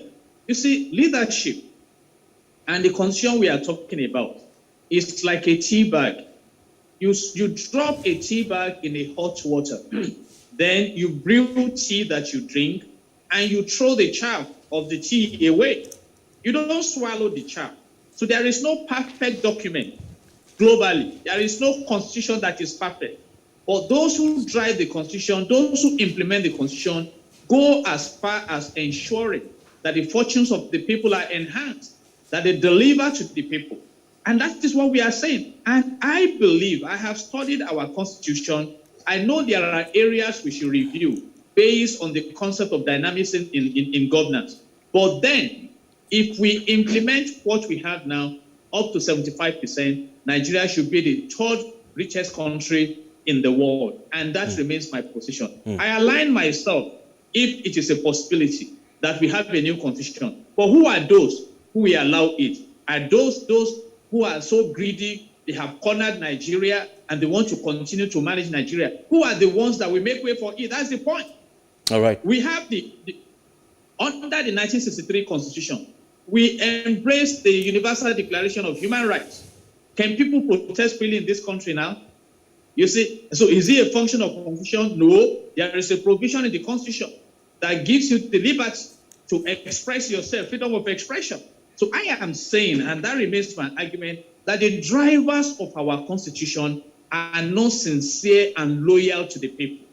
And it doesn't matter the kind of constitution you give them, except we change the key players we are going nowhere. For example, we have spent so much in millions of dollars flying Tucano jets. Have we been able to diminish terrorism against Nigeria? And that is why the United States of America is even reluctant to sell to us more fighting equipment, because they have not seen the seriousness on our part. All right, General Logo, could you please hold the thought? Interesting and very explosive thoughts from you. I would like to bring at this point Chief Festus Ogoche, who is also a lawyer as well, with the bars for the Nigerian Constitution. Chief Ogoche, can you hear me? Thank you very much for your time. Yes, I can hear you loud and clear. All right, your colleague, fellow member of the bar, General Logo, is on the line. He's been trying to make a case that, Nigeria doesn't necessarily need a new constitution. That will not be the solution to the nation's issues. Where do you stand on this? And the basis for this, of course, is a call by Afe Babalola, SAN, for the members of the bar lawyers in Nigeria to jump on the train of demanding for a new constitution for the country. Yes, I think the issue is quite very topical, particularly at this moment that we are at the crossroads of our national reality. It's now beginning to dawn on us there are so many issues, underlying issues concerning our constitution that are not quite proper. The Afe Babalola call was condemned seriously, and I wanted to find out what actually happened, maybe how he put his tone. And I understand that he was saying that the president should constitute or compose an interim government, and I think that is totally wrong. But if it is for the call for a new constitution, I think that call is quite imperative, and that's the only way to go about it. The present document we call a constitution is not per se a constitutional document. If you're looking at it from the point of view of its legitimacy, from the point of view of its acceptance, from the point of view of even its workability. If you look at it from its entirety, the constitution-making process is quite a very, how do I put it, sacrosanct procedure. It is not something you just come and impose. The military of Abubakar Abdul Salam, he came in 1999 and said, well, this is the constitution and it is done by the people, and the people did not participate. The participatory process makes it very important that a constitutional document, for it to have effect and force of law, must have the imprimatur or the mandate of the people. That's the whole essence of constitutionalism. That's the whole essence of constitutional democracy. So when you have a constitution that has a lot of gaps and inadequacies here and there, in almost all its provisions, you begin to ask questions.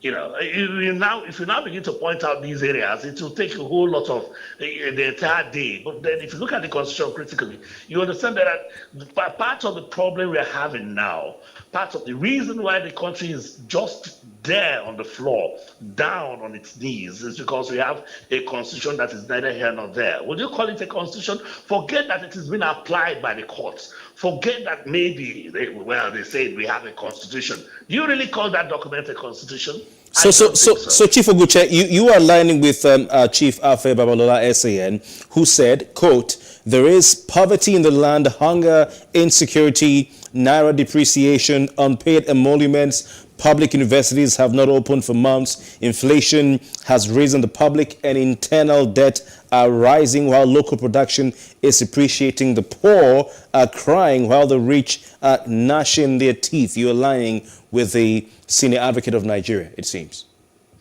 I may not align with him for his call for an interim national. Yeah, but for his reasons he's advancing in this latest call on lawyers to put pressure on government to bring about a new constitution. He's saying these are the reasons why we need a new constitution. Yes, and part of the reason I quite understand it from his perspective. That one of the reasons why it has been difficult for us to make away with this constitutional document is that each time there's a democratic system in place, democratic system in quotes, in parentheses, people will always tell you that you can always go for amendments of the constitution without necessarily, creating a new constitution. After all, you have your members at the National Assembly who are representing you. Hello? Yes, we can hear you. Please, there are somebody's talking there. You have some members at the members of the National Assembly who are representing you. So why go through the hog of a constitution making? And that's always the reason they advance. So we want a situation that the National Assembly can be kept in abeyance so that the new constitution-making formula can be brought on. It's quite okay. I give total support for that. Anything that will entrench an egalitarian and perfect system of democracy, a perfect system of constitutionalism, I'm all for it. Because you cannot move forward. I can bet you, Kofi, you cannot move anywhere with that instrument, with that document that you are banning about 1999 yeah, without doing the proper thing. It's not just by overhauling it or amending it. Amendments cannot take care of certain. So you're saying we cannot move forward. Inadequacies regarding the validity of the Constitution. Yeah, I talked about the issue of legitimacy. I also talked about the issue of acceptance. I also talked about the Constitution that is a little skewed in one direction. Chief Oguche, can you hear me, please? Yeah. Can you hear me, sir? Middle class. We also look at a Constitution that sort of violates the sacrosanct our sacrosanct allusion. Yeah, I was just about to ask you, Chief. Chief, are you there, please? Just state. Yeah, Chief, are you there? All that. So many issues involving it. Fundamental rights. Oh gosh, you cannot hear directive principles and fundamental objectives of state policy. All these are not perfectly put. What is the status of local governments? What's the relationship between the federating units and the center?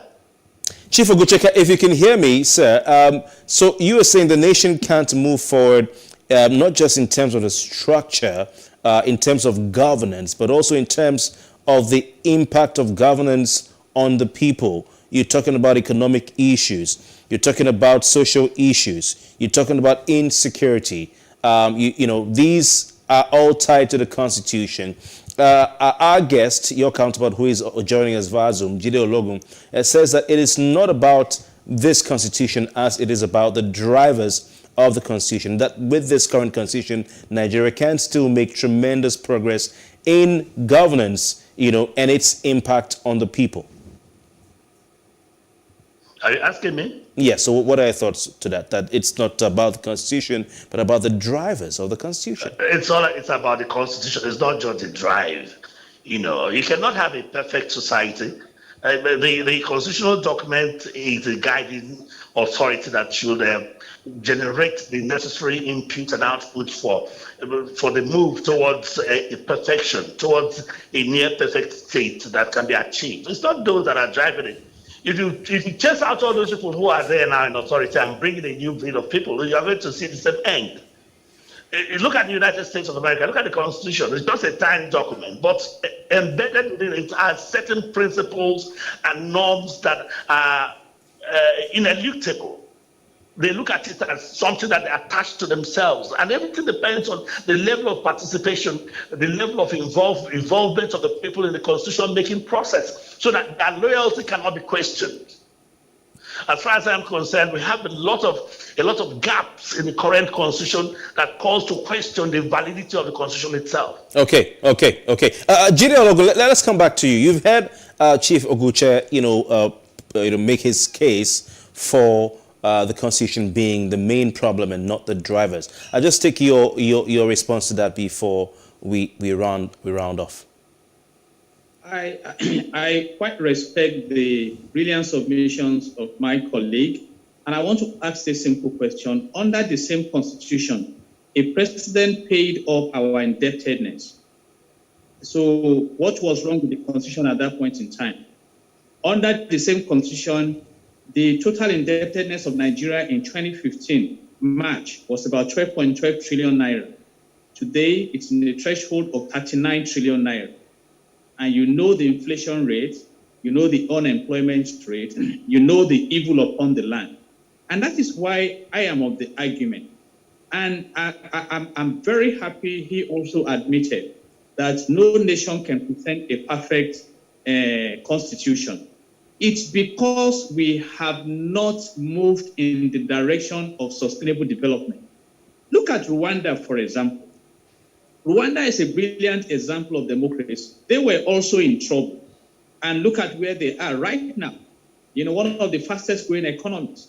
And Tanzania is making progress. Ghana is making progress. So I quite agree, if it's possible, that you have a new constitution. But my concern is that with the crop of leadership that we have been having in Nigeria, give them the best of constitution.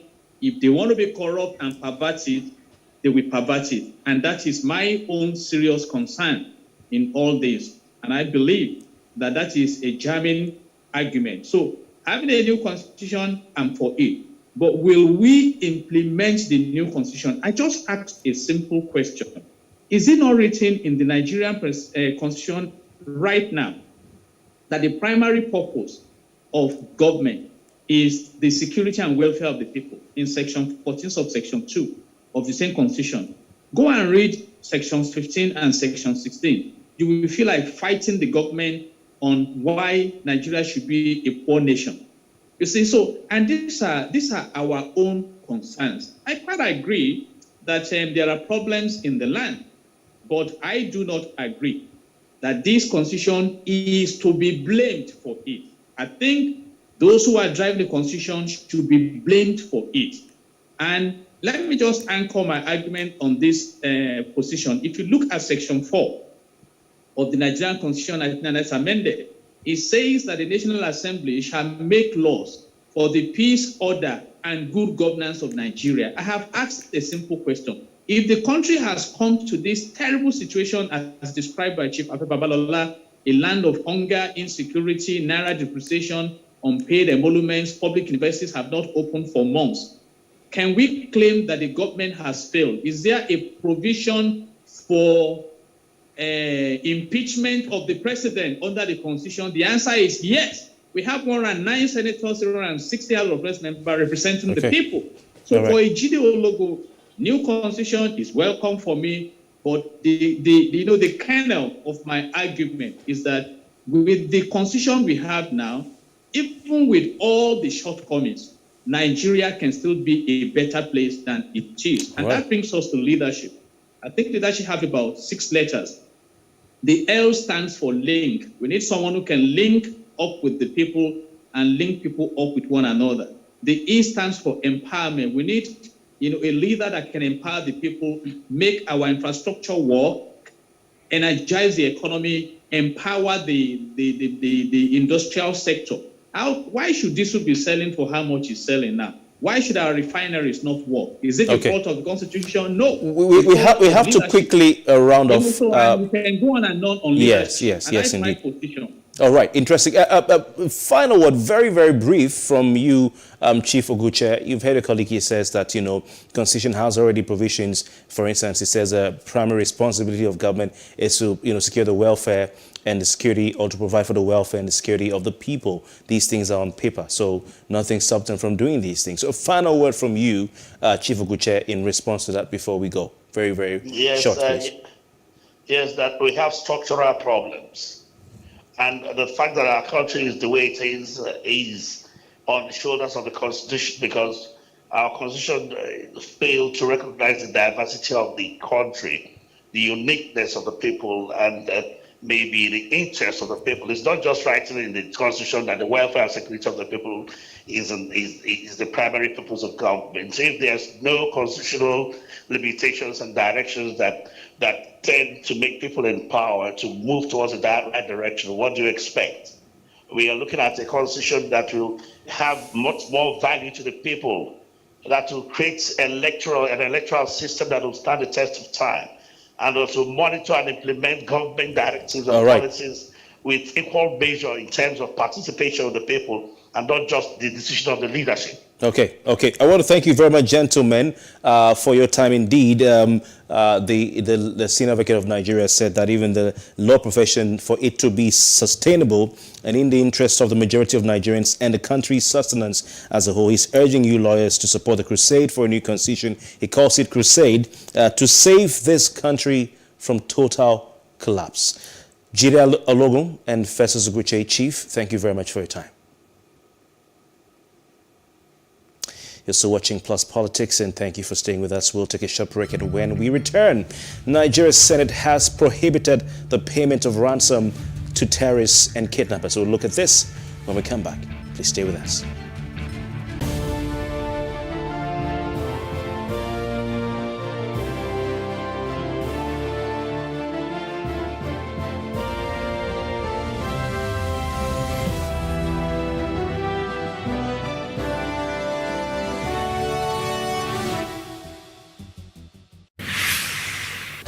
what are the top decisions that the United States considers necessary that Nigeria must take? I like to think of my interactions as conversations, not interviews. And that's why I say asking questions is both an art and a science. Everyone says in Islam you are allowed to have 4 wives. Is it mandatory? The right question enables answers that educate, inform, clarify, and help you, the viewer, to better understand the issue before making up your mind. Our goal is to reduce from 10 to 2 days the time it takes to register businesses in Nigeria. Join me every week on this station, PlusTvAfrica, and gain exclusive access to my conversations. I'm Angela Ajetumobi.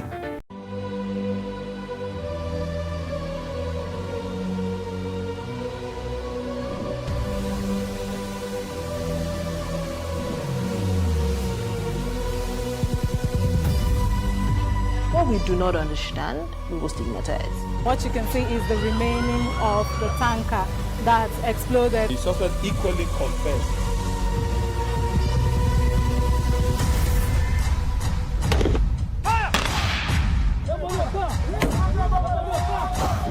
A 500 naira they collect am. If you no talk, dem go beat you. Na 2,500 they pay.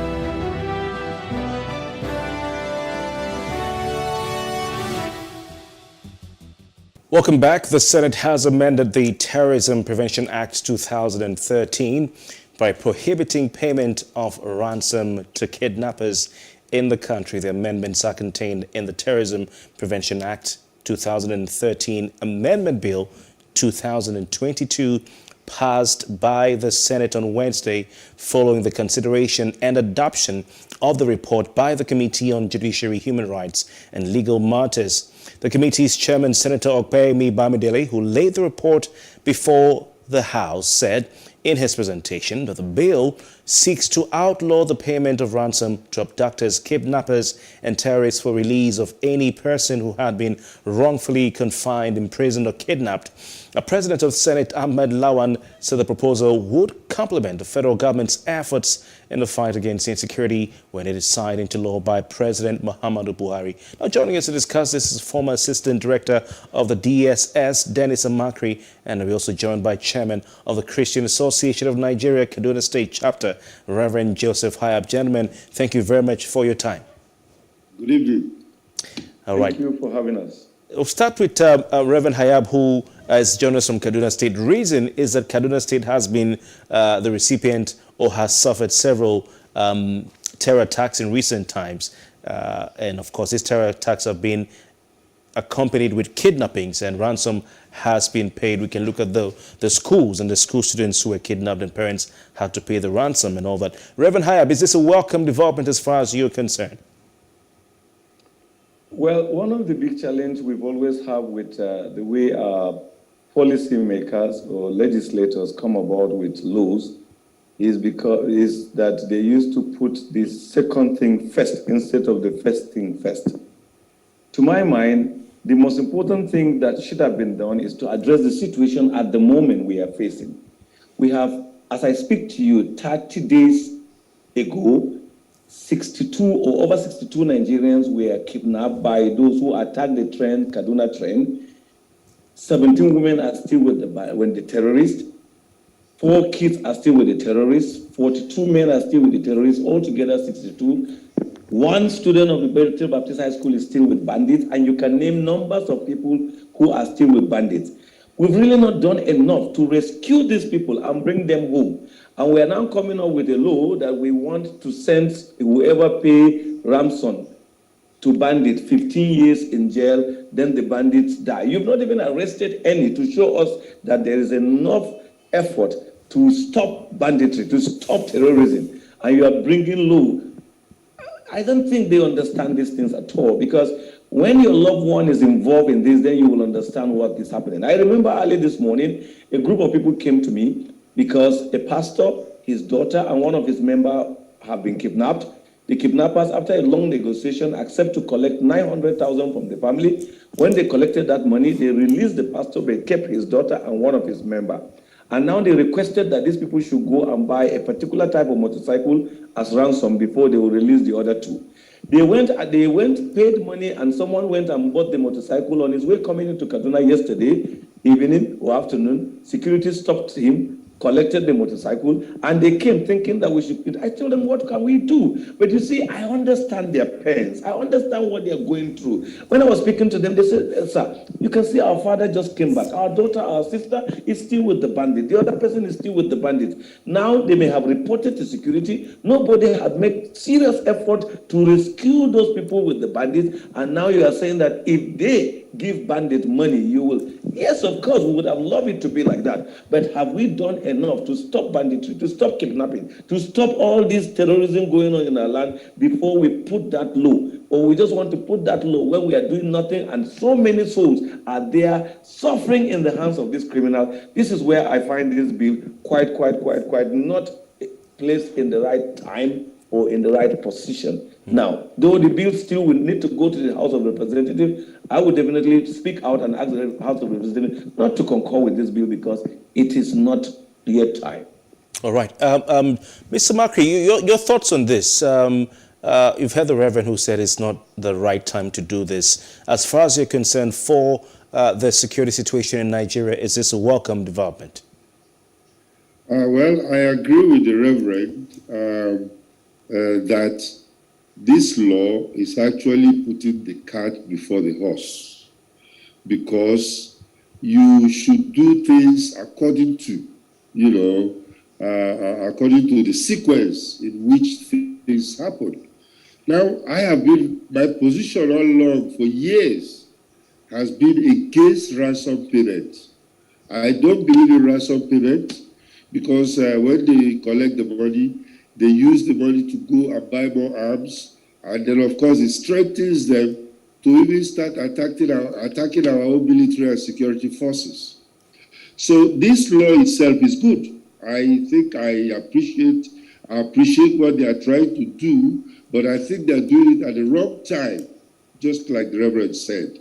Because if you don't, first of all, you have to make sure that if you are telling the society not to pay ransom, it means only one thing: don't pay ransom.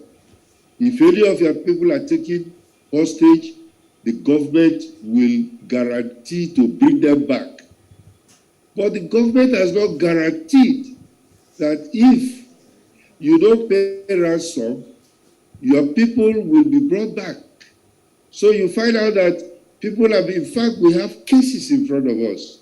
We still have Chibok girls, and you are saying that, look, the families, and that was what we were talking about earlier, about the Kaduna-Abuja rail explosion thing, whereby the Ministry of Transportation and the railway should be setting up a desk to make sure that at least the families are taken care of.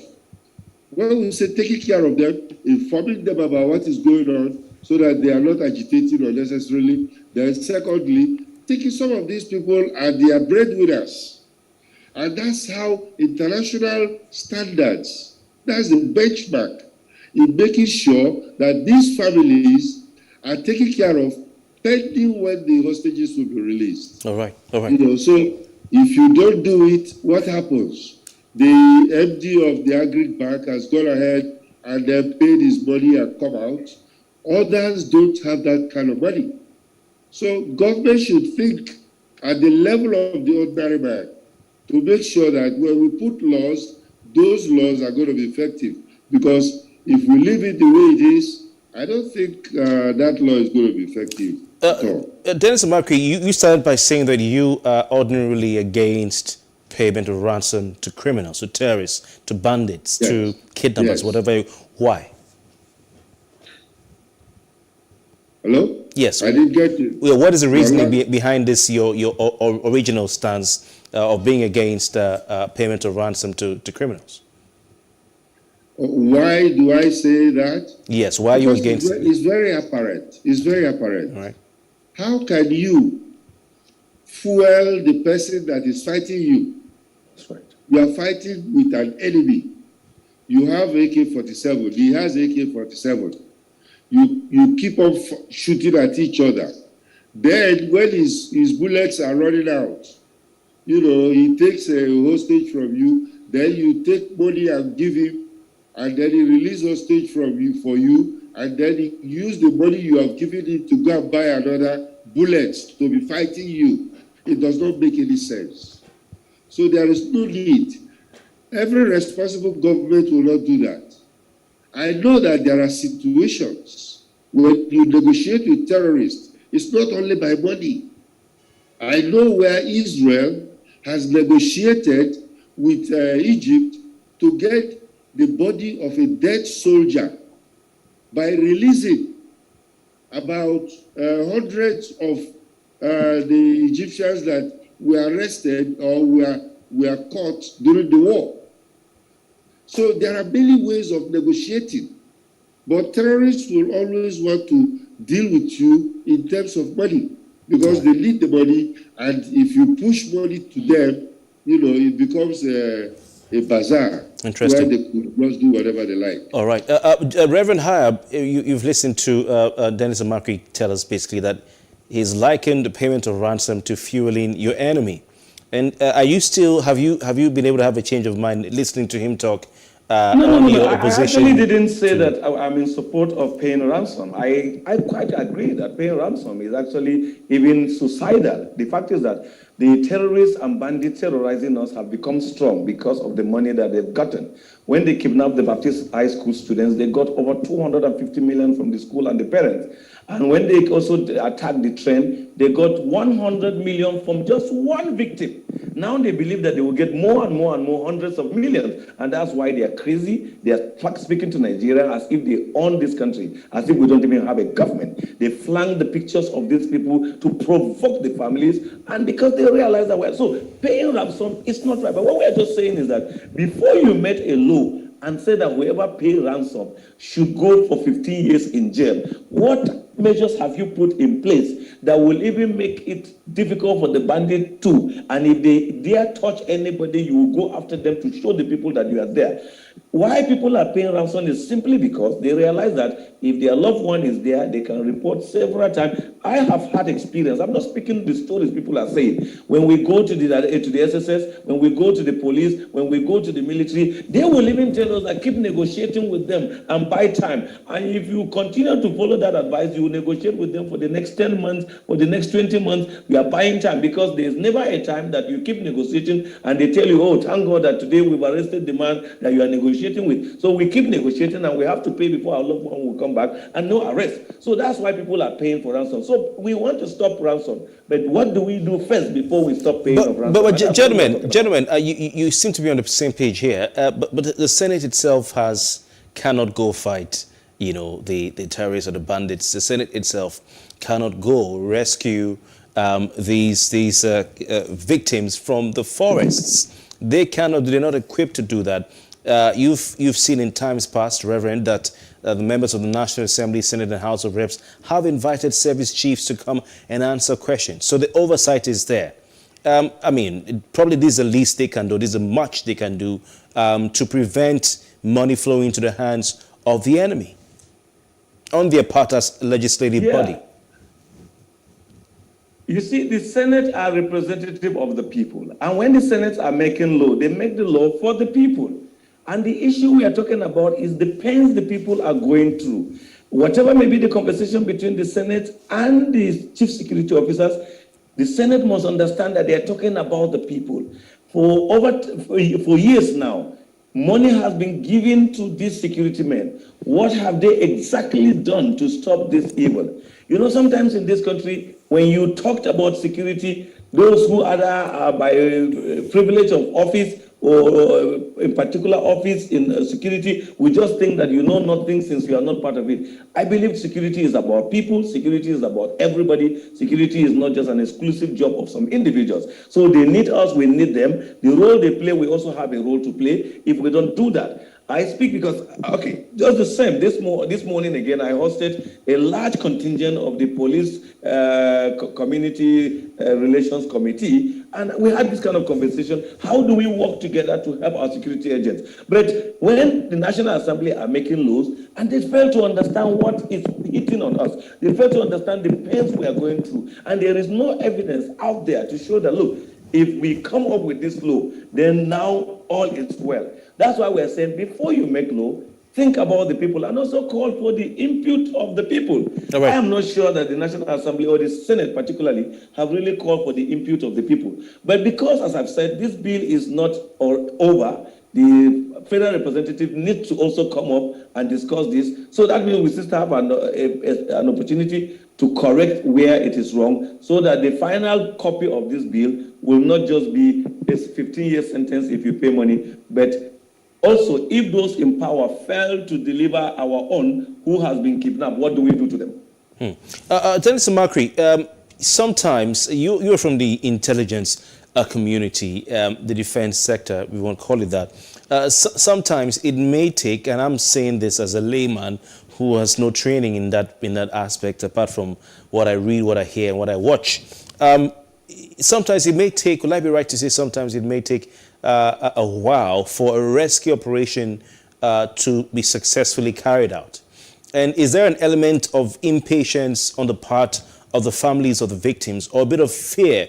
You know, fear because the kidnappers, the bandits, terrorists, call it what you may, are calling the families on the phone to say, we're going to shoot your brother, your sister, your father, if you don't send the money now. And that panic makes them to, even before the authorities can get the acts together to plan a safe rescue, they go pay this money.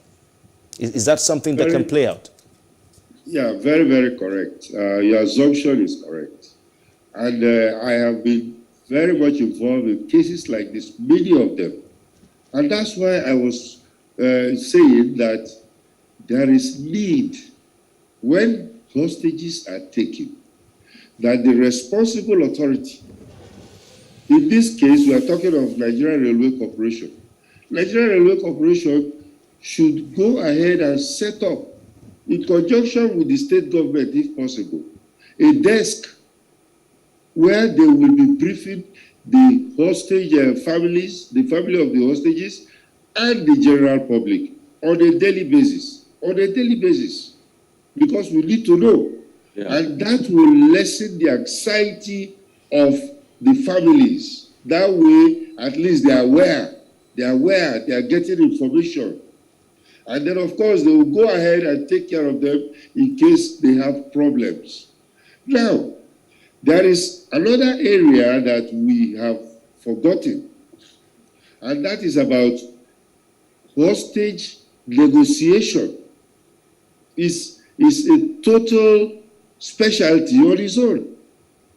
And I'm very, very sure if we have the police people, they should be able to tell us if they have. In fact, I was surprised to hear from Reverend Hayab that the security agencies were telling them that you go ahead and negotiate. You don't allow the families to negotiate. You don't allow. That is not done. And you don't allow the hostage himself to negotiate his release, because emotions are involved. That's why you will have a specialist, either in the SSS or in the police, who is a negotiator, who will be out there to negotiate with them. And they will negotiate to a level where they will agree on something. Like I said earlier, it doesn't have to be money, because the negotiation have to be, concerning other things. If it is money, usually, like other countries will do, they don't deal directly with money, with any hostage. Right.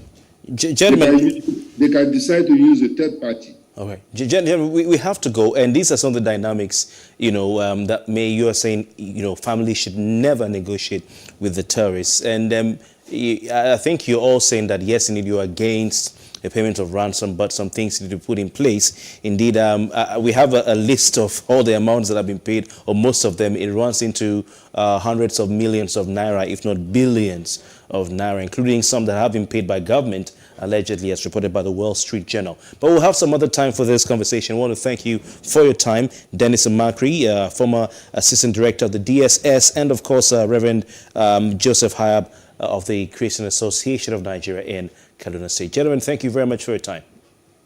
Thank you very much. Thank you too for having us. Thank you.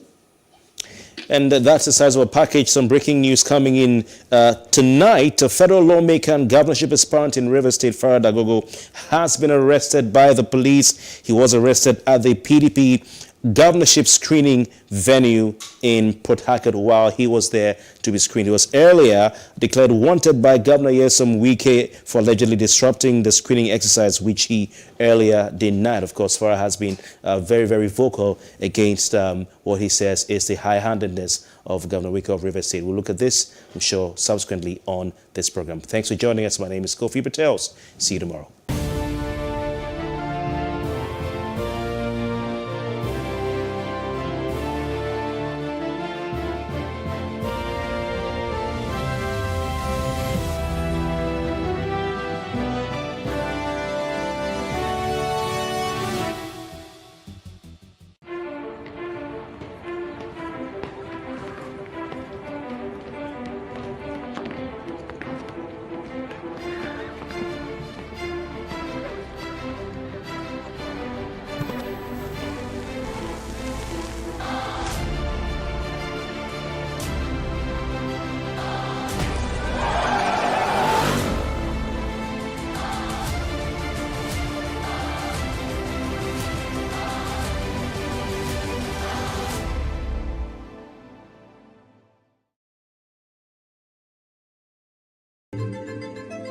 Nigeria, by extension, Africa, is faced with a lot of challenges. The growing youth population with little engagement, that is a ticking time bomb. We are a blessed people with diverse culture and highly cerebral minds who have a lot to say. And yes, we are talking. It is important we drive the right conversation that informs, inspires, influences thoughts and action. If we say there's beauty in our diversity, then let us embrace our diverse culture. We must continue to courageously be the voice of transformation as we are the hope for the future. Yesterday's conversations shape today. What are you saying to shape your tomorrow? We know you have a lot to say, and we are here to hear you.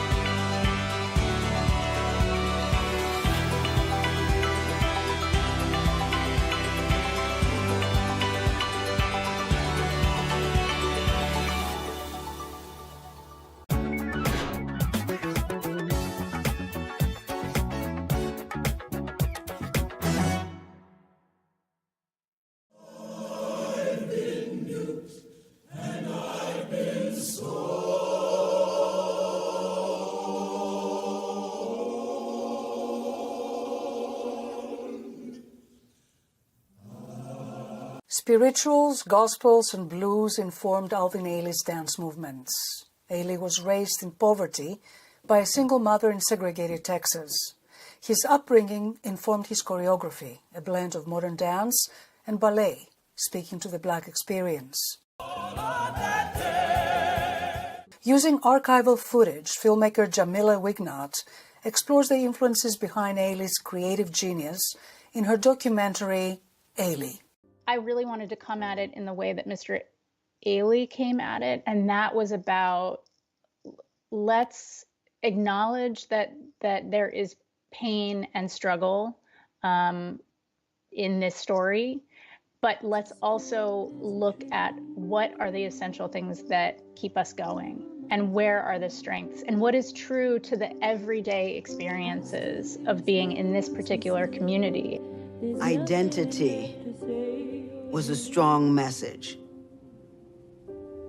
Being able to say through the choreography, I am, was a very, very important theme that ran through the dances. Wignott explains how Alvin Ailey's dance creation, entitled Revelations, expressed the communal joy Black people felt through dancing the night away and worshiping at church the morning after. He wanted for every kind of audience to be able to come to a theater and experience a human story in the bodies of these people. And I think that's when Mr. Ailey talks about his work being universal. His dance, entitled Cry, was dedicated to his mother and to motherhood at large. The Black women who would encourage you,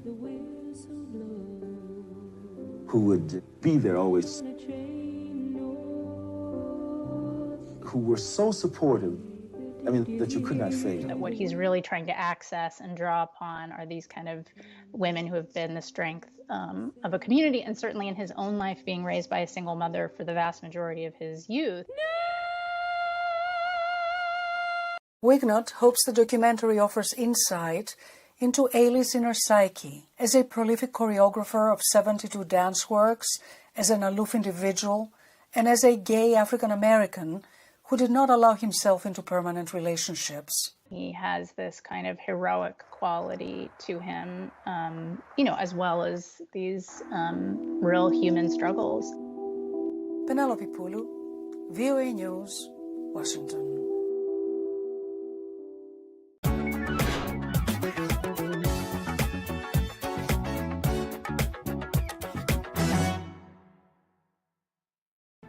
There is no voting on social media. To vote, you would require a permanent voter's card. To get your PVC, visit cvr.inecnigeria.org. Create your account with a valid email address and start the registration process. An activation link will be sent to you. Click on the link and activate your account. Fill out the form, pick and submit a convenient date and time for your biometrics. Print the application slip, which should have your QR code. On the appointed date, go to the nearest INEC office for your biometric capturing. Thereafter, you will get a registration slip to pick your permanent voter's card when ready. Get your PVC today. This message is from PlusTvAfrica.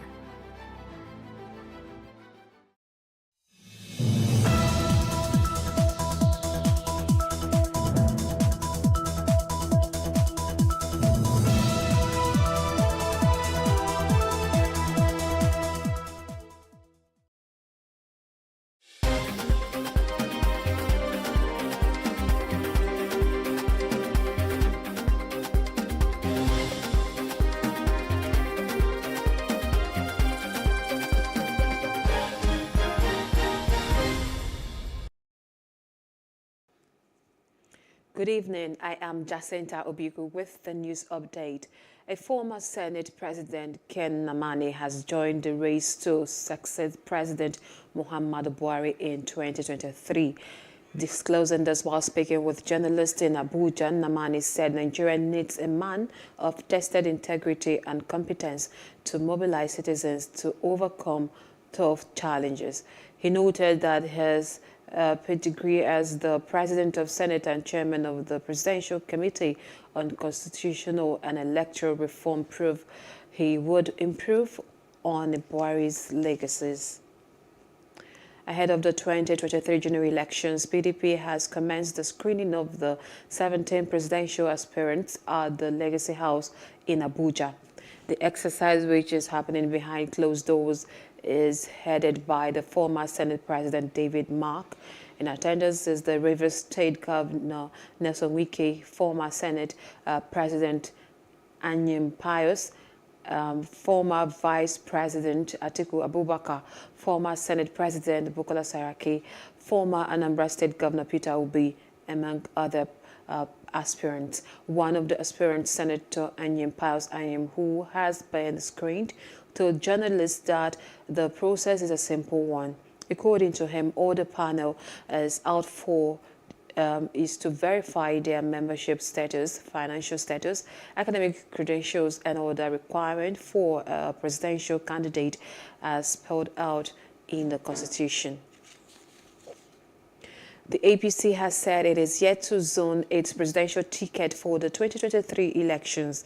Its national chairman, Senator Abdullahi Adamu, disclosed this while speaking to State House correspondents after presenting the party's candidate for the Ekiti governorship election, Biodun Oyebanji, to President Muhammadu Buhari.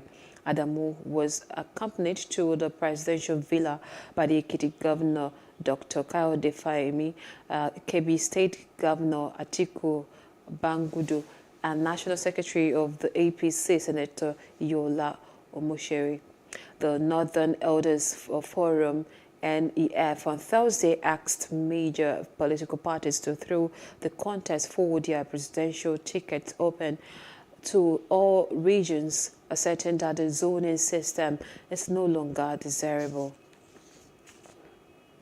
INEC in Kwara will tomorrow commence distribution of over 44,000 permanent voter cards, PVCs, to newly registered voters in the state.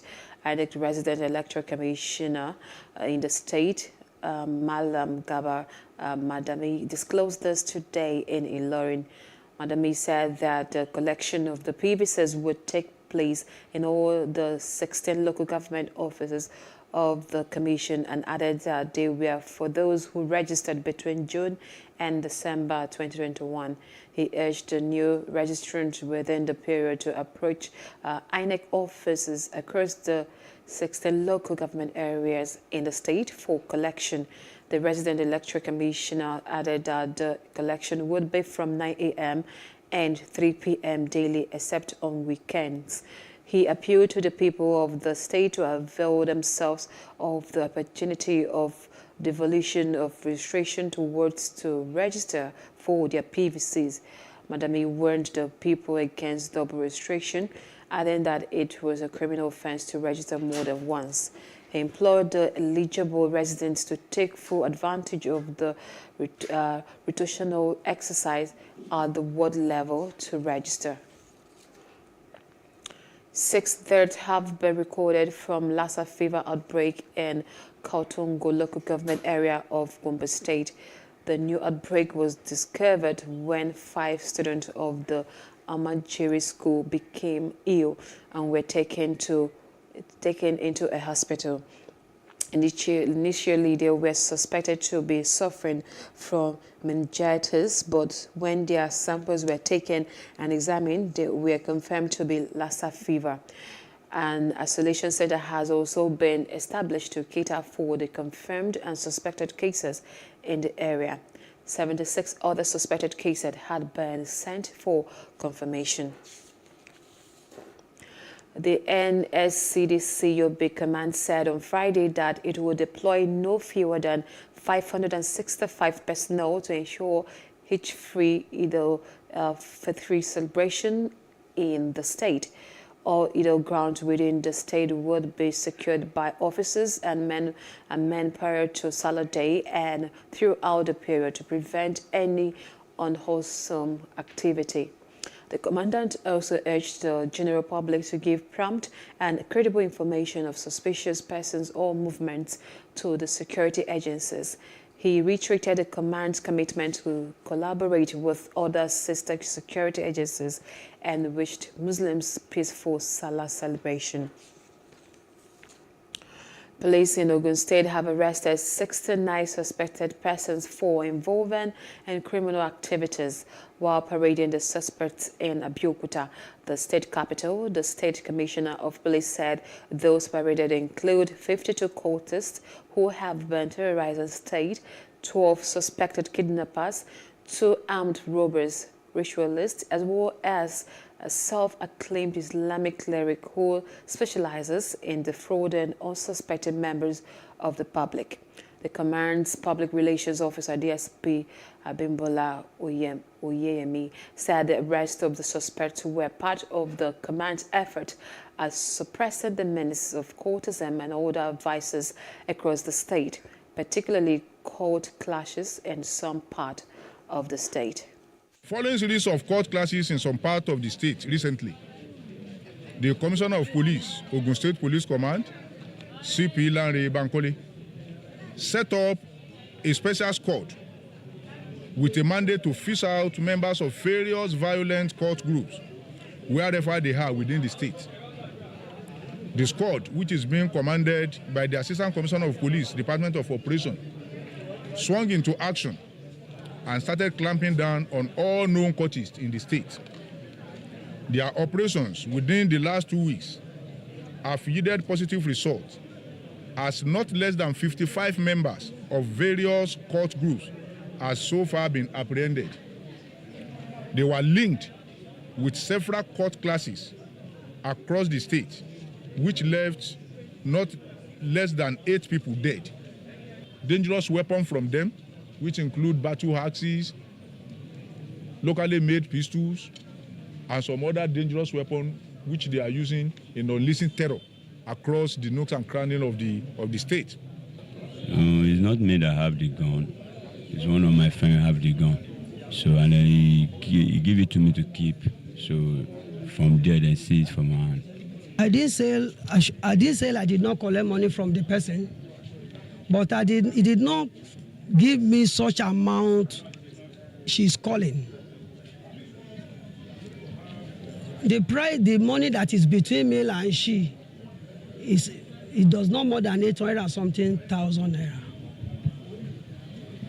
So the money she's calling, I did not even use my eyes see such of money. I want my money back because I don't have anything in hands now. How much is your total money? Everything is 5.4 million. Other parts of Africa, the Ethiopian government has denied claims of the announcement of the withdrawal of the Tigrayan forces.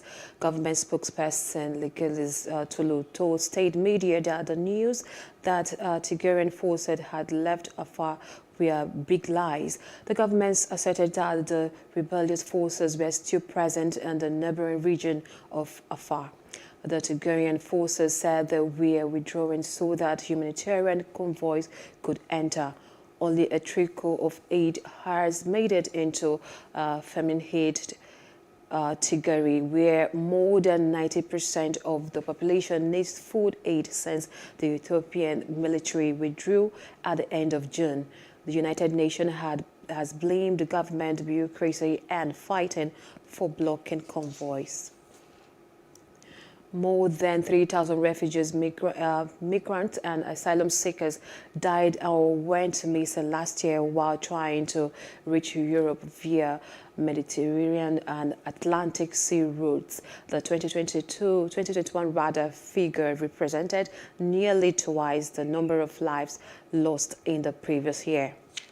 More than 3,000 people have died or gone missing while attempting to cross the central and western Mediterranean and Atlantic last year to Europe. This is according to a new report released today by UNHCR, the UN Refugee Agency, which calls for urgent support to prevent deaths and protect refugees and asylum seekers who are embarking on dangerous journeys by land and sea. Of the 2021 total, 1,924 people were reported dead or missing on the central and western Mediterranean routes, while an additional 1,153 perished or went missing on the Northwest African maritime route to the Canary Islands. The number of deaths reported in 2020 were 1,544 for the two routes. Alarmingly, since the beginning of the year, an additional 478 people have also died or gone missing at sea. Most of the sea crossings took place in packed, unseaworthy inflatable boats, many of which capsized or were deflated, leading to the loss of life. Outside Africa now, Ukrainian rescue workers today recovered a body from under the rubble of a building in Kyiv that was hit by a missile. Radio Liberty said in a statement that the body was that of Vera Hirich, a producer from the news organization who had worked in the Kyiv bureau since February 2018. Hirich lived in the building that was hit. The death was the first reported in Thursday's April 28 missile strike as UN Secretary General Antonio Guterres visited Kyiv. Ukrainian officials said 2 Russian missiles had struck the capital. Russia has not commented on the incident. The Premier of the British Virgin Islands and the Director of the Caribbean Territories Port were arrested yesterday on drug smuggling charges in South Florida. Premier Andrew Oturo Fahy and Managing Director Olin Vine Mayland were taken into custody by U.S. Drug Enforcement Administration agents at Miami Opaloka Executive Airport. They've been charged with conspiracy to import cocaine and conspiracy to launder money, according to a criminal complaint. Minard's son, Kadeem Minard, faces the same charges in the alleged scheme, according to the records. Governor of the British Virgin Islands, John Rakan, released a statement clarifying that Thursday's arrests in Florida were not connected to a commission of inquiry issued last year in the territory. As you are aware from news reports, Premier and Minister of Finance, Honorable Andrew A. Foy, and Managing Director of the Ports Authority, Mrs. Olivine Maynard, have been detained in Miami by the United States Drug Enforcement Administration on alleged charges of conspiracy to import a controlled substance and money laundering. I nor the other ministers of government have spoken with Premier Foy or Mrs. Maynard. However, we call for them to be afforded due process in the U.S. courts of law. And in sports news, Chris Paul made NBA playoff history for the most field goals made without a miss after shooting 14 for 14 as the Phoenix Suns clinched a 4-2 series victory over New Orleans Pelicans. The former Pelicans man led the scoring with 33 points and also contributed with 8 assists and 5 rebounds while being perfect from the line. The Pelicans led with 2 minutes left in the game, but Brandon Ingram's team high 21 points and 11 assists were not enough to close it out for the Pelicans.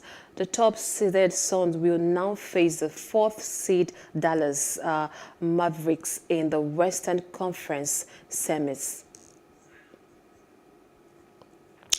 That's the news update. For more stories, please follow us at PlusTvAfrica on Facebook, Twitter, and Instagram. And just subscribe to our YouTube channel at PlusTvAfrica and PlusTvAfrica Lifestyle. I am Jacinta Obiugu. Thanks for watching.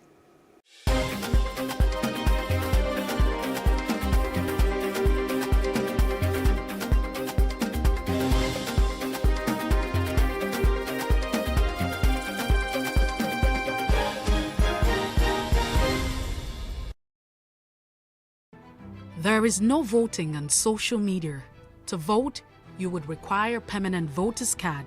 To get your PVC, visit cvr.inecnigeria.org. Create your account with a valid email address and start the registration process. An activation link will be sent to you. Click on the link and activate your account. Fill out the form, pick and submit a convenient date and time for your biometrics. print the application slip, which should have your QR code. On the appointed date, go to the nearest INEC office for your biometric capturing. Thereafter, you will get a registration slip to pick your permanent voter's card when ready. Get your PVC today. This message is from PlusTvAfrica. Nigeria's Niger Delta region, from where the black gold fuels Africa's largest economy, where the lines between wealth and poverty has never been thinner. Conflicts, poverty, insecurity, and environmental challenges daily confront the region. How can the Niger Delta story be changed for the better? Join Mamude Akuga at 9 p.m. every Friday evening on PlusTvAfrica as he probes deep in search of solutions. Inside the Niger Delta with Mamude Akuga, the authentic voice of Nigeria's oil-rich region.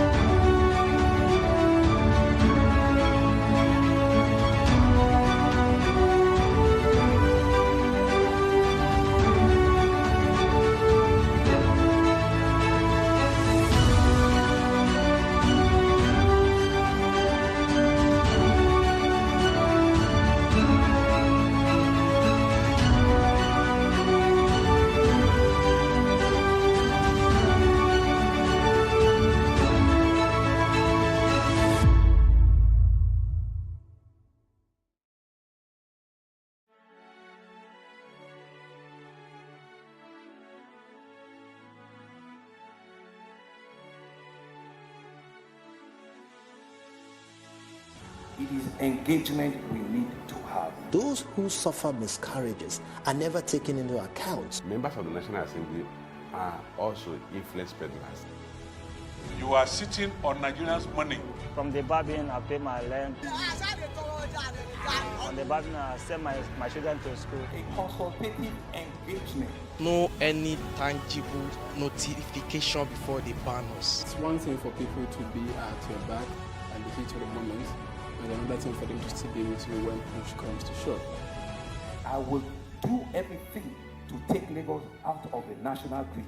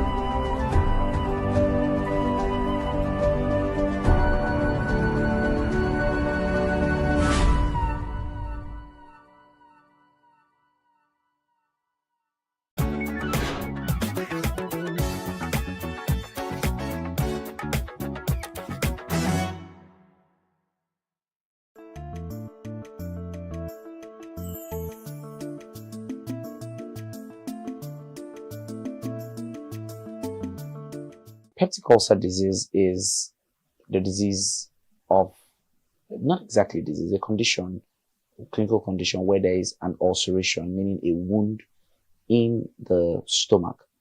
Peptic, coined from the name peptic acid. Peptic acid is found in the gastric. So sometimes you hear gastric ulcer, you hear peptic ulcer. They're not physically different. They are just relating to the stomach. The only other different type of ulcer is duodenal ulcer, which is just the next organ after the stomach. All right.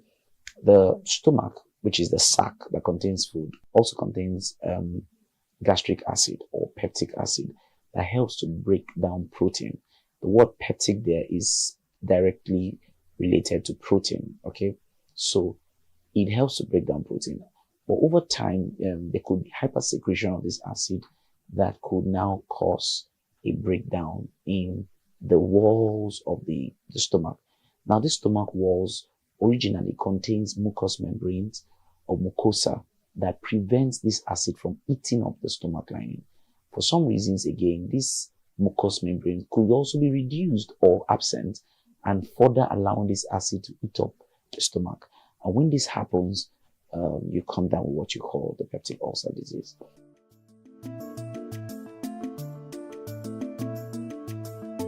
Peptic ulcer disease can be caused by a couple of things. One of them is stress. During stressful moments, there is a hypersecretion of acid, right? Just to break down the food in it. It's natural. In the whole body, when you're stressed, the body metabolic rate is increased and intensified, and you have many activities going on. Carbohydrates is broken down, more proteins are broken down, fatty acids are broken down to provide one major thing, which is glucose, to allow you to think, send glucose to vital organs. One of them is the brain, the other is the eyes, the other is the heart. All these organs, want to function optimally. Now, the gastric juice is also enhanced to break down any food in your body. So that's why if you just ate and you get into very major activity, not long after you'll be looking for the food. Or if you're chewing gum, because those are signs of stress. Now, so stress is one of them. But then when you try stress in an empty stomach, recurrently, you are giving room for this acid to act on the walls of your intestine. The second major cause of peptic ulcer disease is a bacteria called Helicobacter pylori. Helicobacter pylori is a very dangerous bacteria because, a bacteria that dwells in acid, I really don't know what you want to do to that bacteria, but basically, it stays there and it eats up the lining of the intestine, all right? So this is one of the implicative factors for those who are positive for ulcers. One of the third causes is the use of drugs, certain drugs, or certain chemical substances that are erosive, caustic soda. One other one is some of all these drugs you buy on the road, you just ingest them, you swallow them anyhow, especially pain relievers. That's why you don't just go out to take pain relievers just anyhow. They affect the stomach, and of course they potentiate, because what they do is they inhibit that mucous membrane I talked about that prevents the acid from getting on the stomach, and then they remove it. And you see, you have the acid, the direct contact, and then you have some ulceration, wounds in your stomach, and it can get so bad that by the time those wounds get then straight to a vessel, it ruptures the vessel, and then you have bleeding. So you have people bleeding sometimes, all right? And then one other cause is a genetic factor. So sometimes ulcers can be genetic, all right? It's called the Zollinger-Ellison syndrome, where the vagus nerve that supplies the intestine is hyperstimulated, and so you have excessive secretion of acid. And listen, this is specific for certain people, okay? Just the way some people sweat more than other people, just the way some people, eat more than the other people. Some people produce saliva more than other people. You can also produce gastric acid more than other people.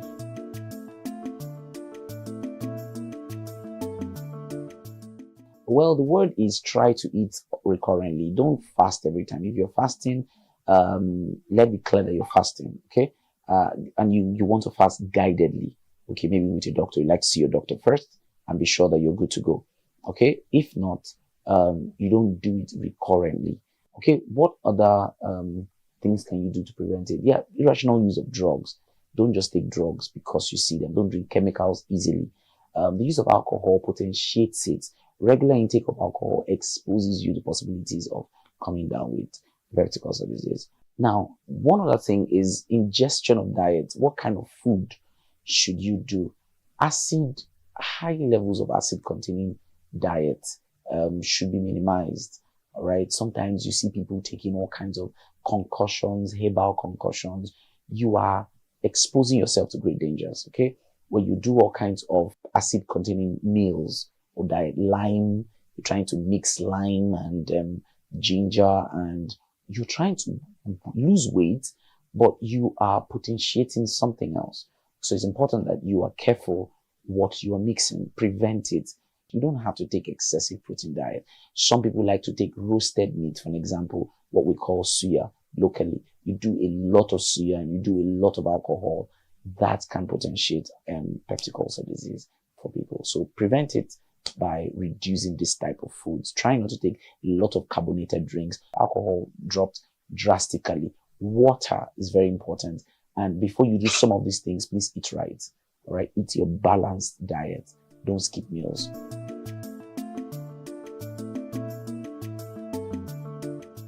For basic treatments, you just get to meet your doctor who would prescribe the drugs for you. But you're not supposed to eat heavy foods, but just eat in bits. All right. So you wake up in the morning, you want to sometimes do alkalinized water and then a slight breakfast. Not anything acidic. A balanced diet is fine. If you must go for a fast, then tell your doctor. Major symptoms, remarkable symptoms of peptic ulcer disease is that you have painful sensation here on your upper stomach. Many times that gets you to the back.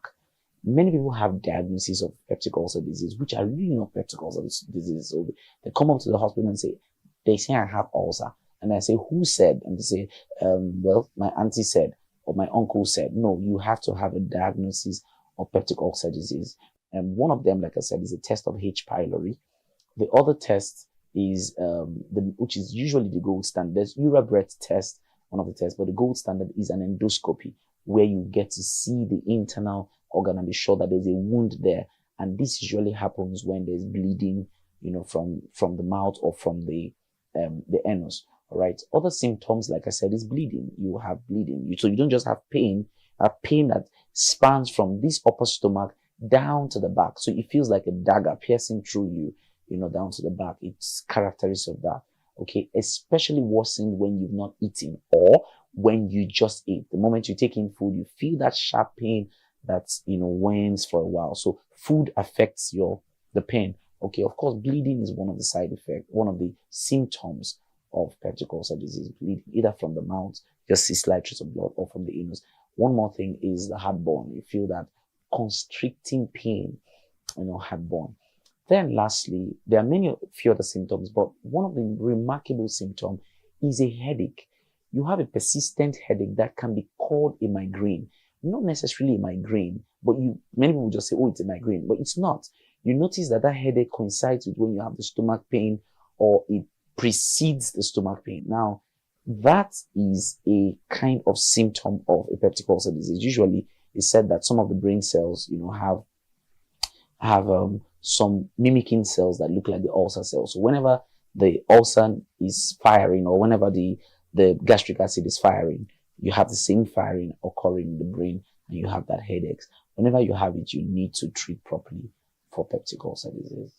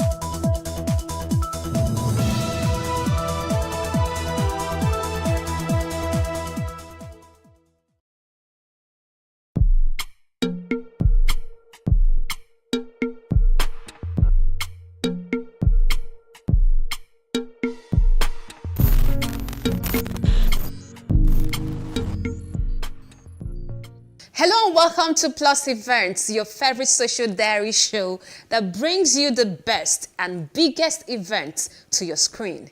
I am Jacinta Obiuku, and on today's show, we have 3 interesting events that you will definitely enjoy. First is the event where the British Council Study UK, Alumni UK, has officially been launched in Nigeria. Take a look.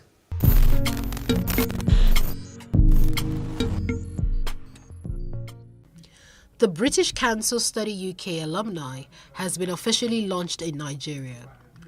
At a cocktail event held in Abuja, Nigeria's federal capital city, stakeholders expressed the need for the new global network for people from around the world who have studied in the UK.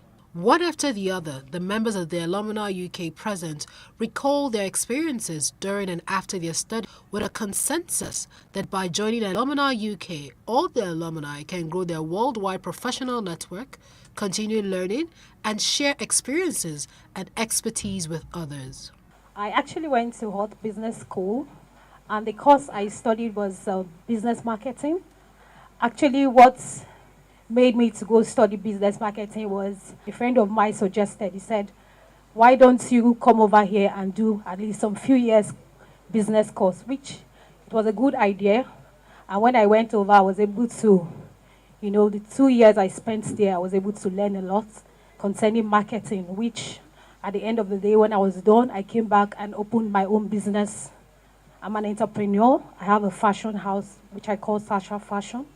So that knowledge I got there was able to help me be the entrepreneur that has been striving. My business has been striving for the last 4 years. If you notice something, much as people have used different adjectives to describe their experience, if you listen to their stories, what you'll be able to find is that there is a thread in such a way that it almost draws their experience as synonyms of one another. Do you understand? So if you listen to networking and listen to his experience, you might also be tempted to describe it as life-changing. And then if you look at that and listen to Aisha's story as well, I mean, why wouldn't you describe that as fabulous, for instance? So there's a certain thread that, links everyone, every single one of us here, and I'd like us to, hold on to that chain.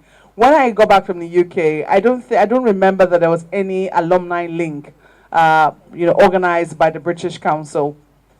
One of the things that we decided to do personally, those of us that graduated from our university, was to try and stay together. Then we didn't have WhatsApp. Today, thankfully, we have WhatsApp, and that's linking all of us. So we have a UEA WhatsApp platform. We hook up from time to time. There is a Lagos branch. There's the Abuja branch. But then we now have formed little cliques. Everybody is everybody is very patriotic about their school, and everybody's school is now coming in to see how they can recruit more people. Was transformed into fruition. It received a sense of tangibility because when I went to Sussex, I met Professor Kwame Ayempong, who is a very respected academic, and I learned about alternative models of education. And one of the things that is transformative about our experience will be bringing back all the practical and theoretical underpinnings or understanding of the course back to Nigeria, which I translocated into the work that I do at Area High. Area High stands for Aid for Rural Education Access Initiative. Prior to the UK, we have reached over roughly 5,000 children through some basic projects. But coming back into Nigeria, we decided, using the knowledge, we designed a couple of employability, empowerment, and foundational skills development programs that I would proudly say have reached over 43,000 children between 2007 and 2018 that I came back and now.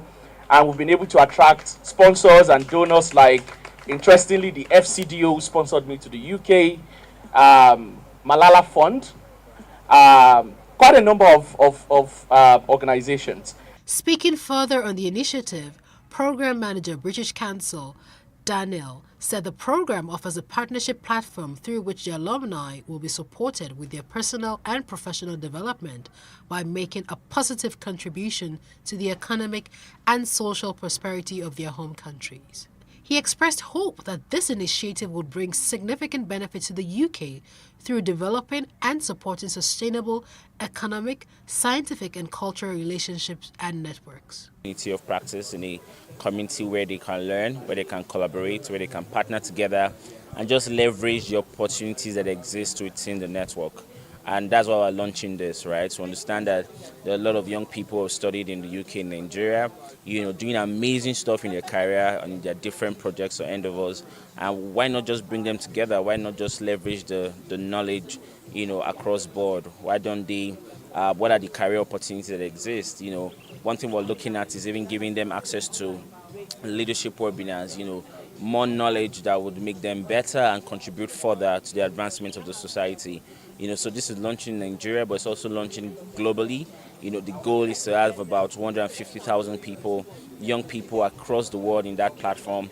So we're calling out to everyone who studied in the UK before, to sign up to join the Alumni UK program, where you learn, where you collaborate, where you network, and where you just improve yourself in your career and personal advancement. It is on record that the UK alumni are among the most employable graduates in the world, and 38% of Nobel laureates who studied abroad did so in the UK. All UK alumni are further enjoined to build a relationship with others who studied at any view to find out how their association can help achieve their global goals.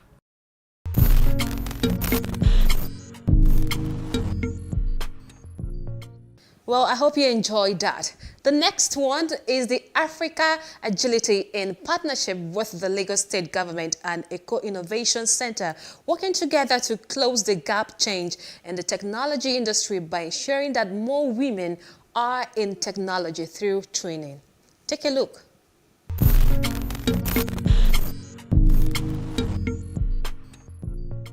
Women are an ever-growing part of the technology landscape. But inequality in pay and opportunities persists. There are many systematic problems that need to be addressed for women to achieve great quality in technology. Deloitte Global predicts that large global technology firms on average will reach nearly 33% overall female representation in their workforces in 2022, up slightly more than 2 percentage points from 2019. The Girls in Tech program is organized to bridge the gender gap between men and women in the tech industry by developing more girls with agility, machine learning, data science, and web development. In 3 weeks, the girls have been able to work together and develop projects that use tech to solve life issues. Another election is around the corner, and it will interest you to know that we do not have sufficient information about our candidates and aspirants. Our team has developed a solution to this. Like my colleague said, information is liberating, and we hope to give you political liberation. So we've developed Political. And what is Political? Political is a web application that seeks to provide a comprehensive database of politicians in Nigeria across all levels, from the federal, state, and local government. I bet you a lot of us do not know the political holders of local government positions in this room. Express Wings is a logistics company driven by technology. Our objective is to provide unparalleled means of supporting our clients and also becoming an extension of our client's business. This way, that even if our client's objective is to provide excellent services, Express Wing will also extend that hand with their deliveries. You might be wondering, how are we different from the normal and from other companies that operate logistically? Express Wing, we have several competitive advantages. Number one, our rates are fair, and we also have a live track and trace solution. That way, you easily go to our website and input your tracking ID to enable you to see real-time data and real-time status of your package. You don't have to call the rider every time. Where are you? Where? You don't have to make up lies. You simply put in your tracking ID and you're able to check. A panel of judges at the event rated the project performances of the girls. So put your hands together for Connect 10. Come forward. Good girl. Come forward. Put your hands together for them.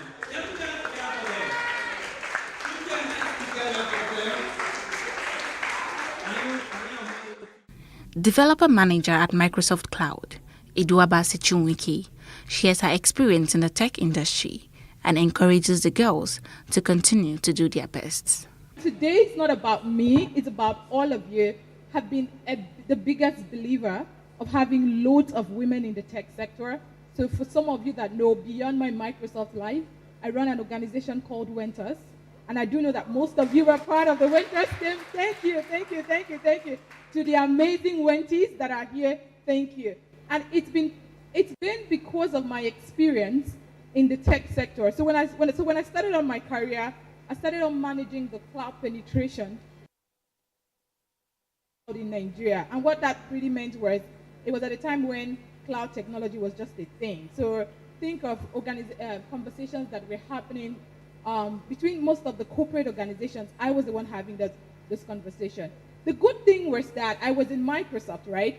Microsoft had a really good diverse background of men and women. So at the time when I had finished school and I had done a master's, I was very glad where I worked. But the interesting thing was, when my role was external facing.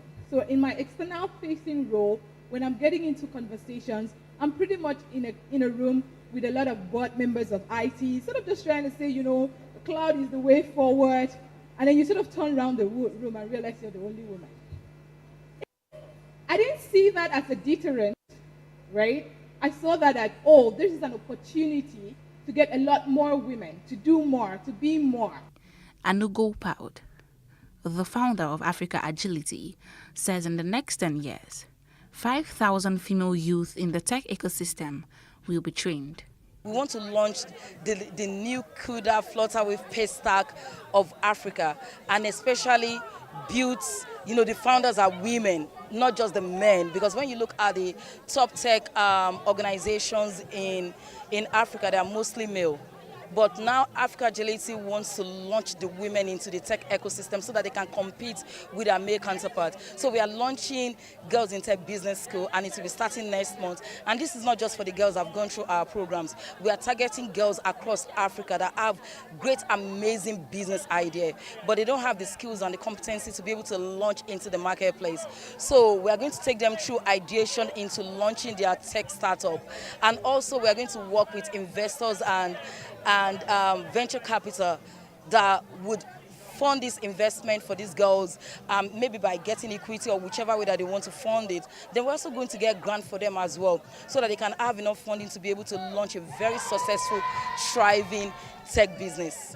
For us, really, we are big on employability and enterprise development. So what we were able to do for them this year was to, even apart from just doing their coding programs, we're able to design for them an incubation program that give them skills on how to basically run a startup, right? The foundational skills about problem identification, solution development, finance, corporate governance, and so on and so forth. So, and even fundraising. So we're expecting that they will leave this program very well equipped with the tools and the skills to begin their own startup if they choose to go to that direction, rather than just going to the broad markets. And of course, as Eco Innovation Center, we are big on supporting startups. So the doors always open for them to come back to us with their ideas, and we will fund them, we will mentor them, and we'll provide them space for them to collaborate with all our seasoned entrepreneurs to be able to grow their products and scale their products and get them to commercialization. The young tech girls are super excited about this initiative. It has really been impactful, right from the tutor. Some of them are actually their student before that they hired, and some of them are not. So they are really good. If you don't understand anything, they will take you back. You ask questions, and there are Zoom meetings. You get to network with other people that are in tech, your seniors, people that have been in tech before, and there's community, the main community on Twitter and on LinkedIn, where you can just see anything that you want, and on Slack, anything you want that you don't understand, anything that is so vague, you just tell them and they will explain to you. So it's really, really impactful for someone like me that don't know anything about it. Now I can say I can do something. So let me just say now I'm a proud UI UX designer. It's been super amazing. I think that the sacrifice was worth it. And during the course of the training, I imputed what I learned, and I got job offers in 3 places just last week. And it's all because of this, and I'm so excited about it. Yeah. When I made up my mind to come for this program, because it was looking like it was not going to be possible distance-wise and my baby, because my baby is just 3 months. One thing I told myself is I am looking forward to invade and to explore the tech world, and this is one way to do it. I have to give sacrifice to make what I want come to pass. And so I believe that once I have learned what I need to learn, I will definitely be able to assist others to come up to and to encourage both mothers and young girls to do what they have to do to make it here. Despite the rapid growth in Nigeria's technology sector, there is no question women are in the minority in the tech industry, from the general workforce up through management and leadership roles. More trainings like this will help bridge the gap.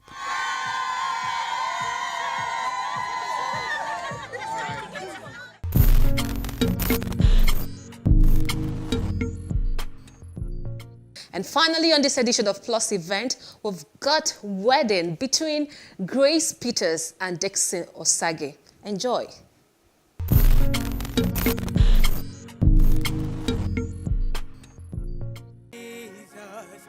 Just you trust His cleansing blood and in simple faith to plunge me. The lovely bride walks in with her father. It's another page in the book of her life.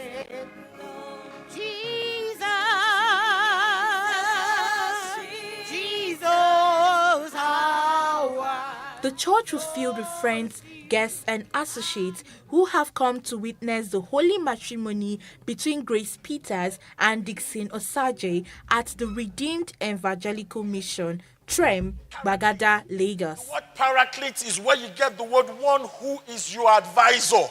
But you know the beautiful thing I love the word, helpmeet. It also means your sounding board.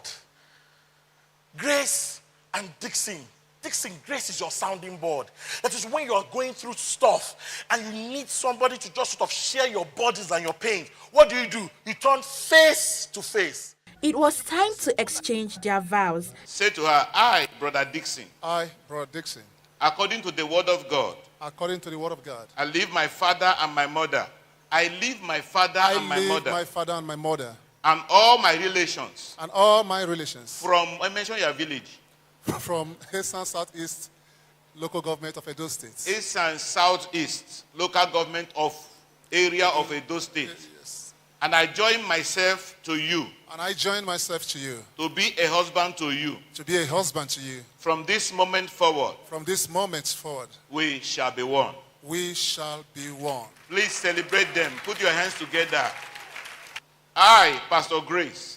I, Pastor Grace. According to the word of God. According to the word of God. I leave my father and my mother. I leave my father and my mother. And all my relations. And all my relations. From your village. From East and Southeast local governments of Edo State. From East and Southeast local government area of Edo State. And I submit myself to you. And I submit myself to you. To be a wife to you. To be a wife to you. Where you go, I will go. Where you go, I will go.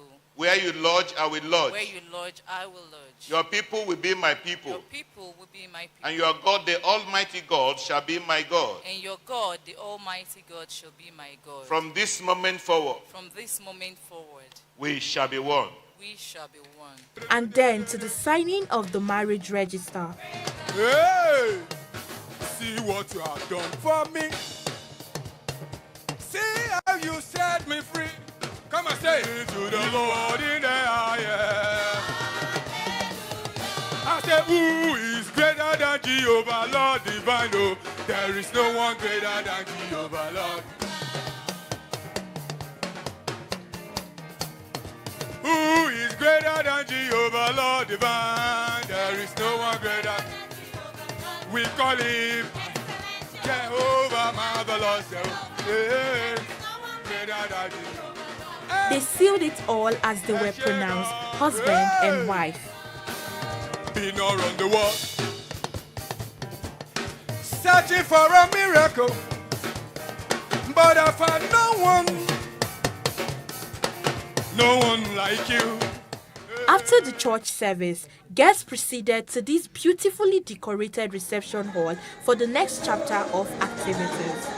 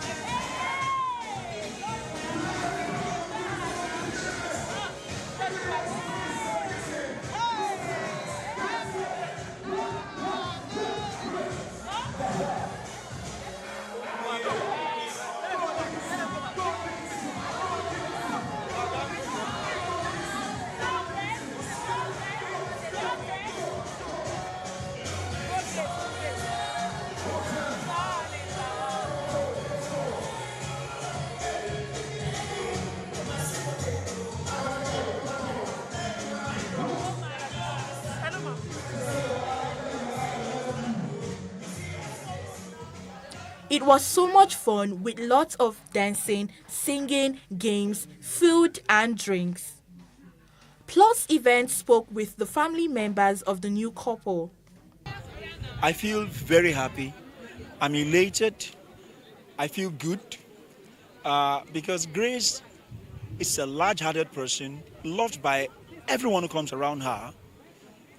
She has been wonderful. And it is my joy today that God has given her a man who is also large-hearted, kind, loving, caring man. That gives me joy. I feel fulfilled because I long for it, even late to marry. I wish him to have married for long, but now that he consider it possible to marry, I give them my blessing. Marriage is an honorable institution, instituted by God himself. As you have heard in the sermon in the church, without the woman, the man cannot fulfill the injunction of the Lord that says, be fruitful and multiply and replenish the earth. I feel great. I feel great. The Lord has honored me, and I return all the glory to him. Today is my joy. So for my son, this. So when they say, never mind. No, say God have a time. And today, Jesus will do it. And very time, God will join them together with happiness and joy. It started like a joke, like a dream. I think somebody introduced him to me. We didn't click at first. It took a year. I think we quarreled from the very beginning. It took a year before things started working out. And then, of course, it's been smooth, actually. Moving from executive bachelor to husband is very, very important, you know. Thank you very much. I'm very happy to find a good wife, you know. The Bible says who finds a good wife finds a good thing, obtain favor. So I've obtained my own favor, you know, it's my turn to shine, yeah. Friends of the bride and groom also had this to say.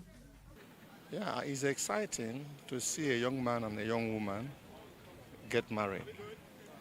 You know, nothing can be better.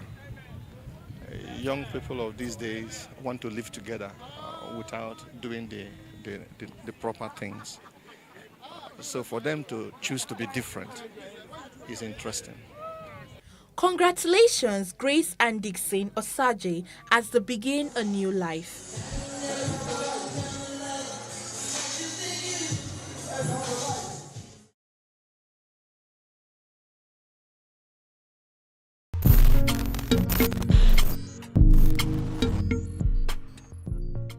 Well, that's the wrap for today, and I hope you enjoyed the events on this episode of Plus Events. Remember, if you want to showcase your events to the world, Plus Events is the place for you. Subscribe to our YouTube channel at PlusTvAfrica Lifestyle. I am Jacinta Obiuku. Please stay safe.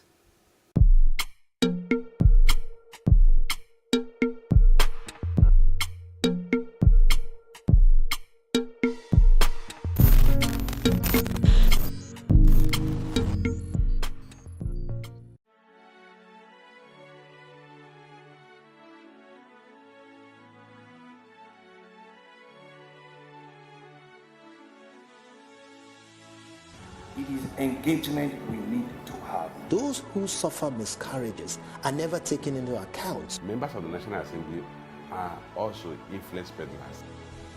You are sitting on Nigerians' money. From the Babin, I pay my rent.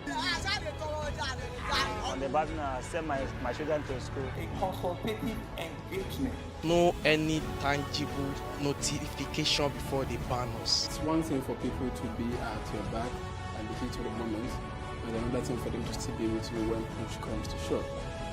I will do everything to take Lagos out of the national grid.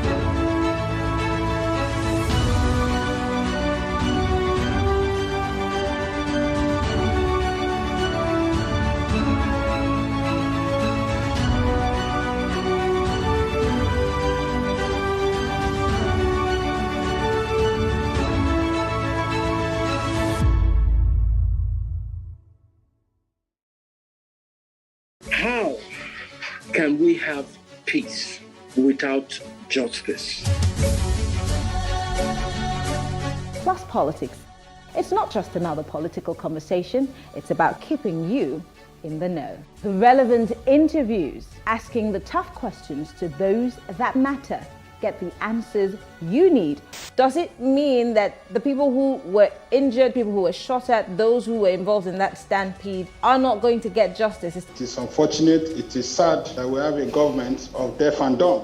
Analysis from top experts. The last election was not really an election. We feel that Obasanjo has a very special place in his heart for hating Ijaw people. I think it really boils down to two things. One, trust and accountability. Plus Politics, every weeknight at 7 p.m. on Plus TV Africa.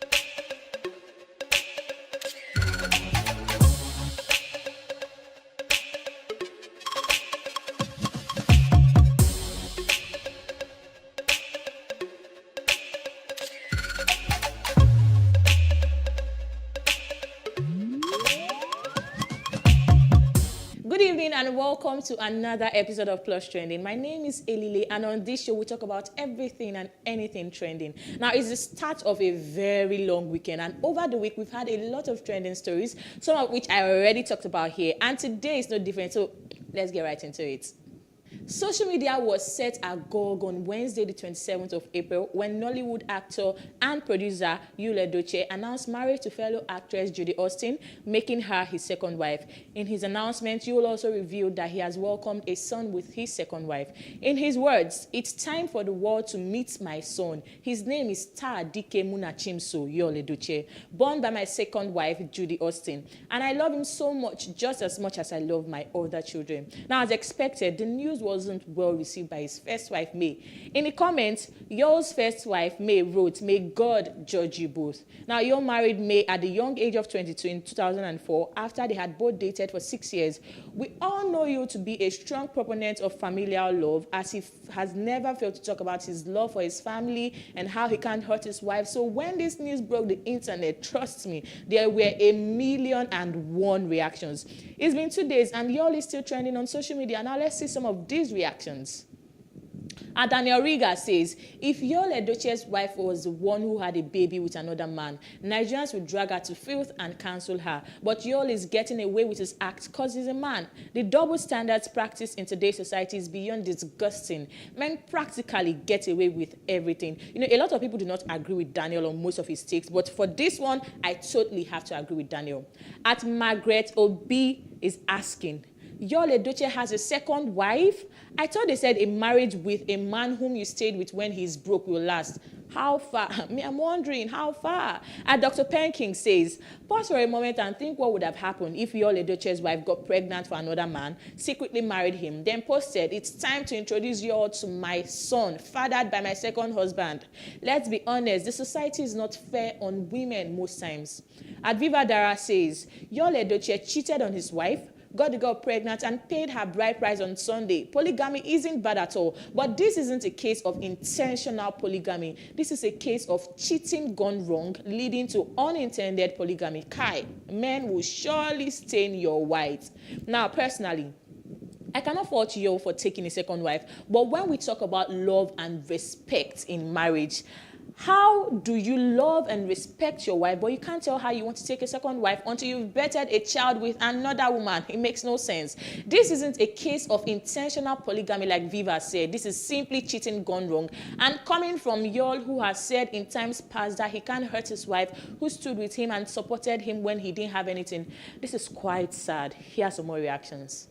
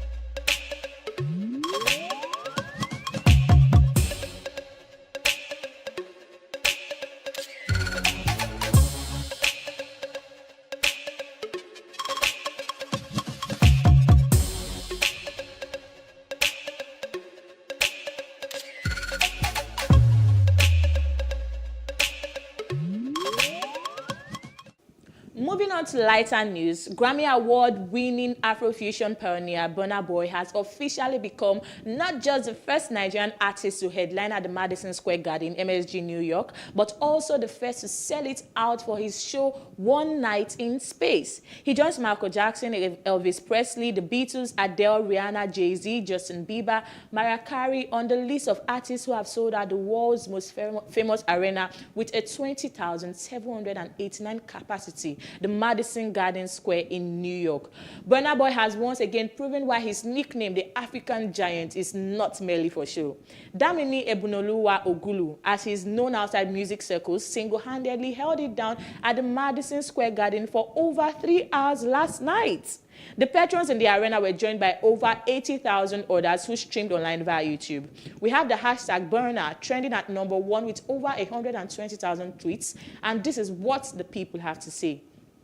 For starters, PJ Plays says, Burna announced his album for July. That's like 2 months head start. Start dropping your albums now. You were told. That guy looks hungry. It doesn't look like he's playing or ready to leave the top spot. Don't say you weren't warned, folks. Burna isn't playing lightly at all. At Olele Salvador says, Burna doesn't have a bad song, does he? Every song triggers a memory, nostalgia all over. You know where you were when you heard that record, and that's what makes his journey special. At Electric's Vibe says, if now other artists they do these things, these hypocrites on Twitter for don't they cry since. Burna is not putting anyone on. At least carry the people you milked along. Show them to new audience, promote them to African ants. Well, in every 12, there must be a Judas, but that's fine. We are discussing greatness today. And at Yinks27 says, 2+ hours of hits back to back. Boy is exactly who he thinks he is. If this isn't the gospel, I wonder what is. Bless you, Yinka. Here are some more reactions.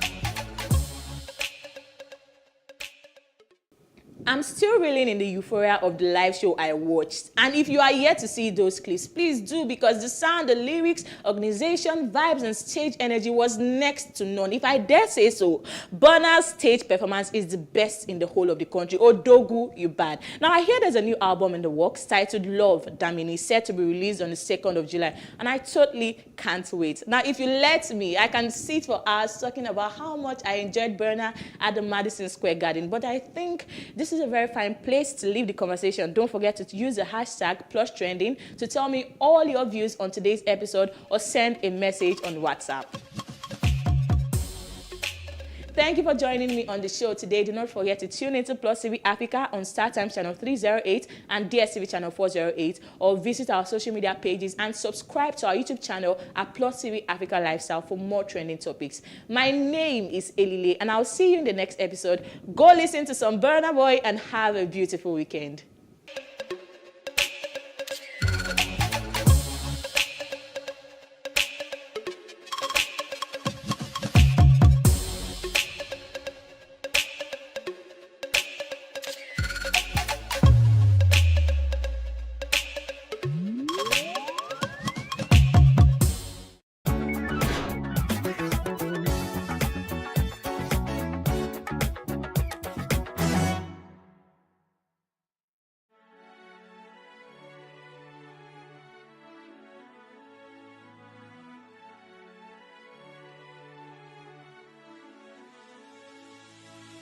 It is engagement we need to have. Those who suffer miscarriages are never taken into account. Members of the National Assembly are also influence peddlers. You are sitting on Nigerians' money. From the barbing, I pay my rent.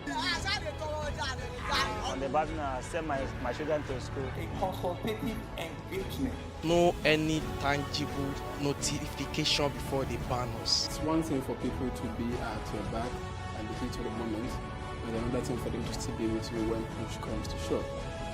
I will do everything to take Lagos out of the national grid.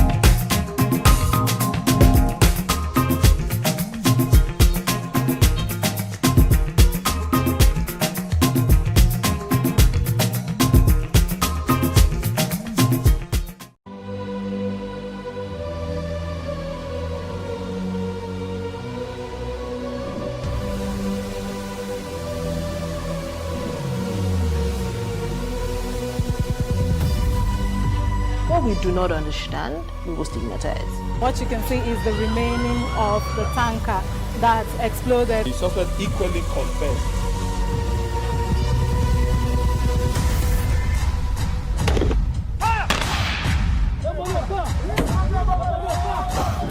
A 500 naira they collect them. If you no talk, they go beat you. Now 2,500 they pay.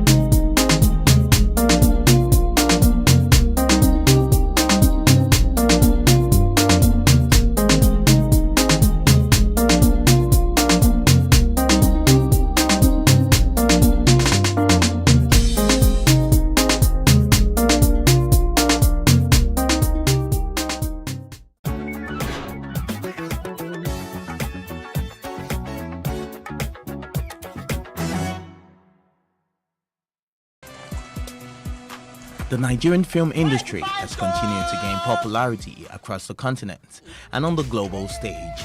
Even with its popularity and growth, it is still to be criticized on many fronts, one of which is that it is a quantity-driven industry as opposed to a quality one.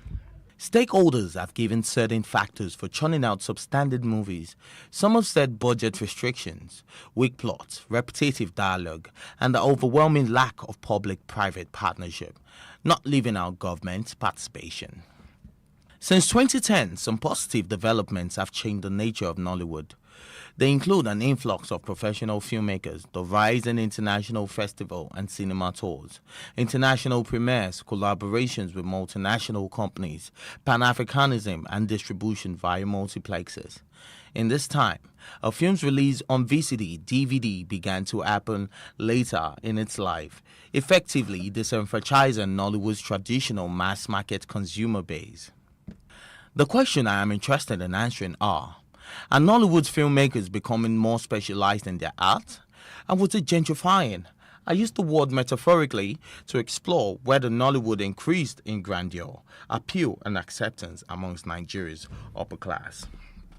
Hence, leading to fast rise in features of skit makers, brand influencers and basically anyone with a little bit of fame. And has this become the domino effect, catapulting skit makers and brand influencers into a whole lot of fame? Put your card number here. Oh, really? Oh, yes, my dear. Thank you, yes, sir. Let me send something to you. Oh, I actually think I remember, sir. Eh? Opopo Tomongo. Yeah! Yes, sir. You remember the conference? Yes, I do. You will go far. Yes, you will go far, my dear. Well, the Nollywood structure has been of concern to many veterans, and one of them is Saeed Balogun. I will appeal to the government to give us structure. And the government don't have problem. It is we movie makers.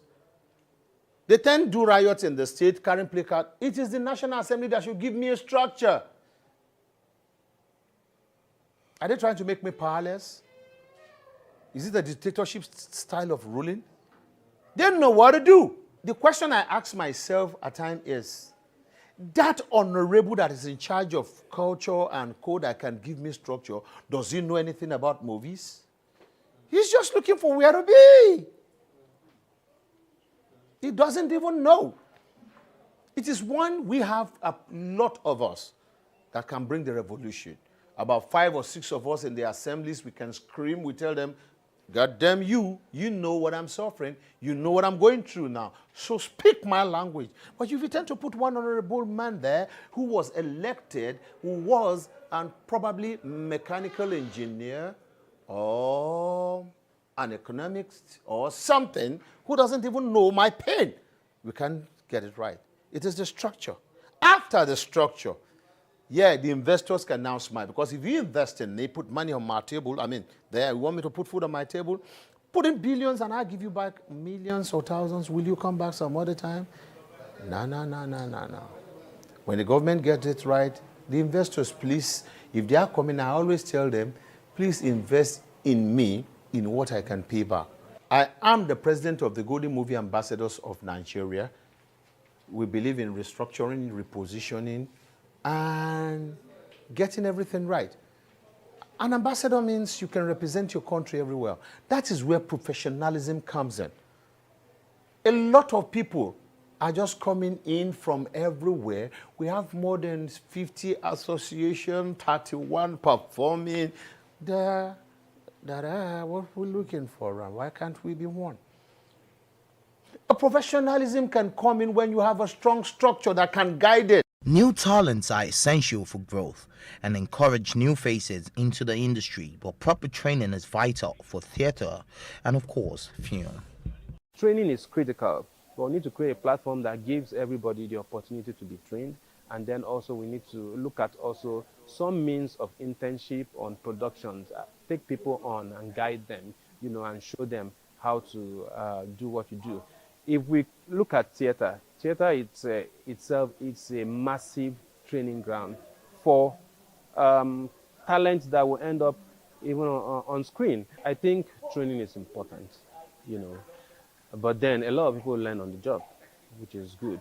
But I think where we would get it right is if production houses, also attempts to train, give basic training to people that are not necessarily trained, that are venturing into the industry.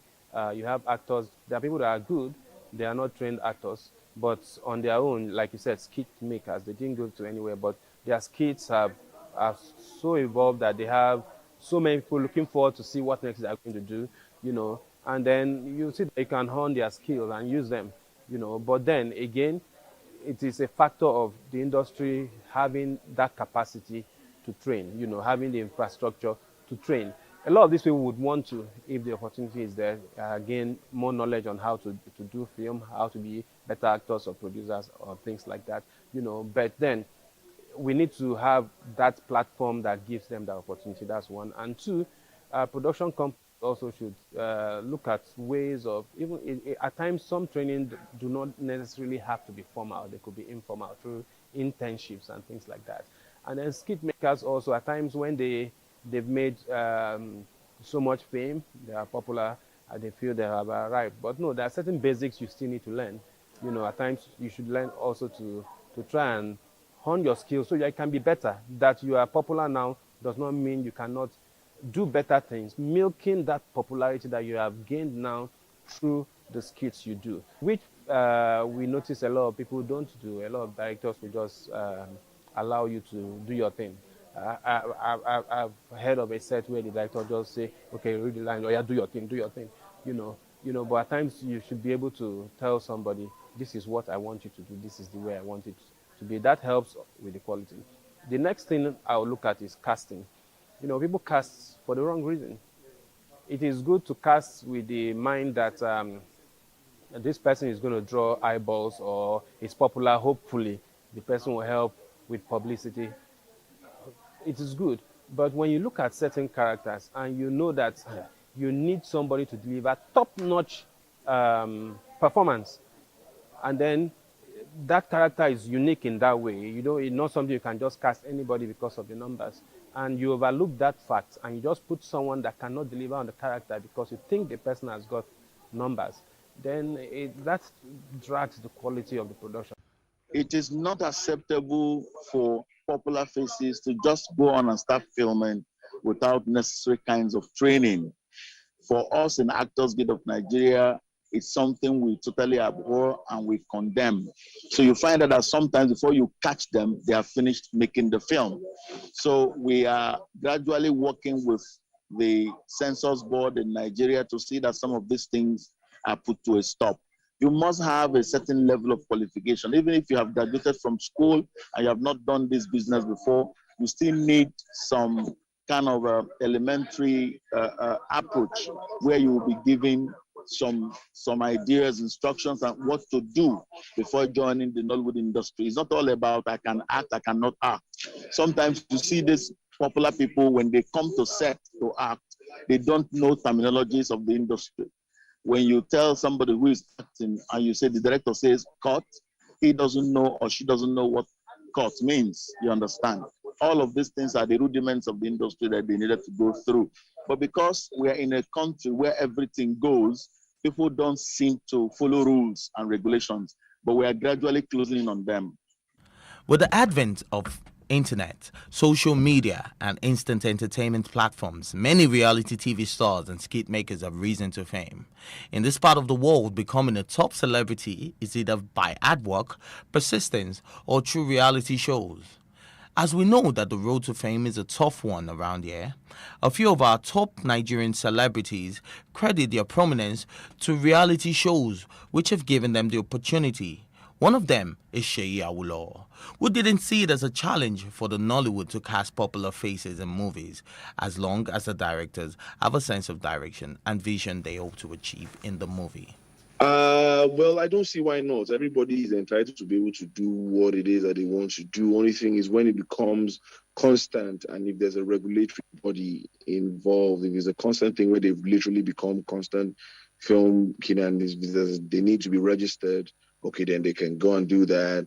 But I believe that everybody should have, I don't see any reason why I will not put who I want to put in my own production when I want to put them in my production. I mean, I see that person to fit the role accordingly, to fit the character, Bible properly. So why not? I'll bring the person on board. So I don't see anything wrong with it, as such. It just depends on who's creating movie and whose movie it is. Sometimes you want a particular kind of thing, but you're not willing to give. Give what you take or take what you give, how to speak. If you're going to be professional to the T. Follow your this thing and not along the line. I want to start using or there's a sentiment of now help us to make it known. If you start a particular kind of way, go all the way down to the end. Professionalism in the industry, I can't say varies from companies to companies or from different organizations to organizations, how professional they are, or their motto, or their modus operandum of how they want to handle things. So, that's the thing. For me now, I can just have a laid back working environment where I want everybody wearing shorts and t-shirt and being more laid back as to probably just someone that wants everybody in a tie. And so it just depends on, the modus operandi of that particular organization that is handling the production of whatever movie or, that is handling that particular production for the time being while you are working, if you get what I'm saying. There are regulatory bodies, but do they really carry out their duties? How do they manage professionalism in the Nollywood industry? For us, we have a constitution that we're working with, but we're trying to come up with the memorandum of understanding in the industry, whereby even if you are involved in any show or something where you have been elected as maybe highest winner and all of that, you will need to still pass through one or two trainings and then belong to a group, either as a producer or as an actor, before you are practicing in the industry. Yeah, professionalism, without being political here, every industry needs professionalism. For us in Nollywood, we are grappling with that because the Nollywood industry is the industry that started without entry point and without exit point. And it continued to grow without anybody checking it. Now it has grown beyond bounds that wherever you are coming with discipline, it becomes like it's too difficult to instill discipline among practitioners because there were no laid down rules from beginning. There were no laid down rules from beginning. There were a lot of illiterates. There were a lot of people who didn't go to school. There were a lot of people who didn't see the four walls of any school, but because they are talented, they have made it big and they are now in the industry. So it's a Herculean task at this point. So we're calling on people who have been here before in the industry to so come back and say, look, this thing is getting out of hand. We have to come back to the basis. Let's see where we structure. Every actor, every producer, every director, you must belong to where your people are. Let us begin to see places. We need professionalism so I don't just do things out of proportion. The Nollywood industry is a growing work in progress, and the Nigerian Film Censors Board needs to enforce the parameters that positively influence the creative processes from writing a screen to post-production. Is this body efficiently empowered to ensure professionalism in Nollywood? Well, hope we find answers soon. For domestic violence.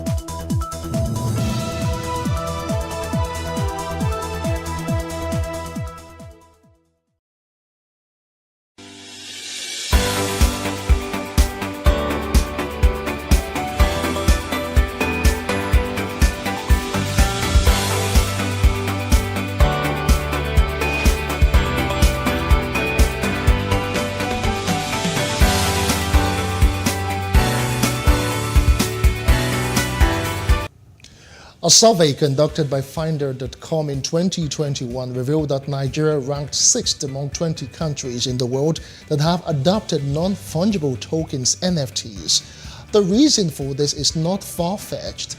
As a result of the continued devaluation of the naira, Nigerians are constantly on the lookout for new ways to stay above inflation. One of such ways appears to be delving into the acquisition and sale of digital assets, NFTs. Now, given the rapid growth of the NFT ecosystem in Nigeria, what do Nigerians need to know and how can they be protected? Welcome to Business Insights and Plus TV Africa. I am Justin Akadonye.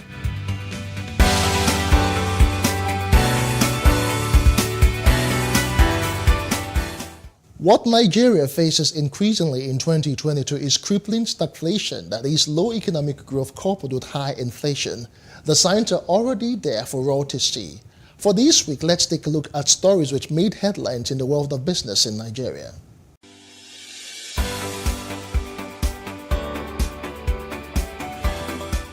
The National Bureau of Statistics (NBS) says Nigerians spent more on transportation in March. According to the report, the average fare for a single journey one-way ticket by air passengers increased by 4.43% monthly from 44,825 naira in February to 46,810 naira in March. This report covered various categories: bus journey within the city per drop constant routes, bus journey intercity, state routes, charge per person, airfare change for specified routes single journey, journey by motorcycle per drop, and waterway passenger transport. The report stated that airfare rose by 28.26% year-on-year to 36,495 naira from March last year.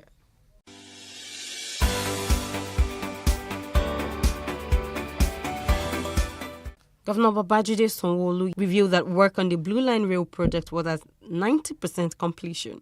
He said that the state government is on track at completing work on both the Blue and Rail Lines rail projects, which are intercity, to strengthen the intermodal transportation system.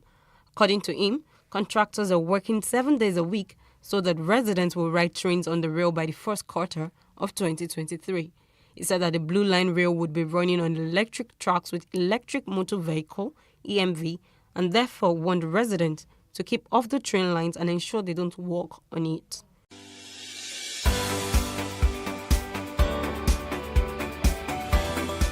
Bakers under the aegis of the Premium Bread Makers Association of Nigeria said they would increase the price of bread. The president of the association, Emmanuel Onora, said the increase became inevitable due to soaring cost of productions. This increment is across all variants.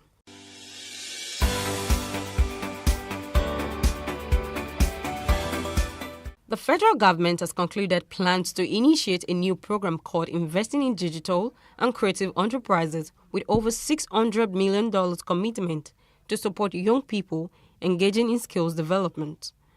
National Coordinator Social Investment Program, Umar Binder, revealed this at the 5th National Tourism Transportation Summit and Expo in Abuja, saying the program is aimed at training youth through several skills acquisitions. Binder also urged the youth to grab the opportunity with all sense of commitment and steadfastness for the overall good of the country in its march to industrial and economic greatness.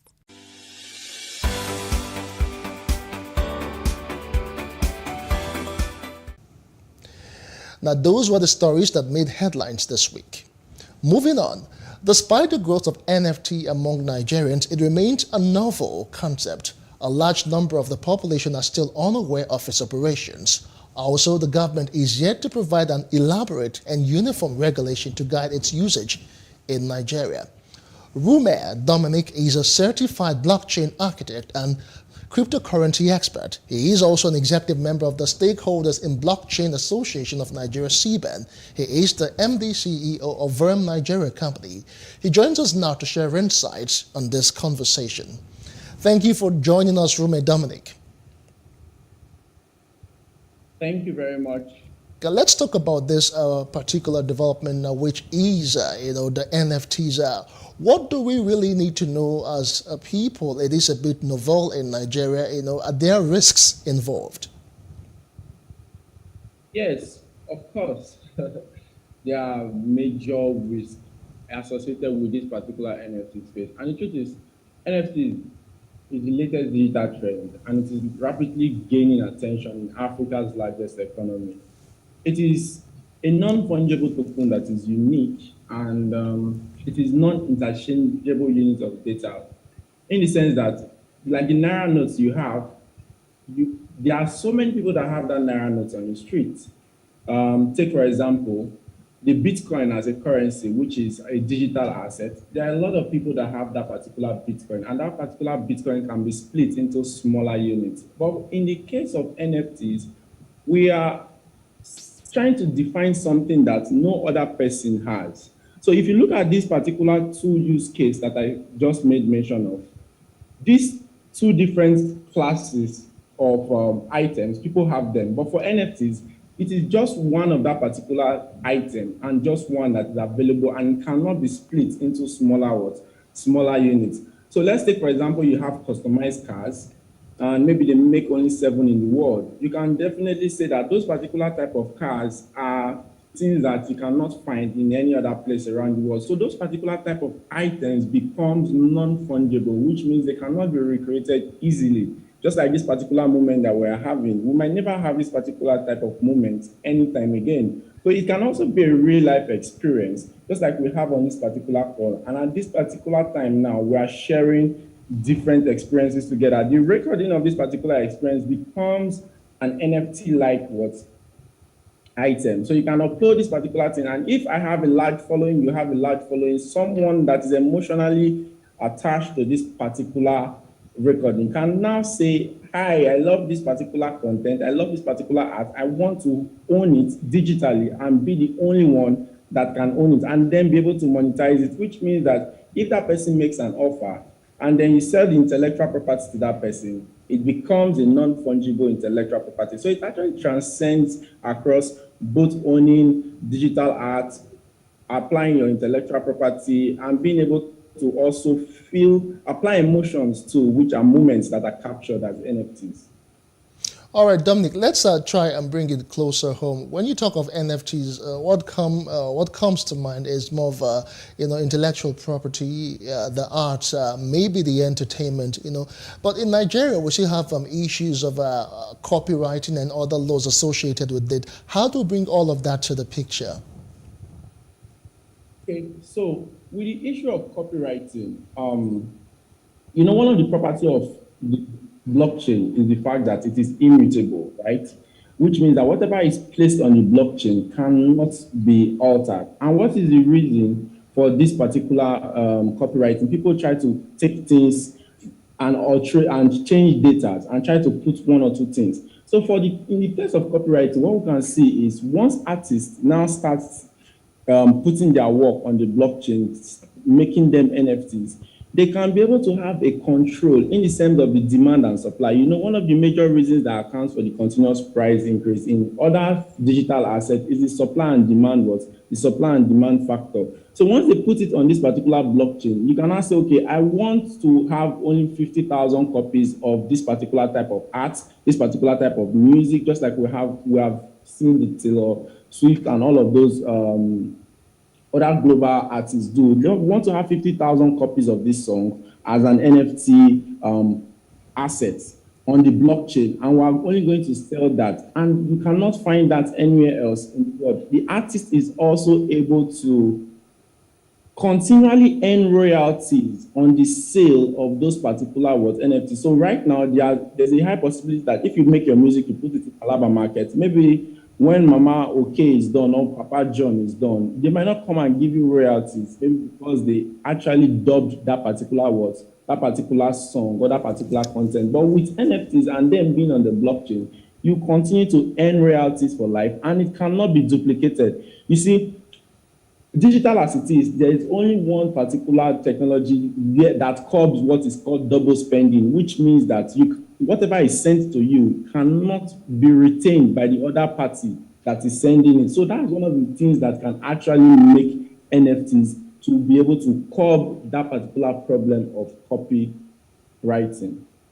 All right, right now, there seems to be a very huge demand, a huge market for NFTs, not just in Nigeria or Africa as it is really evolving, but also around the world. Tell us more about demand and supply risk. For when you talk about currencies in Nigeria, we talk about devaluation, but for NFTs, really, are there a risk of maybe it coming down in value or any of that? Yes, just like with every economy, every asset, there are always risks associated with it. Now, the in-currency, okay, there are a couple of things the average Nigerian needs to know actually before you get into NFTs. You need to have a little knowledge of cryptocurrencies and have a little knowledge of DeFi.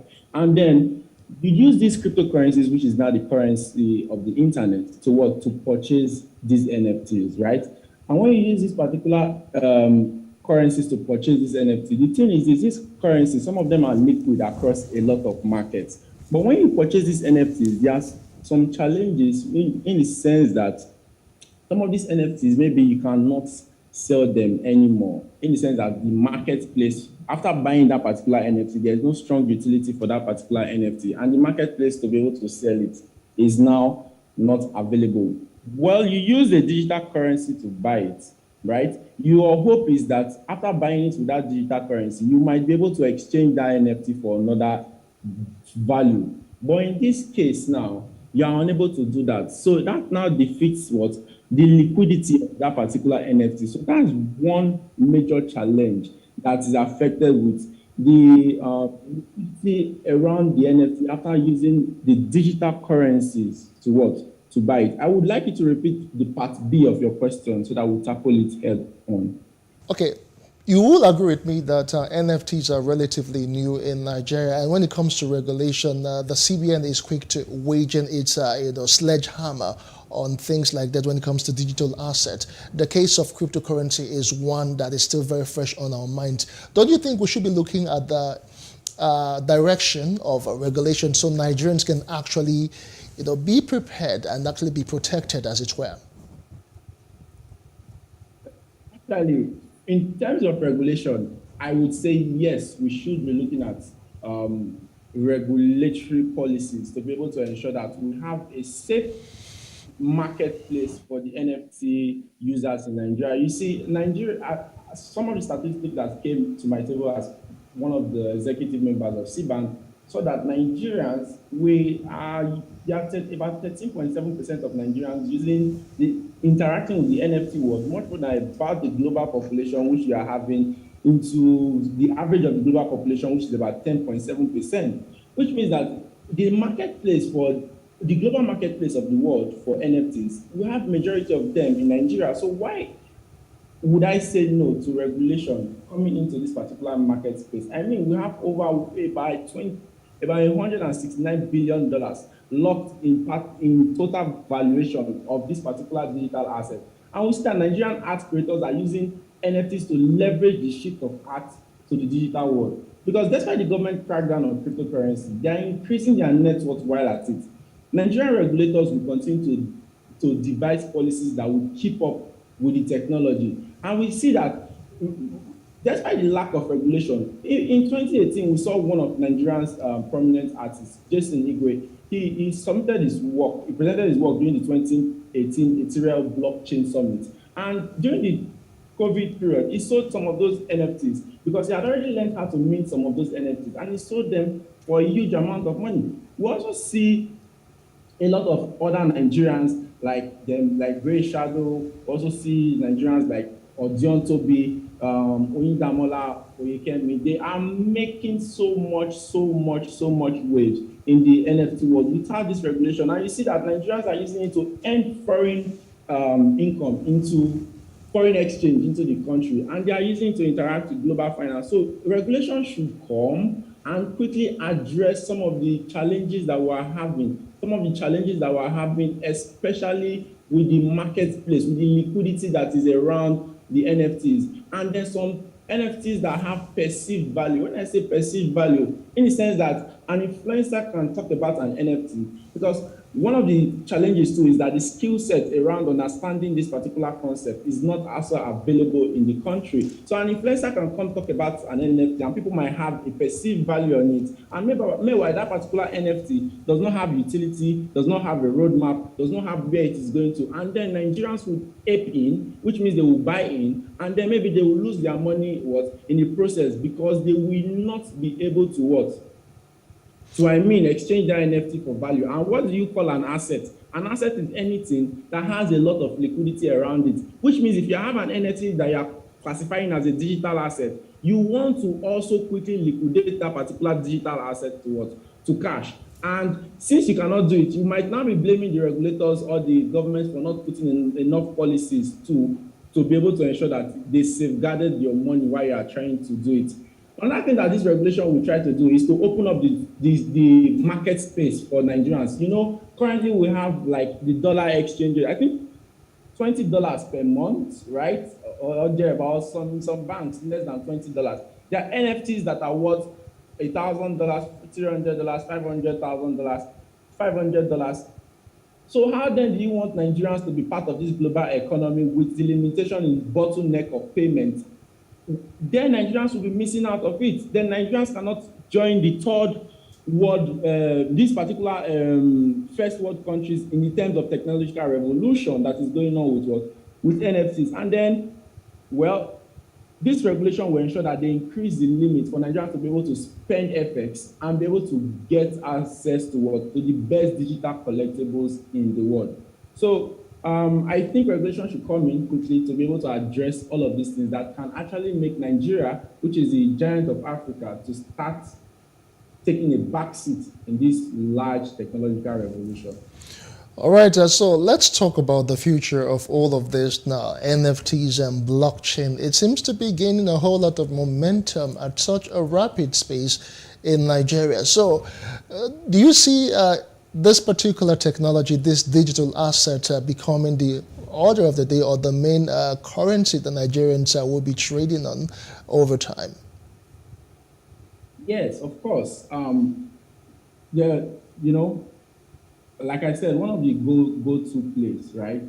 One of the major challenges is the fact that Nigerians don't have a skill set for a go-to place to be able to learn about this, to now ensure that we keep attracting a lot of foreign revenue that is coming into the country now from these different technological interactions. So the future actually holds a lot of bright hope for us. As you know, I'm an author in this particular technological space or in this particular niche. One of the go-to place to really learn about all of this is vrem.co, which at that particular vrem.co, you see a lot of, we have about 20 different blockchain courses with about 107 different modules that addresses this particular skill set. It takes you from one step to another to now see that the future we're talking about is one that is mastered by Nigerians and one that we are able to have enough engineers, enough blockchain tech savvy people that can actually interact with the tech, develop business solutions, ensure that we have good use cases. Let's take, for example, now, NFTs are unique identities, right? Let's say we want to take NFTs to start solving like ticketing problems in Nigeria. You know, in Nigeria, you have fake tickets that they sell in some of these concerts. So for the artists, they can say, like, Davido can say, I'm issuing out, instead of meeting, he wants to sell 10,000 tickets for maybe one particular arena. You issue out VIP tickets for your NFTs. Maybe you issue out 2,000 VIP NFTs. You issue out 3,000 VIP, less of that particular one, and then all of them are tied to the blockchain. Whenever they get to your event hall, they show their NFTs. They know that this person is a VIP, this person is entitled to this person is entitled to that. And this is the future in terms of what? Ensuring that people do not counterfeit this particular and forge things on the internet.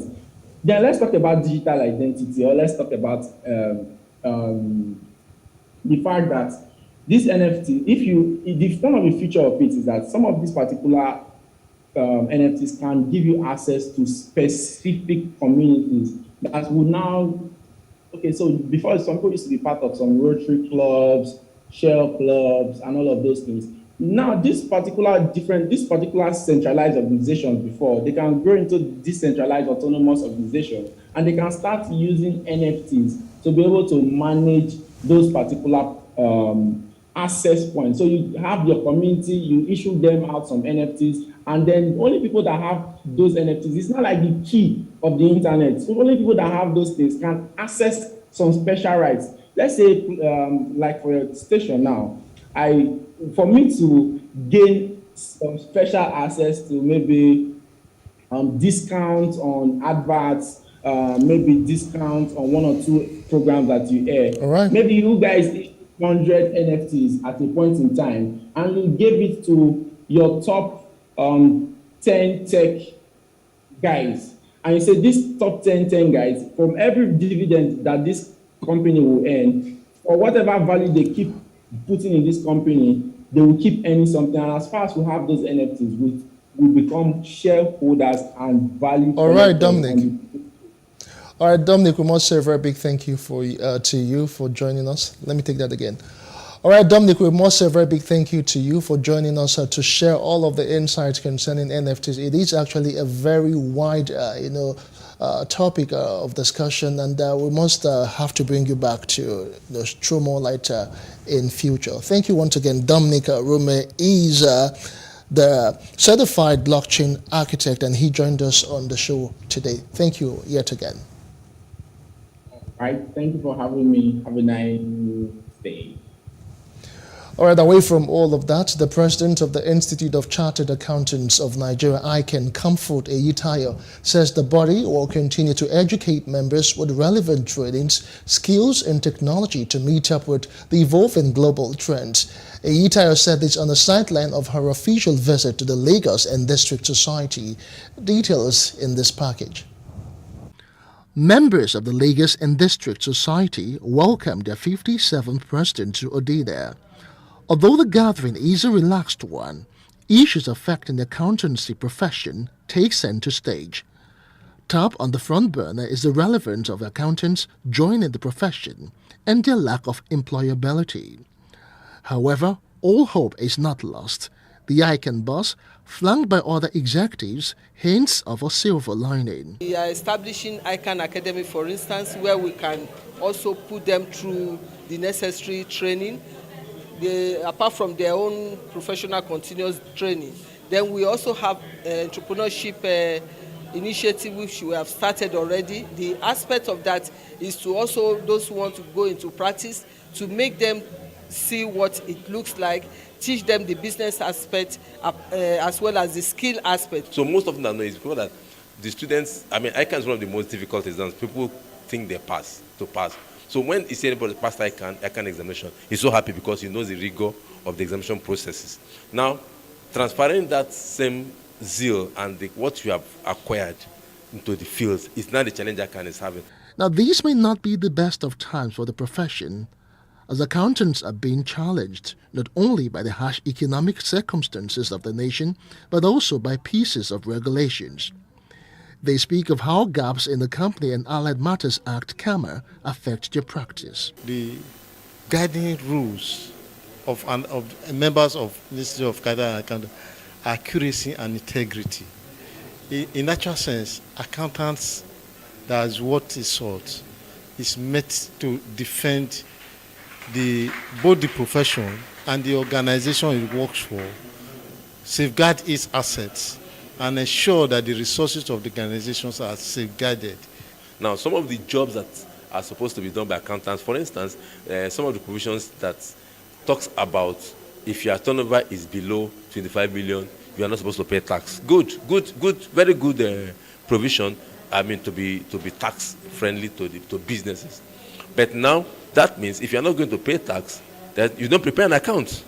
The ICANN president also condemned the continuous disregard for professionals in the civil service recruitment process. And that's the size of the show. Business Insight returns same time next week. I am Justin Akadonye. Many thanks for watching.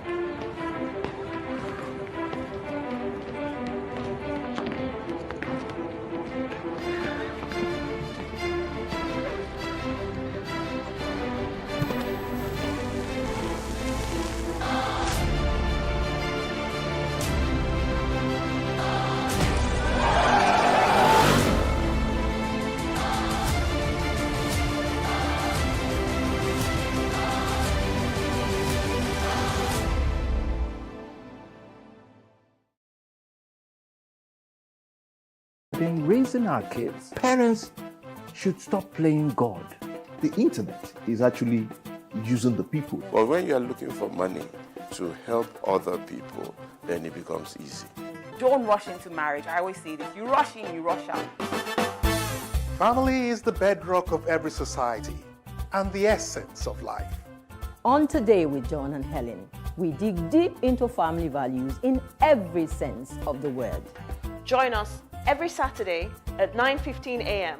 on PlusTvAfrica, DSTV channel 408. With you, we play a part in strengthening the values passed from generation to generation.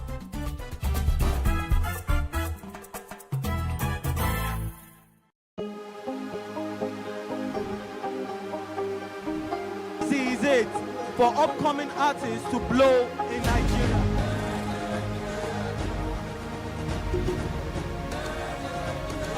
Welcome to Plus Trending. I am Bookie November, your host, saying thank you for joining us on today's episode. Welcome back. It's tea time on PlusTvAfrica. Practice makes perfect. I'm not perfect yet, but I'm a lot better than I used to be. He's a king. He's entitled to marry 100 if he wants to.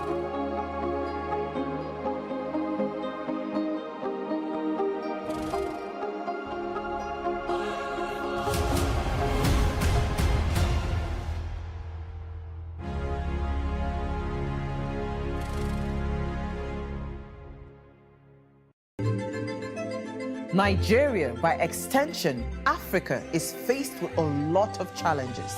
The growing youth population with little engagement, that is a ticking time bomb. We are a blessed people with diverse culture and highly cerebral minds who have a lot to say. And yes, we are talking. It is important we drive the right conversation that informs, inspires, influences thought and action. If we say there's beauty in our diversity, then let us embrace our diverse culture. We must continue to courageously be the voice of transformation as we are the hope for the future. Yesterday's conversations shape today. What are you saying to shape your tomorrow? We know you have a lot to say, and we are here to hear you. There is no voting on social media. To vote, you would require a permanent voter's card. To get your PVC, visit cvr.inecnigeria.org. Create your account with a valid email address and start the registration process. An activation link will be sent to you. Click on the link and activate your account. Fill out the form, pick and submit a convenient date and time for your biometrics. Print the application slip, which should have your QR code. On the appointed date, go to the nearest INEC office for your biometric capturing. Thereafter, you will get a registration slip to pick your permanent voter's card when ready. Get your PVC today. This message is from PlusTvAfrica.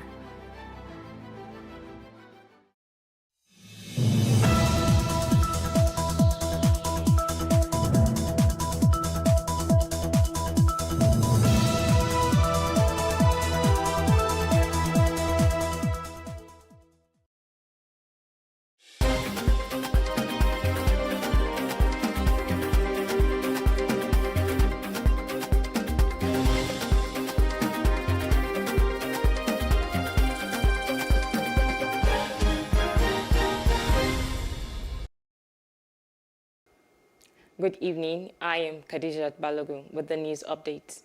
Asiwaju Bola Tinubu has picked the APC 100 million naira presidential nomination and expression of interest forms. It was gathered that Tinubu, who is in Saudi Arabia for Hajj, was represented by some of his close associates. Loyalists of the strongman of Lagos politics picked up the presidential forms for him at the APC national headquarters, Abuja. Already, Minister of State for Education, Emeka Nwajuba, Kogi State Governor Yahya Bello, amongst others, have picked up the APC presidential forms, while others are expected to follow suit in the coming days. The APC has said it is yet to zone its presidential ticket for the 2023 elections.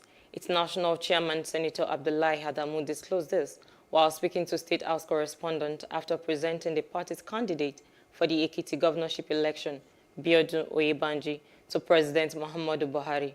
Adamu was accompanied to the presidential villa by the Ekiti governor, Dr. Kayode Fayemi, Kebbi State Governor Atiku Bagudu, and National Secretary of the APC, Senator Iyola Omishore.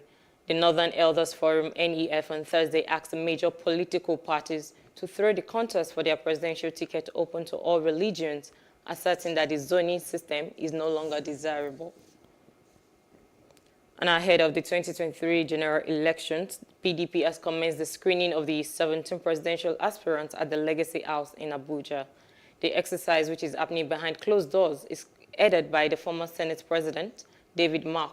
In attendance is the Rivers State Governor Nyesom Wike, former Senate President Ayim Pius Ayim, former Vice President Atiku Abubakar, former Senate President Bukola Saraki, former Anambra State Governor Peter Obi, amongst other aspirants. One of the aspirants, Senator Ayim Pius Ayim, who has been screened, told journalists that the process is a simple one. According to him, all the panel is out for is to verify their membership status, financial status, academic credentials, and other requirements for a presidential candidate as spelled out in the Constitution. A former Senate President, Ken Namani, has joined the race to succeed President Muhammadu Buhari in 2023. Disclosing this while speaking with journalists in Abuja, Namani said Nigeria needs a man of tested integrity and competence to mobilize citizens to overcome tough challenges. He noted that his pedigree as the President of Senate and Chairman of the Presidential Committee on Constitutional and Electoral Reform proved it would improve on Buhari's legacies. INEC in Kwara will tomorrow commence distribution of over 44,000 permanent voter cards, PVCs, to newly registered voters in the state. INEC Resident Electoral Commission in the state, Malam Garba Madami, disclosed this today in Ilorin. Madami said that the collection of the PVCs would take place in all the 16 local government offices of the commission, and added that they were for those who registered between June and December 2021. He urged the new registrants within the period to approach INEC offices across the 16 local government areas in the state for collection. The resident electoral commissioner added that the collection would be from 9 a.m. and 3 p.m. daily except on weekends. He appealed to the people of the state to avail themselves of the opportunity of devolution of registration towards to register for their PVCs. Madami warned the people against double registration, adding that it was a criminal offense to register more than once. He implored the eligible residents to take full advantage of the rotational exercise at the ward level to register. 6 deaths have been recorded from Lassa fever outbreak in Katungo local government area of Gombe State. The new outbreak was discovered when 5 students of the Almajiri school became ill and were taken to a hospital. Initially, they were suspected to be suffering from meningitis, but when their samples were taken and examined, they were confirmed to be Lassa fever. An isolation center has also been established to cater for the confirmed and suspected cases in the area. 76 other suspected cases had been sent for confirmation. The NSCDC Yobe Command said on Friday that it would deploy no fewer than 565 personnel to ensure each free Eid al-Fitr celebration in the state. All Eid grounds within the state would be secured by officers and men prior to Salah Day and throughout the period to prevent any unwholesome activity. The commandant also urged the general public to give prompt and credible information of suspicious persons of movement to the security agencies. He reiterated the command's commitment to collaborate with other sister security agencies and wished Muslims peaceful Salah celebration. Moving on to other parts of Africa, Kenya today held a state funeral for former President Mwai Kibaki, who died last week at the age of 90. The occasion was marked with a military procession that marched with the coffin from the presidential palace to a full stadium at the edge of the city, where the state funeral service took place. Alongside diplomats and other dignitaries, African leaders, including South Africa's Cyril Ramaphosa, attended the funeral. The circumstances of Kibaki's death have not been made public, though he had been ailing for some time. And in Ethiopia, the Ethiopian government has denied claims of the announcement of the withdrawal of the Tigrayan forces.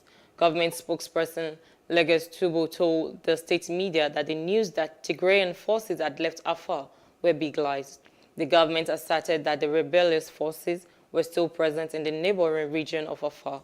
The Tigrayan forces said they were withdrawing so that humanitarian convoys could enter. Only a trickle of aid has made it into famine-hit Tigray, where more than 90% of the population needs food aid since the Ethiopian military withdrew at the end of June. The United Nations has blamed government's bureaucracy and fighting for blocking convoys. More than 3,000 refugees, migrants, and asylum seekers died or went missing last year while trying to reach Europe via Mediterranean and Atlantic sea routes. The 2021 figure represented nearly twice the number of lives lost in the previous year.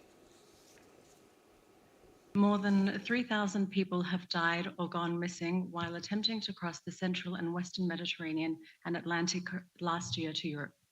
This is according to a new report released today by UNHCR, the UN Refugee Agency, which calls for urgent support to prevent deaths and protect refugees and asylum seekers who are embarking on dangerous journeys by land and sea. Of the 2021 total, 1,924 people were reported dead or missing on the central and western Mediterranean routes, while an additional 1,153 perished or went missing on the northwest African maritime route to the Canary Islands. The number of deaths reported in 2020 were 1,544 for the two routes. Alarmingly, since the beginning of the year, an additional 478 people have also died or gone missing at sea. Most of the sea crossings took place in packed, unseaworthy inflatable boats, many of which capsized or were deflated, leading to the loss of life. And moving on to outside Africa, Ukrainian rescue workers today recovered a body from under the rubble of a building in Kyiv that was hit by a missile. Radio Liberty said in a statement that the body was that of a Vera Eirik, a producer from the news organization who had worked in their Kyiv bureau since February 2018. Eirik lived in the building that was hit. The death was the first reported on Thursday's April 28th missile strike as UN Secretary General Antonio Guterres visited Kyiv. Ukrainian officials said 2 Russian missiles had struck the capital. Russia has not commented on the incident. The Premier of the British Virgin Islands and the Director of the Caribbean Territories Port were arrested yesterday on drug smuggling charges in South Florida. Premier Andrew Arturo Fahy and Managing Director Olivier Maynard were taken into custody by U.S. Drug Enforcement Administration agents at Miami Opal Local Executive Airport. They've been charged with conspiracy to import cocaine and conspiracy to launder money, according to a criminal complaint. Maynard's son, Kadim Maynard, faces the same changes in the alleged scheme, according to the records. Governor of the British Virgin Islands, John Rankin, released a statement clarifying that Thursday's arrests in Florida were not connected to a commission of inquiry issued last year in the territory. As you are aware from news reports, Premier and Minister of Finance, Honorable Andrew A. Foy, and Managing Director of the Ports Authority, Mrs. Olivine Maynard, have been detained in Miami by the United States Drug Enforcement Administration on alleged charges of conspiracy to import a controlled substance and money laundering. I nor the other ministers of government have spoken with Premier Foy or Mrs. Maynard. However, we call for them to be afforded due process in the U.S. courts of law. And in business news, the Nasdaq-led Wall Street's main index is lower today as disappointing quarterly report from Amazon pressured growth stocks, pushing the tech-heavy index towards its worst month since 2008.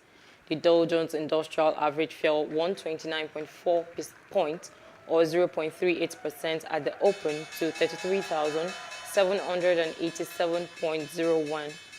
The S&P 500 fell 33.7 points, or 0.79%, at the open to 4,253.75, while the Nasdaq Composite dropped 161.1 points, or 1.25%, to 12,710.416 at the opening bell. And sports, the Ancelotti expects rotations for Real's The Real Madrid coach Carlo Ancelotti suggested it will rest several regular starters for tomorrow's La Liga match against Espanyol. They are preparing to host Manchester City in the second leg of their Champions League semi-final a few days later. Real will be looking to overturn a 4-3 deficit from the first leg in order to reach their 17th final in the competition. The La Liga leaders need at least a point against lowly Espanyol, who have lost 3 of their last league games, to guarantee their 35th Spanish title with almost a month of the season remaining. Chris Paul made NBA playoff history for the most field goals made without a miss after shooting 14 for 14 as the Phoenix Suns clinched a 4-2 series victory over New Orleans Pelicans. The former Pelicans man led the scoring with 33 points and also contributed with 8 assists and 5 rebounds while being perfect from the line. The Pelicans led with 2 minutes left in the game, but Brandon Ingram's team eyed 21 points and 11 assists were not enough to close it out for the Pelicans. The top-seeded Suns will now face the 4th-seed Dallas Mavericks in the Western Conference semis. Defended by Bridges. He did a great job on both McCollum and Ingram. Ingram with a 3. His footwork, great hands. McCollum aggressive with his shot. Got it! Fat! Galloping is Jones. On the wing, Alvarado, the trailing Ingram. Here we go at Bridges inbounding. Biombo is in. He threw it away. Jones behind the back. Oh! Screen by Ayton. Chris Paul for the lead for Phoenix. Or does he? Another steal by Alvarado. Alvarado knocked away. Great defensive play by Crowder. It's single digits on the clock. Booker 3. Good! Moments like this. 11 for Booker. They double McCollum. Pickpocketer. Ripped away. Bridges the other way. Paul dancing, driving, shooting, scoring. Phoenix Suns a year ago. And this is nothing but... And that's the news update. For more stories, please follow us on our Facebook, Twitter, and Instagram. And do subscribe to our YouTube channel at PlusTvAfrica and PlusTvAfrica Lifestyle. I am Khadijat Balogun. Many thanks for watching.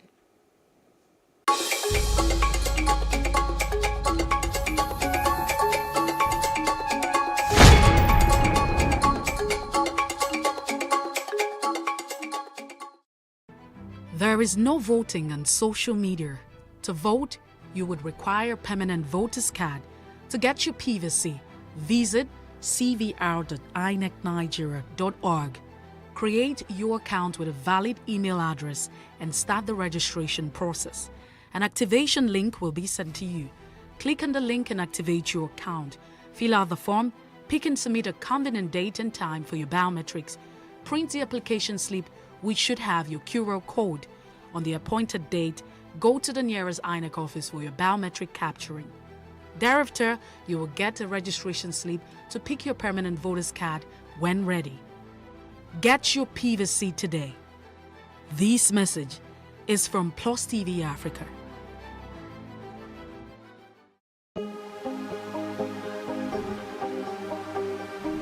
This is it for upcoming artists to blow in Nigeria.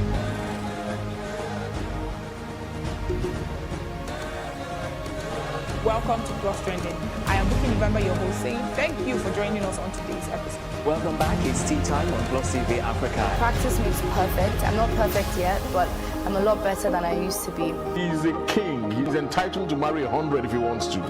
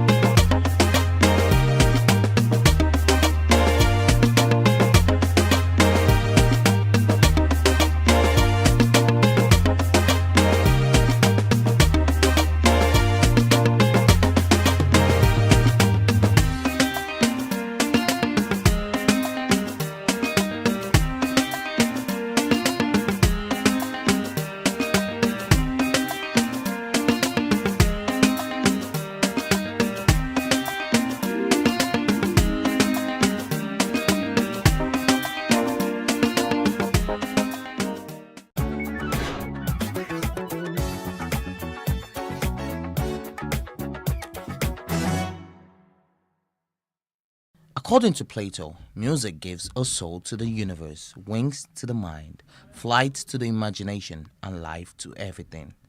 This is no surprise as the music industry is one of the most booming industries in Nigeria, as the motion pictures and music recording accounted for 730 billion naira of Nigeria's GDP in 2020. It has not always been this way, as the music industry has experienced a full turnaround from the days the boys wore baggy jeans, big gold chains, and oversized t-shirts. Let me take you down memory lanes of the good old days. Onyeka Onwenu, Iyogugu.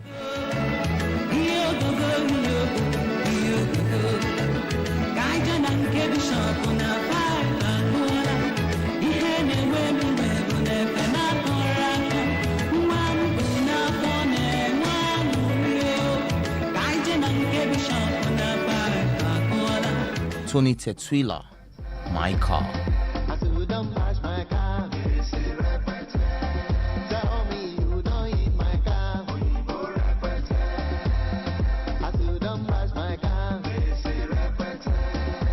Plantation Boys, Don't You Know? Baby, don't you know that I really love you so? That I really love you so. Never let you go, and I never let you go. Baby,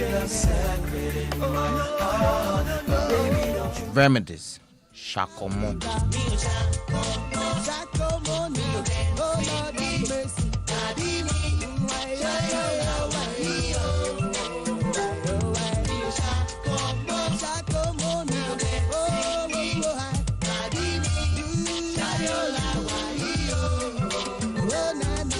Maintain, Catch Hold. I catch go. I ship party 1-4, I catch go.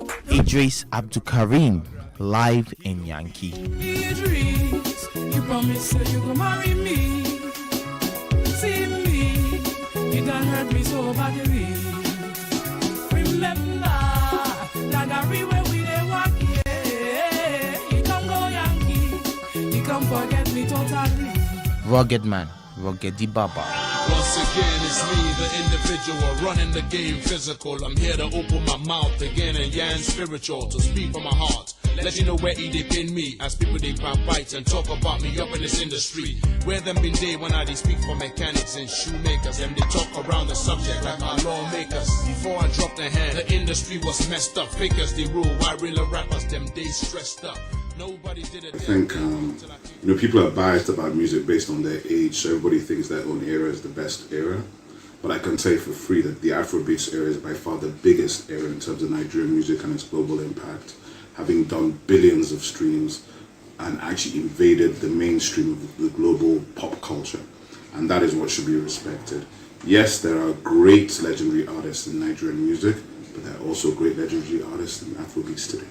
The reality of it is that most people do not understand that if you were looking at all the areas and the industries in the world you could work on, probably the hardest is the music and the film industries. There are millions of artists, millions of creative people. A very, very, very small percentile ever make it. It's a little bit like the 100-meter final in the Olympics.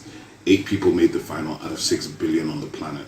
They are very special people, which is why I get very irritated with Nigerians not celebrating people who make finals. So artists have a very, very hard road to ever become successful, and it's not easy. So to fail, you first have to try to fail. So keep trying. Even if you fail, get up and try again. We can't discuss Nigerian music without Fela Kuti, the king of Afrobeats, the original, the poet, the prince, the rebel, the philosopher. We can't discuss Nigerian music for me without Bongo High Life, which is really from Owerri, with the Peacocks International, the Oriental Brothers. That's the foundation of that music. I love it. And then, in the modern era, I think Blackie, who's my brother, Daddy Shoki, all those guys that came through in the late 80s, early 90s, salute to them. I'm sure those videos brought back nostalgia. We would end this by asking the Nigerian citizens what generation of music they prefer, the good old days as far as lyrics and content are concerned, or what we call Afrobeats today. I prefer the old school compared to the new schools. I'm gonna miss you. I'm gonna I cannot miss you. All my love is out for you. Still, nothing could. No. If you love a woman, tell her that she is the one. Something like that. I think really love a woman. No. Old generation, I think, is the best because this generation of these days now, they always sing about love. But back in the days, what they sing is meaningful.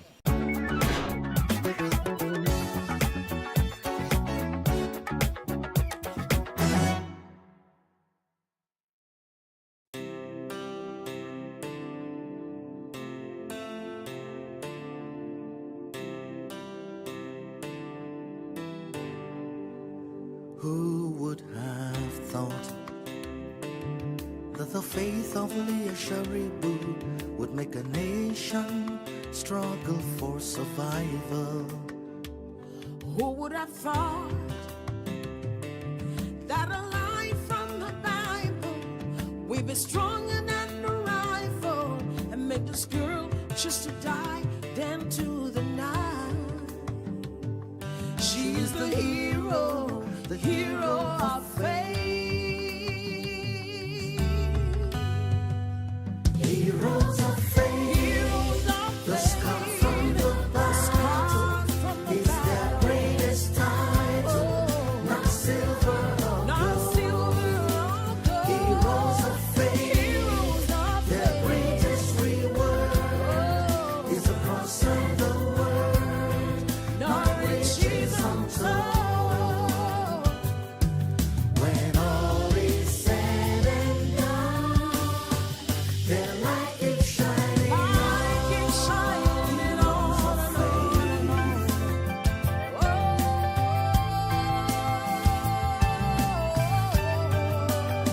Who would have thought that 4 years would go by and the nations would stand by in silence and pretend no wrong was done? Who would have thought that no amount of darkness can quench the smallest light? Oh, daughter of Zion, keep shining on. You are the hero of faith. Heroes of faith, the scar from the battle is their greatest title, not silver or gold. Heroes of faith, their greatest reward is the cross and the word, not riches untold. When all is said and done, their light keeps shining on.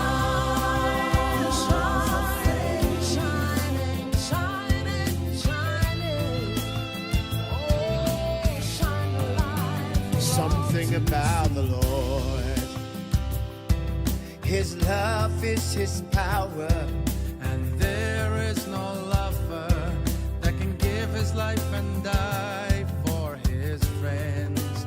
Something about the Lord, His kingdom is forever. He will rule the world with power, in righteousness, peace, and joy. He is the hero of faith. Oh, heroes of faith, the scar from the battle is their greatest title, not silver or gold. Heroes of faith, their greatest reward is the cross and the word, not riches untold. When all is said and done, their light keeps shining on.